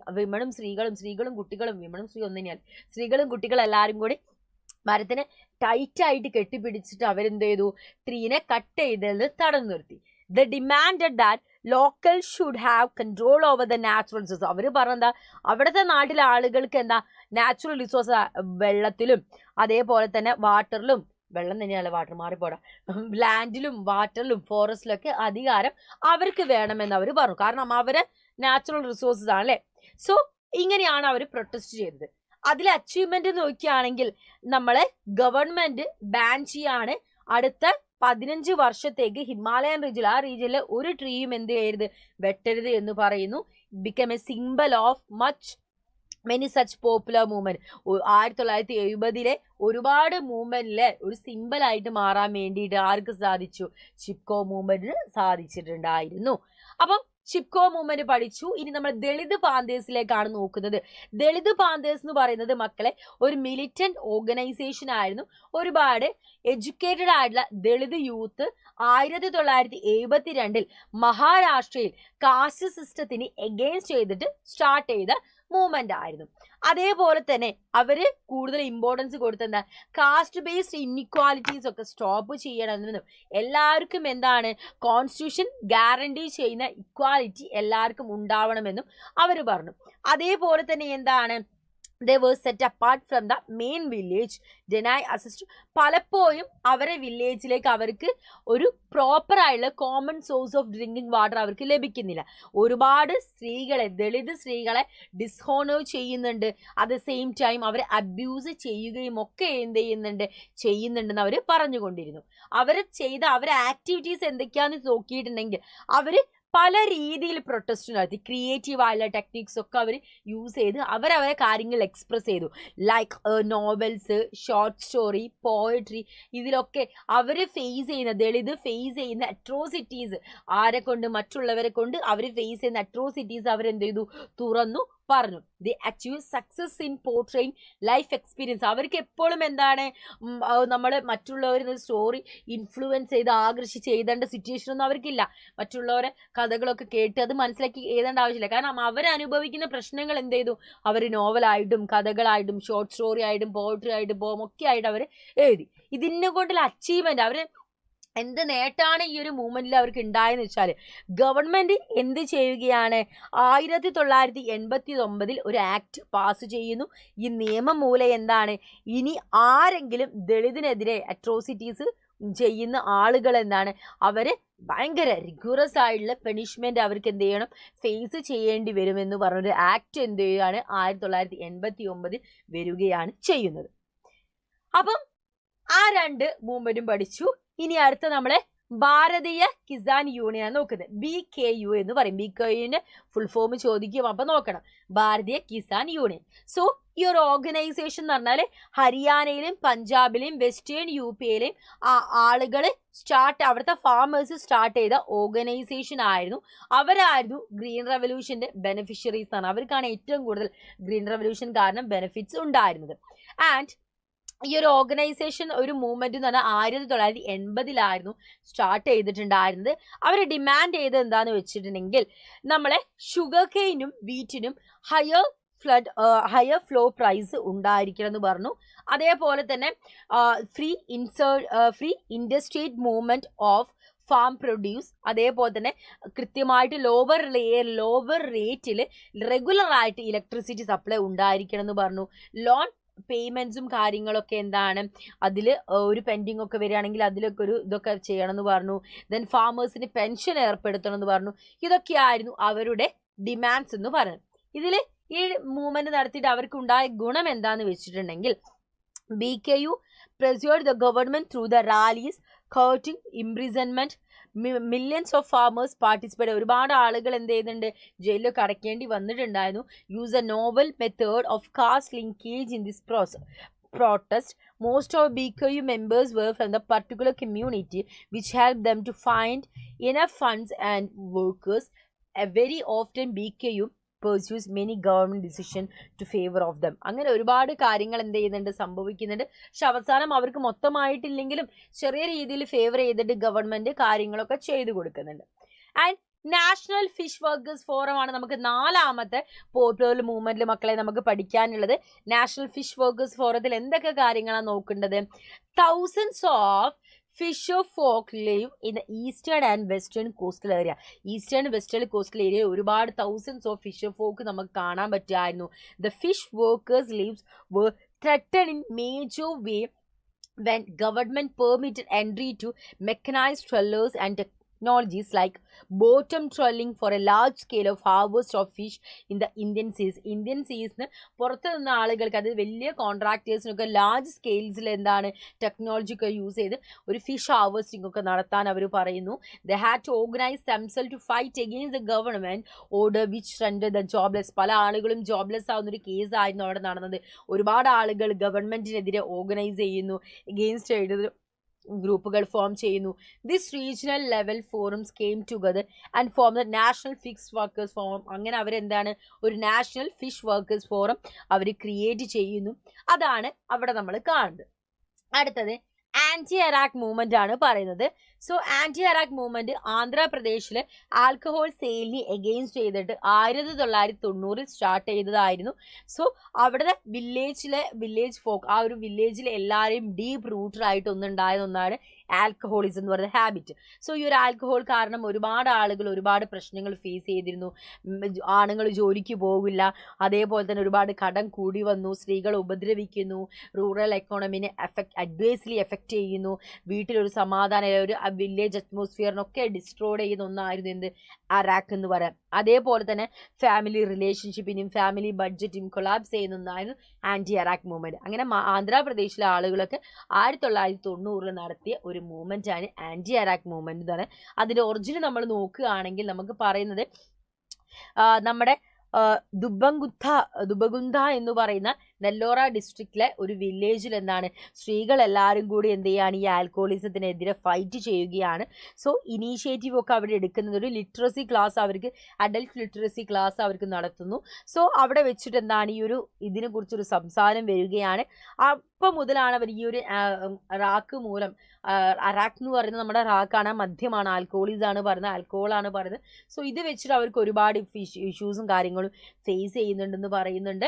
അങ്ങനെ ആന്റി അറാക്ക് മൂവ്മെന്റ് സ്റ്റേറ്റിൽ മൊത്തമായി നടക്കുന്നു. The campaign increase social awareness about women's. ഒരുപാട് പ്രോബ്ലംസ് അനുഭവിക്കുന്നുണ്ടെന്ന് അതിലൂടെ ജനങ്ങളൊക്കെ അറിയുന്നു. Violence, dowry system, sexual abuse, domestic violence ഒക്കെ അവരെന്ത് ചെയ്യുന്നു, ഫേസ് ചെയ്യുന്നു. And they openly discuss the issues of injustice and gender inequality. അതേപോലെ തന്നെ അവർ ഒരുപാട് ജെൻഡർ ഇൻഇക്വാലിറ്റീസും ഇൻജസ്റ്റിസും ഫേസ് ചെയ്യേണ്ടി വരുന്നു. And this movement played a vital role in making awareness of women's right. അപ്പം സ്ത്രീകളെ റൈറ്റ്സ് നമുക്ക് എന്താണ് കൃത്യമായിട്ട് പറയാൻ കൂടി സാധിച്ചിട്ടുണ്ടായിരുന്നു. അല്ലെങ്കിൽ സ്ത്രീകൾക്ക് അവർ കൃത്യമായിട്ട് ജനങ്ങളോട് ഇതാണ് ഞങ്ങളുടെ അവകാശങ്ങൾ, ഞങ്ങൾക്ക് ഇതൊക്കെ നഷ്ടപ്പെടുന്നുണ്ട്, അപ്പം ഈ അവകാശങ്ങൾ നമുക്ക് വേണം എന്നൊക്കെ പറഞ്ഞിട്ടുണ്ടായിരുന്ന ഒരു മൂവ്മെന്റ് ആയിരുന്നു ആന്റി അറാക്ക് മൂവ്മെന്റ് എന്ന് പറയുന്നത്. ഓക്കെ അല്ലേ മക്കളെ? ഇനി അടുത്തത് 6ാമത്തെ 6th പോപ്പുലർ മൂവ്മെന്റ് ആണ് നമുക്ക് നോക്കാനുള്ളത്. 6th പോപ്പുലർ മൂവ്മെന്റ് ആണ്. ഈ ഒരു ചാപ്റ്ററിൽ നമുക്ക് എന്താണ് മൂവ്മെന്റ്സുകളാണ് കേട്ടോ പഠിക്കാനുള്ളത്. ഓക്കെ, ഈ മൂവ്മെന്റ് പേരെന്താ? നർമ്മദ ബച്ചാവോ ആന്തോളൻ. എന്താണ്? Narmada Bachao Andolan. It was an environmental movement organized to fight against the ambitious project prepared to build 30 big dams. 30 big dams, 135 medium dams, 3000 small dams ഒക്കെ എന്താണ് നർമ്മദ നദിയിലും അതിൻ്റെ ട്രിബ്യൂട്ടറീസിലും കൈവഴികളിലും എന്ത് ചെയ്യുന്നത് ബിൽഡ് ചെയ്യാൻ വേണ്ടി തീരുമാനിക്കുന്നു. സോ ഇതൊരു എൻവയോൺമെന്റൽ മൂവ്മെന്റ് ആയിരുന്നു മക്കളെ. And it was a movement to save the river Narmada. Narmada റിവറിനെ സേവ് ചെയ്തുകൊണ്ടായിരുന്നു. സോ അതിന്റെ ലീഡർ എന്ന് പറയുന്നത് മേധാ പട്കർ ആയിരുന്നു. സർദാർ സരോവർ പ്രൊജക്ട് അതിലുള്ള ഒരു പ്രധാനപ്പെട്ട പ്രൊജക്റ്റ് ആണ്. Sardar Sarovar project in Gujarat and Narmada Sagar project in Maharashtra were two important multi-purpose dam under this project. ഈ പ്രൊജക്ടിന് അണ്ടറിൽ വരുന്ന രണ്ടെണ്ണാണ്. ഒന്ന് നമ്മുടെ എവിടെ ഉള്ളത്? സർദാർ സരോവർ ഗുജറാത്തിലെ സർദാർ സരോവർ പ്രൊജക്ട്, മഹാരാഷ്ട്രയിലെ നർമ്മദ സാഗർ പ്രൊജക്ട്. എന്താണ് ഈ രണ്ടെണ്ണം ഈ മൾട്ടി പേർപ്പസ് പ്രൊജക്റ്റിൽ വരുന്നതാണ്. ഇതിന്റെ അച്ചീവ്മെന്റ് എന്ന് പറഞ്ഞാൽ ലാർജ് സ്കെയിൽ ഇറിഗേഷൻ, ഒരു ഇലക്ട്രിസിറ്റി എന്ത് ചെയ്തിരുന്നു, ഇലക്ട്രിസിറ്റി ജനറേഷൻ ഉണ്ടായി. അതേപോലെ തന്നെ ഡ്രിങ്കിങ് വാട്ടർ സപ്ലൈ കൂടി, ഫ്ലഡും അതേപോലെ തന്നെ ഡ്രൗട്ട്സും ഒക്കെ കൺട്രോൾ ചെയ്യാൻ ഇതിലൂടെ സാധിച്ചെങ്കിലും ഇതൊരു മൂവ്മെന്റ് ആയി മാറാൻ വേണ്ടി, ഇവരെ അഗെയിൻസ്റ്റ് ആയിട്ട് നിൽക്കാൻ വേണ്ടി ഇതിനൊരു ഡിസഡ്വാൻറ്റേജസ് ഉണ്ടായിരുന്നു. ബിക്കോസ് 245ഓളം വില്ലേജസ് അവരെ സ്റ്റേറ്റ് വിട്ട് പോകേണ്ട സിറ്റുവേഷൻ വന്നു. 2.5 ലക്ഷത്തോളം ആളുകൾ അവിടുന്ന് മാറ്റി പാർപ്പിക്കേണ്ട ഒരു സിറ്റുവേഷൻ വരുന്നു. ദെൻ ഇക്കോളജിക്കൽ റിസോഴ്സിന് ഒരു ഡെപ്ലീഷൻ സംഭവിക്കുന്നു. ലൈവ്ലിഹുഡും അവരെ കൾച്ചറും കാര്യങ്ങളൊക്കെ ലോസ് ആവുന്നു, നഷ്ടപ്പെടുന്നു. ഈ ഒരു ഡിസഡ്വാൻറ്റേജ് കാരണമാണ് ഈ ഒരു മൂവ്മെന്റ് നടക്കുന്നത് തന്നെ. ഓക്കെ അല്ലേ മക്കളെ? ഈ ഒരു മൂവ്മെന്റ് നടക്കുന്നത് തന്നെ. സെറ്റല്ലേ? ഒന്ന് കമന്റ് ചെയ്തേ വേഗം. ഇതുവരെ പറഞ്ഞ കാര്യങ്ങൾ ക്ലിയർ ആയില്ലേ? മൂവ്മെന്റ്സ്, പോപ്പുലർ മൂവ്മെന്റ്സ് ഒന്ന് വേഗം കമന്റ് ചെയ്യേ. ഒന്ന് വേഗം കമന്റ് ചെയ്തേടാ. ഒന്ന് വേഗം കമന്റ് ചെയ്തേ.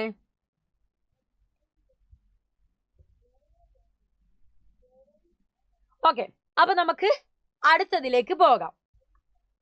നമ്മളെ RTI movement for right to information എന്ന് പറഞ്ഞ അടുത്ത മൂവ്മെന്റിലേക്കാണ് നമ്മൾ പോകുന്നത്. The movement started in 1990. 1990 ഒരു മൂവ്മെന്റ് സ്റ്റാർട്ട് ചെയ്തത്. when a mass-based organization called the Mazdoor Kisan Shakti Sanghadan (MKSS) in Rajasthan took initiative in demanding records of famine relief work and accounts of labours. മക്കളെ, famine relief വർക്കിനെ കുറിച്ചിട്ടും labours അക്കൗണ്ട്സിനെ കുറിച്ചിട്ടും അവർക്ക് എന്താ record കാണണമെന്ന demand ചെയ്തുകൊണ്ട് നമ്മുടെ രാജസ്ഥാനിലെ മസ്ദൂർ കിസാൻ ശക്തി സംഘാതനാണ് എന്ത് ചെയ്തത്, ഈ ഒരു മൂവ്മെന്റ് നടത്തിയിട്ടുണ്ടായിരുന്നത്. 1990 നടത്തിയിട്ടുണ്ടായിരുന്നത്. ഈ ഒരു movement succeeded in bringing out an amendment to the Rajasthan Panchayat Raj Act. It enabled the people could get certified copy of the document in Panchayat. അതായത് ഇവർക്ക് കൃത്യമായിട്ട് റിലീഫും ഫെമൈൻ റിലീഫും കാര്യങ്ങളൊന്നും കിട്ടിയില്ല. അതിനെ തുടർന്നൊരു മൂവ്മെന്റ് നടത്തുന്നു. അപ്പോൾ ഈ ഒരു മൂവ്മെന്റിനെ തുടർന്നിട്ട് പഞ്ചായത്തിലെ സർട്ടിഫൈഡ് ഡോക്യുമെന്റ് കോപ്പീസ് അവർക്ക് കിട്ടണം എന്ന് പറയുന്നു. 1996 MKSS formed a National Council for People Right to Information in Delhi. MKSS എന്ത് ചെയ്യുന്നുണ്ട്, ഡൽഹിയിൽ right to information national council four people's right to information എന്ന് പറയുന്ന ഫോം ചെയ്യുന്നു. അതായത് RTI was raised to the status of national campaign. RTI ഒരു national ക്യാമ്പയിൻ്റെതായി മാറുന്നു. 2004 RTI bill was presented in the പാർലമെന്റിൽ പ്രസന്റ് ചെയ്യുന്നു ആൻഡ് ഗോട്ട് പ്രസിഡൻഷ്യൽ അസെന്റ്. പ്രസിഡന്റിന്റെ അപ്രൂവലിന് വേണ്ടി 2005 എത്തുന്നു. അങ്ങനെ പ്രസിഡന്റ് അപ്രൂവലോടുകൂടെ RTI എന്ത് ചെയ്യാണ്, റൈറ്റ് ടു ഇൻഫർമേഷൻ ആക്ട് വരികയാണ് ചെയ്തത്. അത്രയും കാലം നമുക്ക് റൈറ്റ് ടു ഇൻഫർമേഷൻ ആക്ട് ഇല്ല. നമുക്ക് എന്തെങ്കിലും റിലീഫ് ഗവൺമെന്റിന്റെ ഭാഗത്ത് നിന്ന് കിട്ടുമെന്ന് പറഞ്ഞ് നമുക്ക് കിട്ടിയിട്ടില്ലെങ്കിൽ നമുക്ക് അത് മാത്രമല്ല എന്ത് കാര്യമായാലും ഗവൺമെന്റ് റിലേറ്റഡ് നമ്മുടെ നാഷണലിന്റെ സെക്യൂരിറ്റിനെ ബാധിക്കാത്ത കാര്യങ്ങളല്ലാത്ത വേറെ എന്ത് കാര്യങ്ങളായാലും നമുക്ക് വിവരം ലഭിക്കണമെങ്കിൽ നമുക്ക് റൈറ്റ് ടു ഇൻഫർമേഷൻ നമുക്ക് ഫയൽ ചെയ്യാം. അതിലൂടെ നമുക്ക് എന്ത് ചെയ്യും, ആ ഒരു കാര്യത്തിനെ കുറിച്ചുള്ള വിവരവും കാര്യങ്ങളൊക്കെ നമുക്ക് ലഭ്യമാകും. ഓക്കെ, അപ്പം അത്രയും കാര്യങ്ങളെ നമുക്ക് എന്താണ് പോപ്പുലർ മൂവ്മെന്റ്സ് എന്നുള്ള ചാപ്റ്ററിൽ പഠിക്കാനുള്ളൂ. റൈസ് ടു പോപ്പുലർ മൂവ്മെന്റ് എന്ന് പറയുന്ന റൈസ് ഓഫ് പോപ്പുലർ മൂവ്മെന്റ് എന്നുള്ള ചാപ്റ്ററിൽ പഠിക്കാനുള്ളൂ.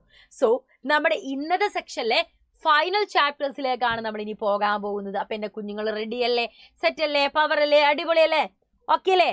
Final chapter, that means 8 chapter ആണ്. നമ്മൾ 8ാമത്തെ ചാപ്റ്റർ ആണ് നോക്കുന്നത്. സോ ഇനി നെക്സ്റ്റ് ലൈവിൽ നമ്മൾ 9ാമത്തെ ചാപ്റ്റർ മുതലായിരിക്കും നമ്മൾ കണ്ടുമുട്ടുക. അപ്പൊ അടുത്ത ക്ലാസ്സിൽ നമുക്കൊരു ഓൾമോസ്റ്റ് ഒരു 9 ചാപ്റ്റേഴ്സിന് നമുക്ക് പഠിക്കാനുണ്ടാവും. ഇപ്പം നമ്മൾ 8 അല്ലേ ഡിസ്കസ്, നമുക്ക് മൊത്തം 18 ചാപ്റ്റർ നമുക്ക് പഠിക്കാണ്ട്. ഇപ്പം നിങ്ങൾ വിചാരിക്കണം കണക്കൊന്നും മിസ് ശരിയാവുന്നുള്ളത്. ഒബിയസ്ലി കണക്ക് എനിക്കറിയില്ല, അത് വേറെ കാര്യം. അപ്പം 18 ചാപ്റ്ററാണ് നമുക്ക് പഠിക്കാനുള്ളത്. 8 ചാപ്റ്റർ നമ്മൾ പഠിച്ചു. ഇനി ബാക്കി എത്ര ചാപ്റ്റർ ഉണ്ട്? ഒന്ന് കമൻറ്റ് ചെയ്യും കേട്ടോ. മൊത്തം 18 ചാപ്റ്റർ ആണ്. അതിൽ 8 ചാപ്റ്റർ നമ്മൾ പഠിച്ചു. അപ്പം ഇനി എത്ര ചാപ്റ്റർ ഉണ്ട്? Yes, 10 chapter. ഈസി കണക്കല്ലേ, 9 അല്ല 10. അപ്പോൾ 10 ചാപ്റ്റർ നമുക്ക് അടുത്ത ക്ലാസ്സിൽ പഠിക്കാണ്ട്, മറക്കണ്ട കേട്ടോ. Okay, yes. അപ്പോൾ ദാ ഇവിടെ നോക്കിക്കേ, എന്താ നമ്മുടെ ചാപ്റ്ററിന്റെ പേര്? Regional aspiration. എന്താണ് ഈ റീജിയണൽ ആസ്പിരേഷൻ എന്ന് പറഞ്ഞാല്? മക്കളെ, എത്രയൊക്കെ നമ്മൾ ഏതൊക്കെ സ്റ്റേറ്റും കാര്യങ്ങളൊക്കെ ഫോം ചെയ്തിട്ടുണ്ടെങ്കിൽ അവിടുത്തെ ആളുകൾക്ക് ഓരോ ആഗ്രഹങ്ങൾ ഉണ്ടാവില്ലേ? എല്ലാവരുടെയും എല്ലാ ആഗ്രഹങ്ങളും നമുക്ക് നടത്തി കൊടുക്കാൻ പറ്റില്ല. ജെനുവിൻ ആണെന്ന് തോന്നുന്ന കാര്യങ്ങളൊക്കെ നമുക്ക് എന്താ നടത്തി കൊടുക്കാം. അങ്ങനെ ഉണ്ടായിരുന്ന കുറച്ച് ആഗ്രഹങ്ങളൊക്കെയാണ് നമ്മൾ എന്താ ഇവിടെ പഠിക്കാൻ പോകുന്നത്. റെഡി അല്ലേ? ഒരു മിനിറ്റ് എടാ.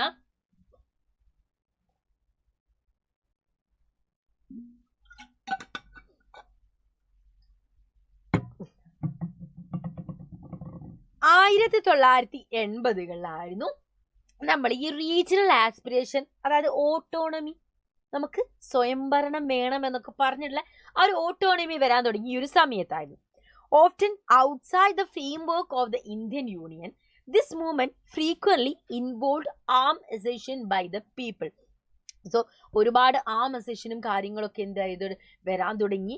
Most of the struggles were long drawn and included negotiated settlements or accords. അപ്പോൾ ഒരുപാട് നെഗോഷിയേഷൻ സെറ്റിൽമെന്റ്സിലൂടെയും അല്ലെങ്കിൽ അക്കോർഡ്സ് നമ്മൾ പറയും, അതിലൂടെയൊക്കെ എന്താ ഒരുപാട് കാര്യങ്ങൾ നമുക്ക് സോൾവ് ചെയ്യാനൊക്കെ സാധിച്ചു. എന്നിരുന്നാലും ഒരുപാട് പ്രശ്നങ്ങൾ എന്ത് ചെയ്തു, പല ഭാഗങ്ങളിൽ വന്നു. സോ ഇന്ത്യയുടെ അപ്രോച്ച് എന്താന്ന് വെച്ചിട്ടുണ്ടെങ്കിൽ, the Indian constitution never denies the rights of different regions and linguistic groups.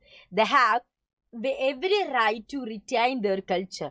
ഒരിക്കലും ഇന്ത്യ എന്താ ഇതൊരു ബേർഡൻ ആണോ, ലിംഗ്വിസ്റ്റിക് ഗ്രൂപ്പ് ഇങ്ങനെ പറയുന്നത് തെറ്റാണോ, അങ്ങനെയൊന്നും കണ്ടിട്ട്. കാരണം റീജിയണൽ ആസ്പിറേഷൻ ഉണ്ടായാൽ മാത്രമേ നമുക്ക് അടുത്ത എന്തൊക്കെ കാര്യങ്ങൾ ചെയ്യണം, അങ്ങനെയുള്ള കാര്യങ്ങളൊക്കെ നമുക്ക് പ്ലാൻ ചെയ്യാനൊക്കെ പറ്റുള്ളൂ. അപ്പോൾ ഒബ്വിയസ്ലി റീജിയണൽ ആസ്പിറേഷൻ എന്ത് ചെയ്യണം, വേണ്ടത് തന്നെയാണ്.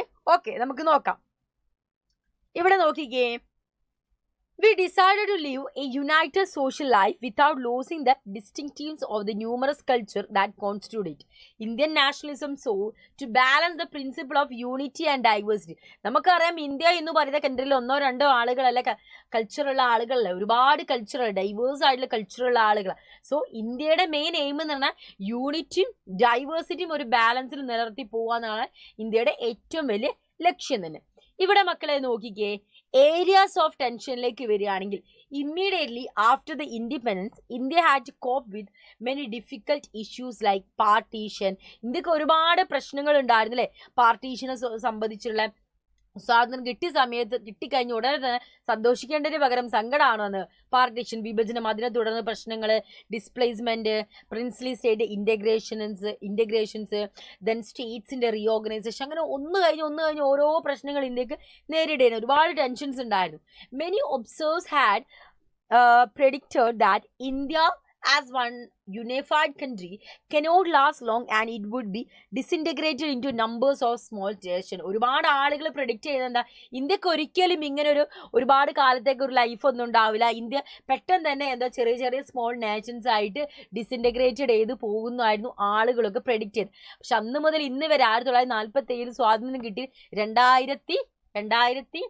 2024 വരെ നമ്മൾ ഇപ്പോഴും ഇന്ത്യ എന്ന രാജ്യത്ത് ജീവിക്കുന്നില്ലേ. നമ്മൾ വേറെ ചെറിയ സ്റ്റേറ്റ് നാഷൻ ആയിട്ടൊന്നും നമ്മൾ പോയിട്ടില്ല. അപ്പൊ പ്രിഡിക്ഷൻസ് ഒക്കെ എന്താണ്, വെറുതെയാണ് നമ്മളവിടെ തെളിയിച്ചു അല്ലേ.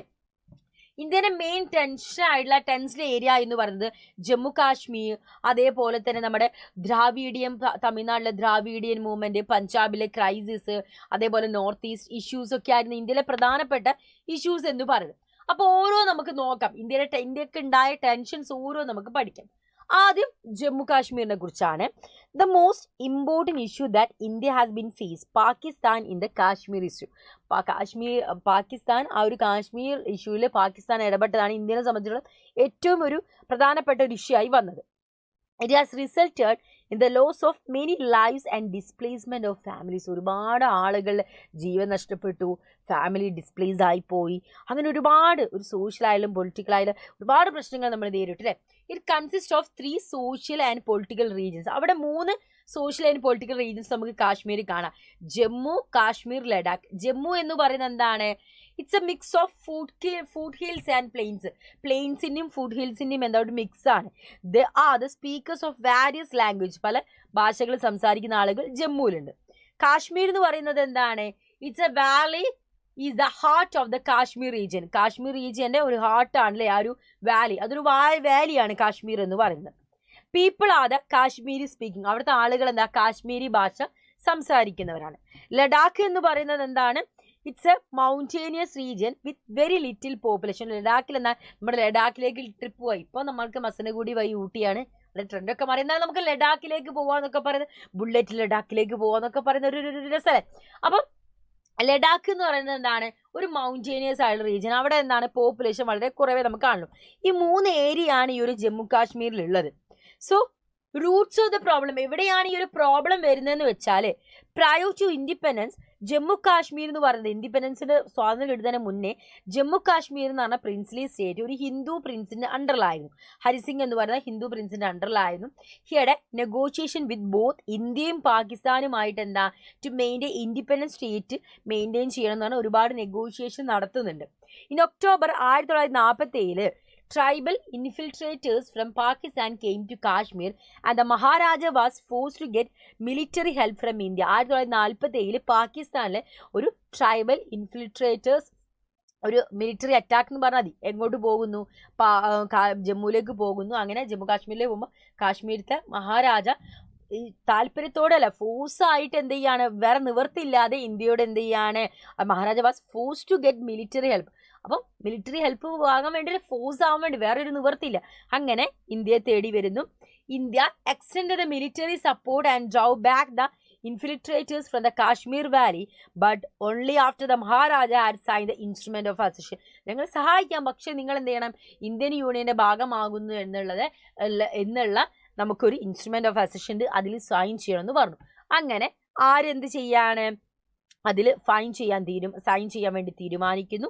Sheikh Abdullah become the prime minister of Jammu Kashmir in 1948. 1948 ആകുന്ന സമയത്ത് ജമ്മു കാശ്മീരിലെ പ്രൈം മിനിസ്റ്റർ എന്ന് പറയുന്ന ആരായിരുന്നു, ഷെയ്ഖ് അബ്ദുള്ളയായിരുന്നു. India on her part agree to maintain the autonomy of the state of Jammu Kashmir. അങ്ങനെ ഇന്ത്യ എന്ത് ചെയ്യാണ്, ആ ഒരു ഭാഗം അവർക്ക് സ്വന്തമായിട്ട് എന്താണ് ഓട്ടോണമി നൽകുകയാണ് ചെയ്യുന്നത്. ഇനി 1948 പൊളിറ്റിക്സിലേക്ക് നമ്മൾ പോകുമ്പോൾ, as the PM of the Jammu Kashmir, Sheikh Abdullah introduce several reforms in the state. അവരുടെ സ്റ്റേറ്റിൽ ഒരുപാട് റിഫോംസും കാര്യങ്ങളും കൊണ്ടുവരുന്നു. This reform benefited the common people, അവിടുത്തെ കോമൺ പീപ്പിളിന്റെ ബെനിഫിറ്റിന് വേണ്ടിയിട്ടാണ്. But there was a growing difference between the central government and Sheikh Abdullah on Kashmir status. His government was dismissed in 1953 and kept Sheikh Abdullah in jail for several years. പക്ഷേ എന്ത് സംഭവിക്കുന്നു മക്കളെ, but there was a growing difference between the central government and Sheikh അബ്ദുള്ളയും തമ്മിൽ എന്താണ് differences ഉണ്ട്. അങ്ങനെ 1953 ഷെയ്ഖ് അബ്ദുള്ളനെ എന്ത് ചെയ്യാണ്, കുറേ വർഷത്തേക്ക് എന്ത് ചെയ്യാണ്, ജയിലിൽ അടച്ചിടുന്നു. ദ നെക്സ്റ്റ് ലീഡറായിട്ട് Jammu Kashmir did not enjoy as much popularity as he had. As next leader of Jammu Kashmir did not enjoy, അത്രത്തോളം പോപ്പുലാരിറ്റി ഒന്നും കിട്ടുന്നില്ല. There were serious allegation malpractices in different election. പല ഇലക്ഷനിലും ഒരുപാട് മാൽ പ്രാക്ടീസസും അലിഗേഷൻസ് ഒക്കെ സംഭവിക്കുന്നു.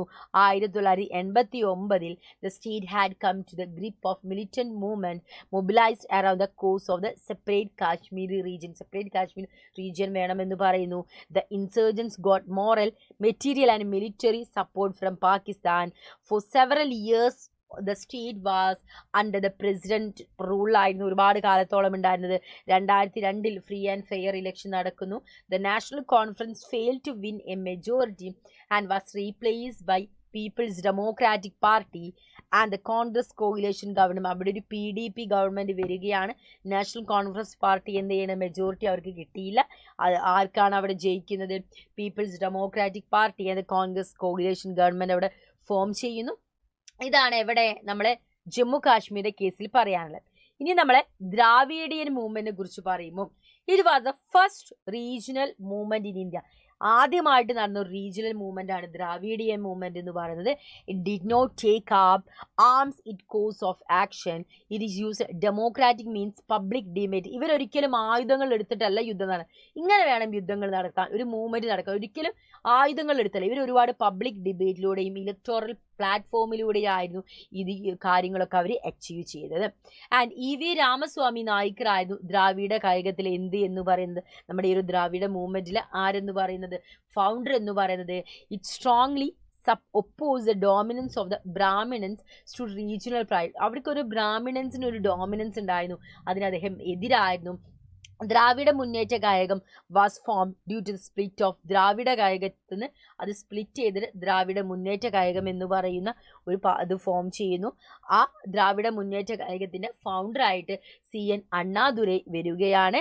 അങ്ങനെ the DMK entered the political arena through the notable agitations like അങ്ങനെ restoration of the original name of Kalakudi railway station which had been renamed the Dalmiapuram after the Industrial House of North India. അപ്പം original name restore ചെയ്യാൻ പറയുന്നുണ്ട്, Kallakudi railway station എന്നുള്ളത്.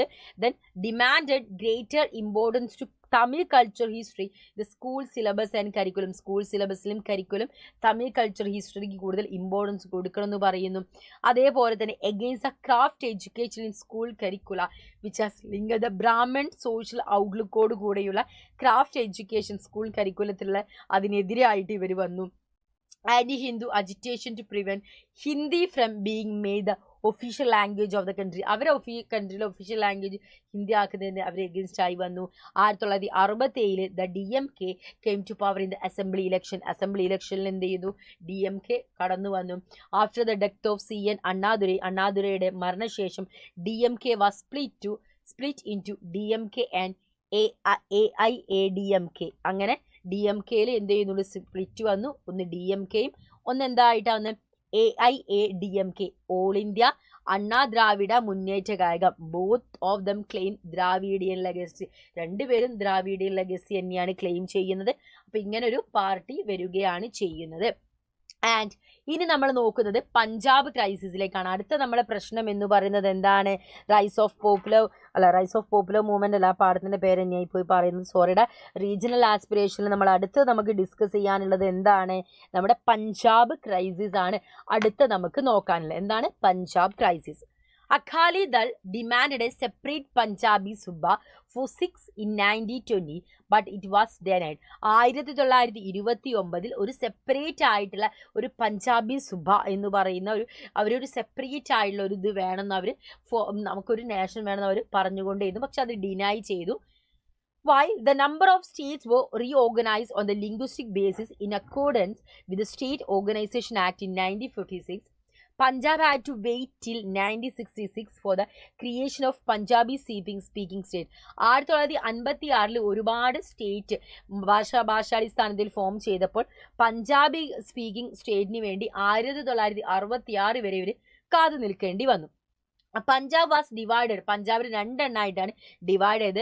ഒന്ന് Punjab for Punjabi speaking people, Punjabi സംസാരിക്കുന്ന ആളുകൾക്ക് വേണ്ടി പഞ്ചാബും ഹിന്ദി സംസാരിക്കുന്ന ആളുകൾക്ക് വേണ്ടി ഹരിയാന. പണ്ട് പഞ്ചാബും ഹരിയാനയും ഒന്നായിരുന്നു. പിന്നെ ഹിന്ദി സ്പീക്കിംഗ് ആളുകൾക്ക് വേണ്ടി ഹരിയാനയും പഞ്ചാബി സ്പീക്കിംഗ് ആളുകൾക്ക് വേണ്ടിയിട്ട് പഞ്ചാബും ഫോം ചെയ്തു. ഇതിന്റെ പൊളിറ്റിക്കൽ കോണ്ടസ്റ്റ് നോക്കുകയാണെങ്കിൽ, after the reorganisation of Punjab in 1960s, Akali Dal came in to power 1967 and then 1977 through the coalition government. 1966 പഞ്ചാബിന്റെ റീഓർഗനൈസേഷന് ശേഷം 1967 അകാലി ദൾ പവറിൽ അധികാരത്തിൽ വരുന്നു. 1977 കോയിലേഷൻ ഗവൺമെന്റിലൂടെയും അധികാരത്തിൽ വരുന്നു. Akali Dal did not get a political victory in Punjab as Dravidian political parties got in Tamil Nadu. Akali Dalന് എന്താണ്, പഞ്ചാബിൽ ഒരു പൊളിറ്റിക്കൽ വിക്ടറിയും കാര്യങ്ങളൊന്നും ലഭിക്കുന്നില്ല. Reason for the political failure of Akali Dal. Akali ദളിന്റെ പൊളിറ്റിക്കൽ ഫെയിലിയറിന്റെ കാരണങ്ങൾ എന്ന് പറയുകയാണെങ്കിൽ, they did not get a complete support from the Sikh community. Sikh കമ്മ്യൂണിറ്റിന്റെ കംപ്ലീറ്റ് സപ്പോർട്ട് അവർക്ക് മക്കളെ ലഭിച്ചിട്ടുണ്ടായിരുന്നില്ല. അതേപോലെ they had no much influence among the Hindu community. Hindu കമ്മ്യൂണിറ്റിയിലും അത് ഇത്രത്തോളം ഇൻഫ്ലുവൻസ് അവർക്ക് കൊടുക്കാൻ പറ്റില്ല. Congress got more support among the Sikh and Hindu Dal. സിഖിന്റെയും ഹിന്ദു ദളിന്റെയും സപ്പോർട്ട് ആർക്കാണ് കൂടുതൽ ഉണ്ടായിരുന്നത്? ഈ കോൺഗ്രസിനായിരുന്നു ഉണ്ടായിരുന്നത്. ആൻഡ് അനന്തപൂർ സാഹിബ് റെസൊല്യൂഷൻ 1973 എന്ന് പറയുന്നത് എന്താ, a section of Akali Dal began to demand political autonomy for the region during the decade of 1970. 1970 ഇവർ പറയുകയാണ് ഇവർക്ക് എന്താണ്, ഒരു പൊളിറ്റിക്കൽ ഓട്ടോണമി വേണമെന്ന് ഇവർ പറയുന്നു. It was reflected in a resolution passed at the conference at Anandapur Sahib in 1973. അതാണ് അവിടെ പറഞ്ഞത്. It was reflected in the resolution passed at the conference at Anantapur Sahib in 1973. അതിന്റെ ഒരു റിഫ്ലക്ഷൻ ആയിട്ട് വന്നതായിരുന്നു. ഈ റെസൊല്യൂഷന്റെ മെയിൻ, ഇവരൊരു റെസൊല്യൂഷൻ പറയുന്നില്ലേ, അതിന്റെ മെയിൻ എയിം എന്തൊക്കെയായിരുന്നു, മെയിൻ ഡിമാൻഡ് എന്തൊക്കെയായിരുന്നു? റീജിയണൽ ഓട്ടോണമി അവർക്ക് കൂടുതലായിട്ട് വേണം. To make change in the present central state relationship. അവർക്ക് ഇപ്പോഴുള്ള ഒരു പ്രസന്റ് ആയിട്ടുള്ള സെൻട്രൽ സ്റ്റേറ്റ് റിലേഷൻഷിപ്പിൽ ഒരു ചേഞ്ച് ഉണ്ടായിരിക്കണം. ആൻഡ് സിഖ് ഡോമിനൻസ് അറ്റൈൻമെന്റ് അവർക്ക് ചെയ്യണം. സിഖ് നാഷൻ ഫോം ചെയ്യണം. ഇതായിരുന്നു അവരുടെ മെയിൻ ഡിമാൻഡ് എന്ന് പറയുന്നത്. ദെൻ ഈ സമയത്താണ് ഓപ്പറേഷൻ ബ്ലൂ സ്റ്റാർ മക്കളെ നടക്കുന്നത്. 1984 government of India carried operation blue star. Golden ടെമ്പിളില് എന്ത് ചെയ്യാണ് നമ്മുടെ ഇന്ത്യൻ ഗവൺമെന്റ് എന്ത് നടത്തുന്നു? ഓപ്പറേഷൻ ബ്ലൂ സ്റ്റാർ നടത്തുന്നു. എപ്പോഴാണ് നടത്തുന്നത്? 1984 ജൂണിലാണ് ഇന്ത്യ നടത്തുന്നത്. It successfully flush out the militants from the ഷ്രൈൻസിലെ മിലിറ്റൻസിൽ നിന്ന് സക്സസ്ഫുള്ളി ഫ്ലഷ് ചെയ്യുന്നു. ആൻഡ് പക്ഷേ സിക്സിനെ എന്ത് ചെയ്യുക, അത് ഡീപ്പായിട്ട് ഹേർട്ട് ചെയ്യുന്നു. അവരൊരു എന്താണ് ഗോൾഡൻ ടെമ്പിൾ വന്ന് അവരൊരു ഷ്രൈനിൽ വന്നിട്ട് ഇമാതിരി പണി ചെയ്യുന്നു പറഞ്ഞ് അവർ ഭയങ്കരമായിട്ട് സങ്കടമാവുന്നു. അവരെ ഡീപ്ലി ഹേർട്ട് ചെയ്യുന്നു. The observe it has an attack on the faith. അവരെ വിശ്വാസത്തിൽ അറ്റാക്ക് ചെയ്ത മാതിരിയാണ് അവർക്ക് ഫീൽ ചെയ്തത്. It created A feeling of revenge among dum. ഇത് അവർക്കെതിരെ ഒരു റിവെഞ്ച് ചെയ്യണമെന്ന് അവർക്ക് തോന്നിക്കൊണ്ടേയിരുന്നു.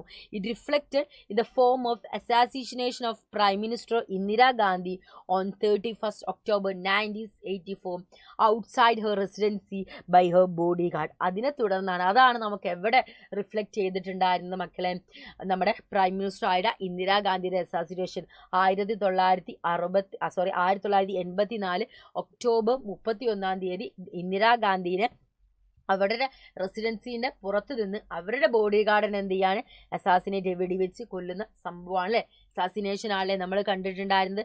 അപ്പം ഇതിനെതിരെയുള്ള ഒരു റിഫ്ലക്ഷൻ ആയിട്ടാണ് നടന്നത്. And violence broke out many parts of north India against Sikh community. Sikh കമ്മ്യൂണിറ്റിക്കെതിരെ പല ഭാഗങ്ങളിലും എന്ത് ചെയ്തിട്ടുണ്ടായിരുന്നു, ഇങ്ങനെ എഗെയിൻസ്റ്റ് ആയിട്ട് ഒരുപാട് കാര്യങ്ങൾ വന്നു. കാരണം ഈ സിഖിന് അവരുടെ മതപരമായിട്ടുള്ളതിനെ വ്രണപ്പെടുത്തി എന്ന് പറഞ്ഞിട്ടാണ് ഇന്ദിരാഗാന്ധിനെ അവർ കൊന്നത് അല്ലേ. സോ പിന്നെ അതിനുശേഷം ഒരു സമാധാനത്തിന്റെ പാതയാണ്, റോഡ് ടു പീസ് ആണ് കാണുന്നത്. രാജീവ് ഗാന്ധി എന്ത് ചെയ്തു, ഒരു പുതിയ പ്രൈം മിനിസ്റ്റർ ആയിട്ട് വരുന്നു 1984. ആൻഡ് അകാലിദൾ ലീഡേഴ്സുമായിട്ടൊരു ഒരു മീറ്റിങ്ങും കാര്യങ്ങളും അവർ സ്റ്റാർട്ട് ചെയ്യുന്നു. Rajiv Gandhi made an agreement with Harchand Singh Longowal, the president of അകാലിദളിലെ പ്രസിഡന്റായ ഹരിചന്ദ് സിംഗ് ലോങ്വാളായിട്ട് രാജീവ് ഗാന്ധി എന്ത് ചെയ്യുന്നുണ്ട്, ഒരു എഗ്രിമെന്റ് വെക്കുന്നു. It's known as Rajiv Gandhi Longowal accord or the Punjab accord എന്ന പേരിൽ അറിയപ്പെടുന്ന ഇതാണ്. അപ്പൊ മക്കളെ ഇത് മാത്രമായിട്ട് പരീക്ഷയ്ക്ക് ഒരു 5 മാർക്കിന് 6 മാർക്കിന് ചോദിക്കും കേട്ടോ. And Chandigarh would be a completely transfer to Punjab. Chandigarh എന്ത് ചെയ്യാണ്, കംപ്ലീറ്റ്ലി പഞ്ചാബിലേക്ക് ട്രാൻസ്ഫർ ചെയ്യുന്നു. A commission would be appointed to resolve the boundary dispute between the Punjab and Haryana. ഹരിയാനയും പഞ്ചാബും തമ്മിലുള്ള ബൗണ്ടറി ഡിസ്പ്യൂട്ട്സ് റിസോൾവ് ചെയ്യാൻ വേണ്ടി ഒരു കമ്മീഷൻ അവർ അപ്പോയിന്റ് ചെയ്യുന്നു. A tribunal would be appointed to decide the sharing of Ravi Beas. നമ്മുടെ രവി അതേപോലെ ബീസ് നദിയിലെ വെള്ളത്തിന് ചൊല്ലിയിട്ട് പഞ്ചാബ്, ഹരിയാന, രാജസ്ഥാൻ അവിടെ ഒരു ഇഷ്യൂസ് ഉണ്ടായിരുന്നു, അതൊക്കെ സോൾവ് ചെയ്യാൻ വേണ്ടി തീരുമാനിക്കുന്നു. ആൻഡ് ഈ ഒരു പഞ്ചാബിൻ്റെ ഒരു നമ്മളൊരു militancy compensation to those who affected by the militancy in Punjab. അവിടെ ആർക്കെങ്കിലും എന്തെങ്കിലും ഇഷ്യൂസോ കാര്യങ്ങളോ അതിന് കോമ്പൻസേഷൻ കൊടുക്കുന്നു. The withdrawal of the application of armed forces special powers act in Punjab. നമ്മുടെ സ്പെഷ്യൽ പവേഴ്സ് ആക്ട് യൂസ് ചെയ്തിട്ട് നമ്മുടെ പഞ്ചാബിലെ ആം പവേഴ്സിന് എന്ത് ചെയ്യുന്നു, വിഡ്രോ ചെയ്യുന്നു. And militancy was eventually brought under control, but it involved enormous losses in men and material.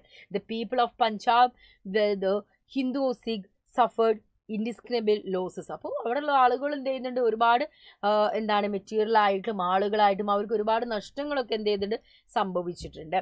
ഇനി നമ്മൾ നോക്കുന്നത് മക്കളെ നോർത്ത് ഈസ്റ്റിലെ ഉള്ള ഓട്ടോണമി. അവർ എന്തിനു വേണ്ടിയിട്ട് എന്താണ് മുറവിളി കൂട്ടി എന്നൊക്കെ പറയാം, റീജിയണൽ ആസ്പിറേഷന് വേണ്ടിയിട്ട് അവർ എന്ത് ചെയ്തിട്ടുള്ള പറഞ്ഞ കാര്യങ്ങളാണ് നമ്മൾ അടുത്തതായിട്ട് നോക്കാൻ പോകുന്നത്. Okay, the 1980s witnessed a turning point in the regional aspiration.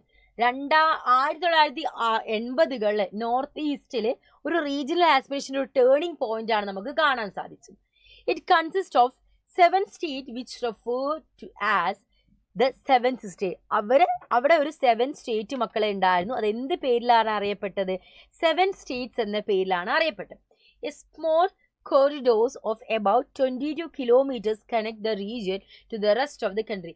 ഇവർ തമ്മിൽ ഒരു ചെറിയൊരു കോറിഡോർ മാത്രമേ നമുക്ക് കാണാൻ സാധിക്കുള്ളൂ. ഒരു 22 കിലോമീറ്റേഴ്സ് ആ ഒരു ഗ്യാപ്പ് നമുക്ക് കാണാൻ പറ്റുള്ളൂ. Kilometers connect the region to the rest of the country.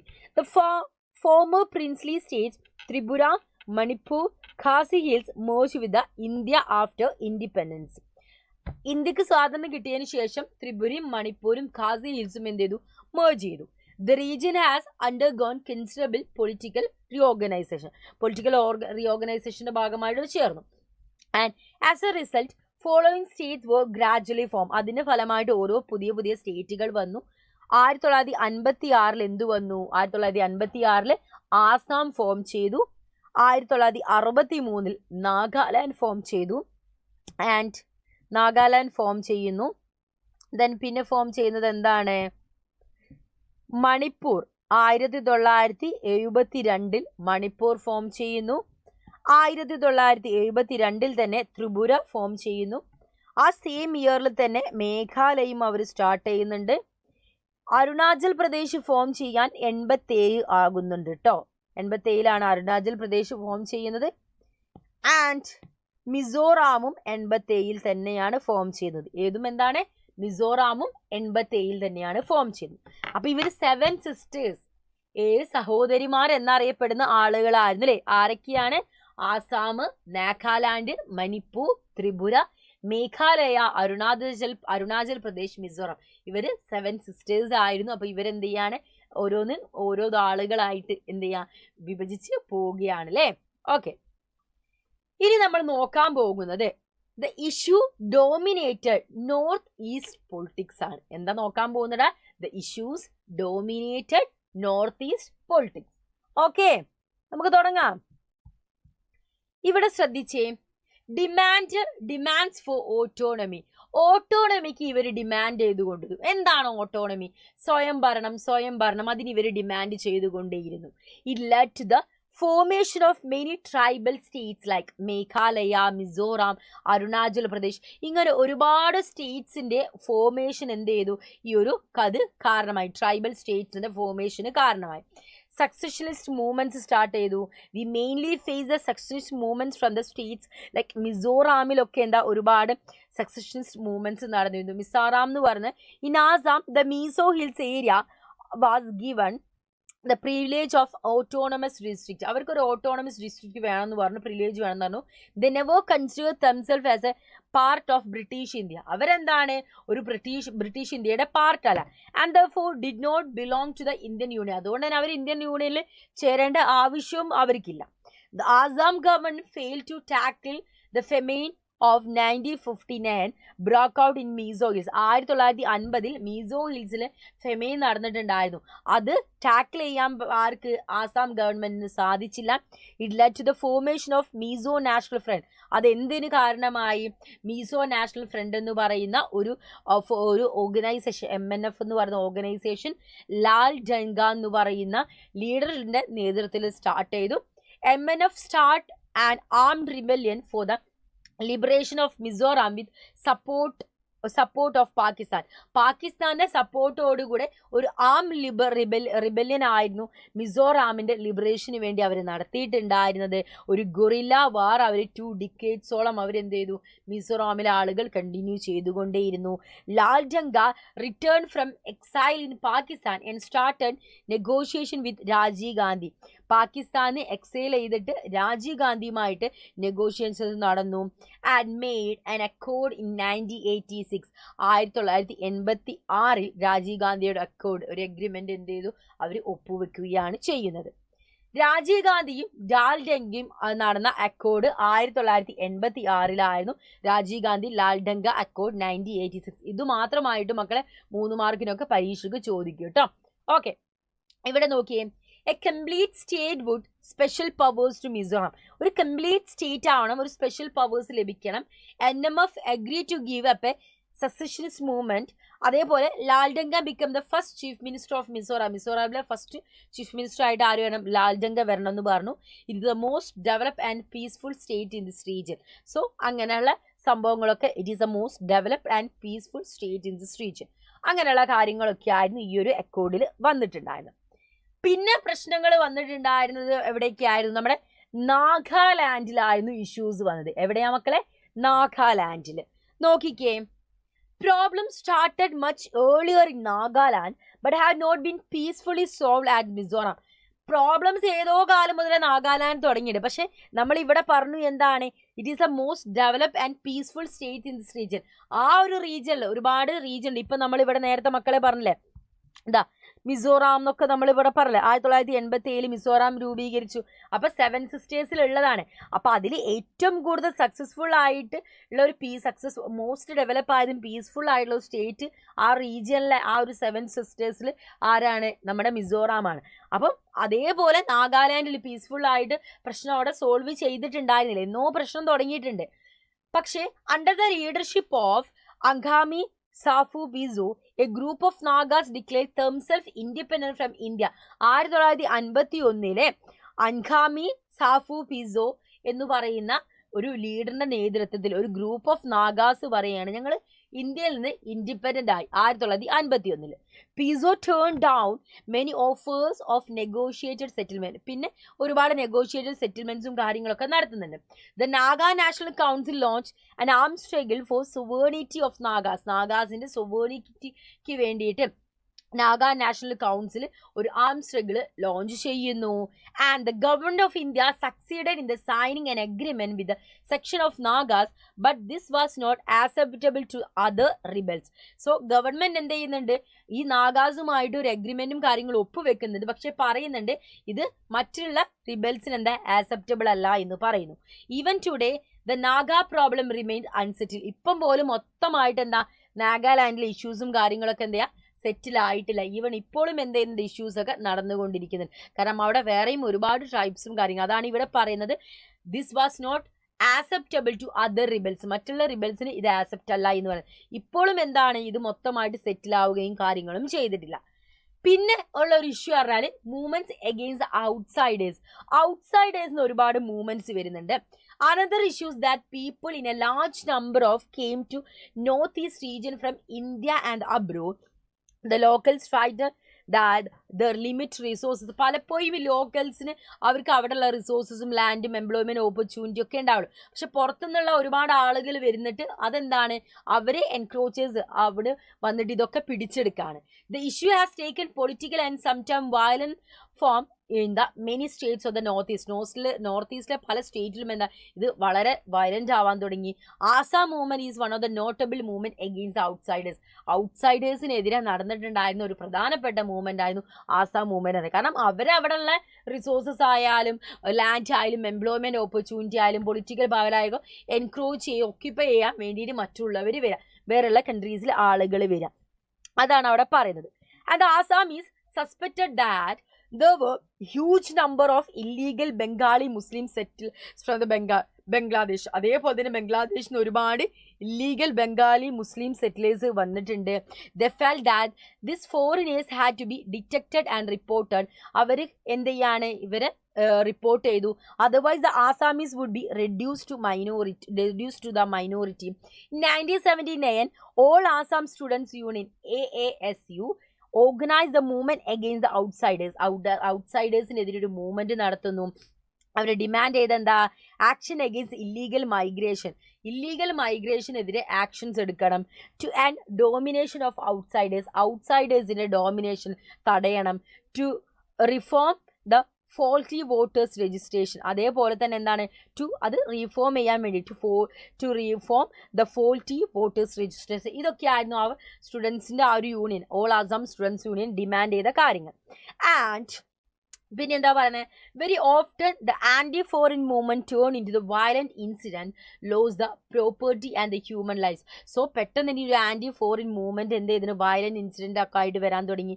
After 6 years of turmoil, the Rajiv Gandhi led government entered into negotiation with the AAC union. അങ്ങനെ ഒരുപാട് വർഷത്തോളം ഈ പ്രശ്നങ്ങൾ നടന്ന് അവസാനം രാജീവ് ഗാന്ധി എന്ന AAC, അത് ഓൾ ആസാം സ്റ്റുഡൻസ് യൂണിയനിലെ ലീഡേഴ്സുമായിട്ട് എന്ത് ചെയ്തു, ചർച്ചയ്ക്ക് ഇരിക്കുന്നു. ദെൻ പിന്നെ എന്ത് സംഭവിക്കുന്നു, ചർച്ചയ്ക്ക് ഇരിക്കുന്നു. And in accord was sign. അങ്ങനെ 1985 ഒരു അക്കോർഡ് സൈൻ ചെയ്യുന്നു.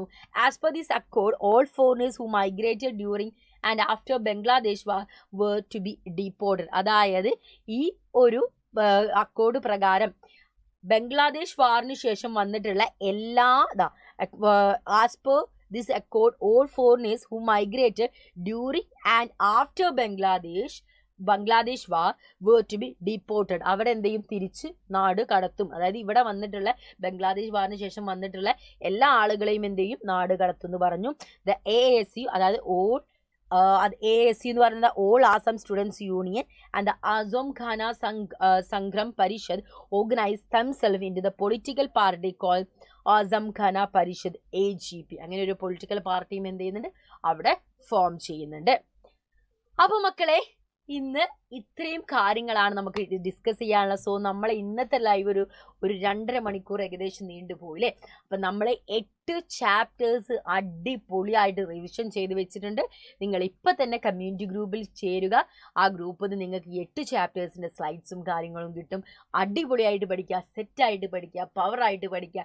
ഇനി നമ്മൾ വരുന്ന സമയത്ത് 8 ചാപ്റ്റേഴ്സ് അല്ല 10 ചാപ്റ്റേഴ്സ് നമുക്ക് ഡിസ്കസ് ചെയ്യാണ്ട് ടോട്ടൽ 18 ചാപ്റ്റേഴ്സാണ് പരീക്ഷയ്ക്കുള്ളത്. ആ 10 ചാപ്റ്റേഴ്സുമായിട്ട് നമുക്ക് വീണ്ടും കണ്ടുമുട്ടാം. അപ്പം അതുവരേക്കും ക്ലാസ്സിനെ കുറിച്ച് എന്തെങ്കിലും ഡൗട്ട്സോ കാര്യങ്ങളൊക്കെ ഉണ്ടെങ്കിൽ കമൻറ്റ് ബോക്സിൽ ചോദിക്കാൻ വേണ്ടി മറക്കരുത് കേട്ടോ.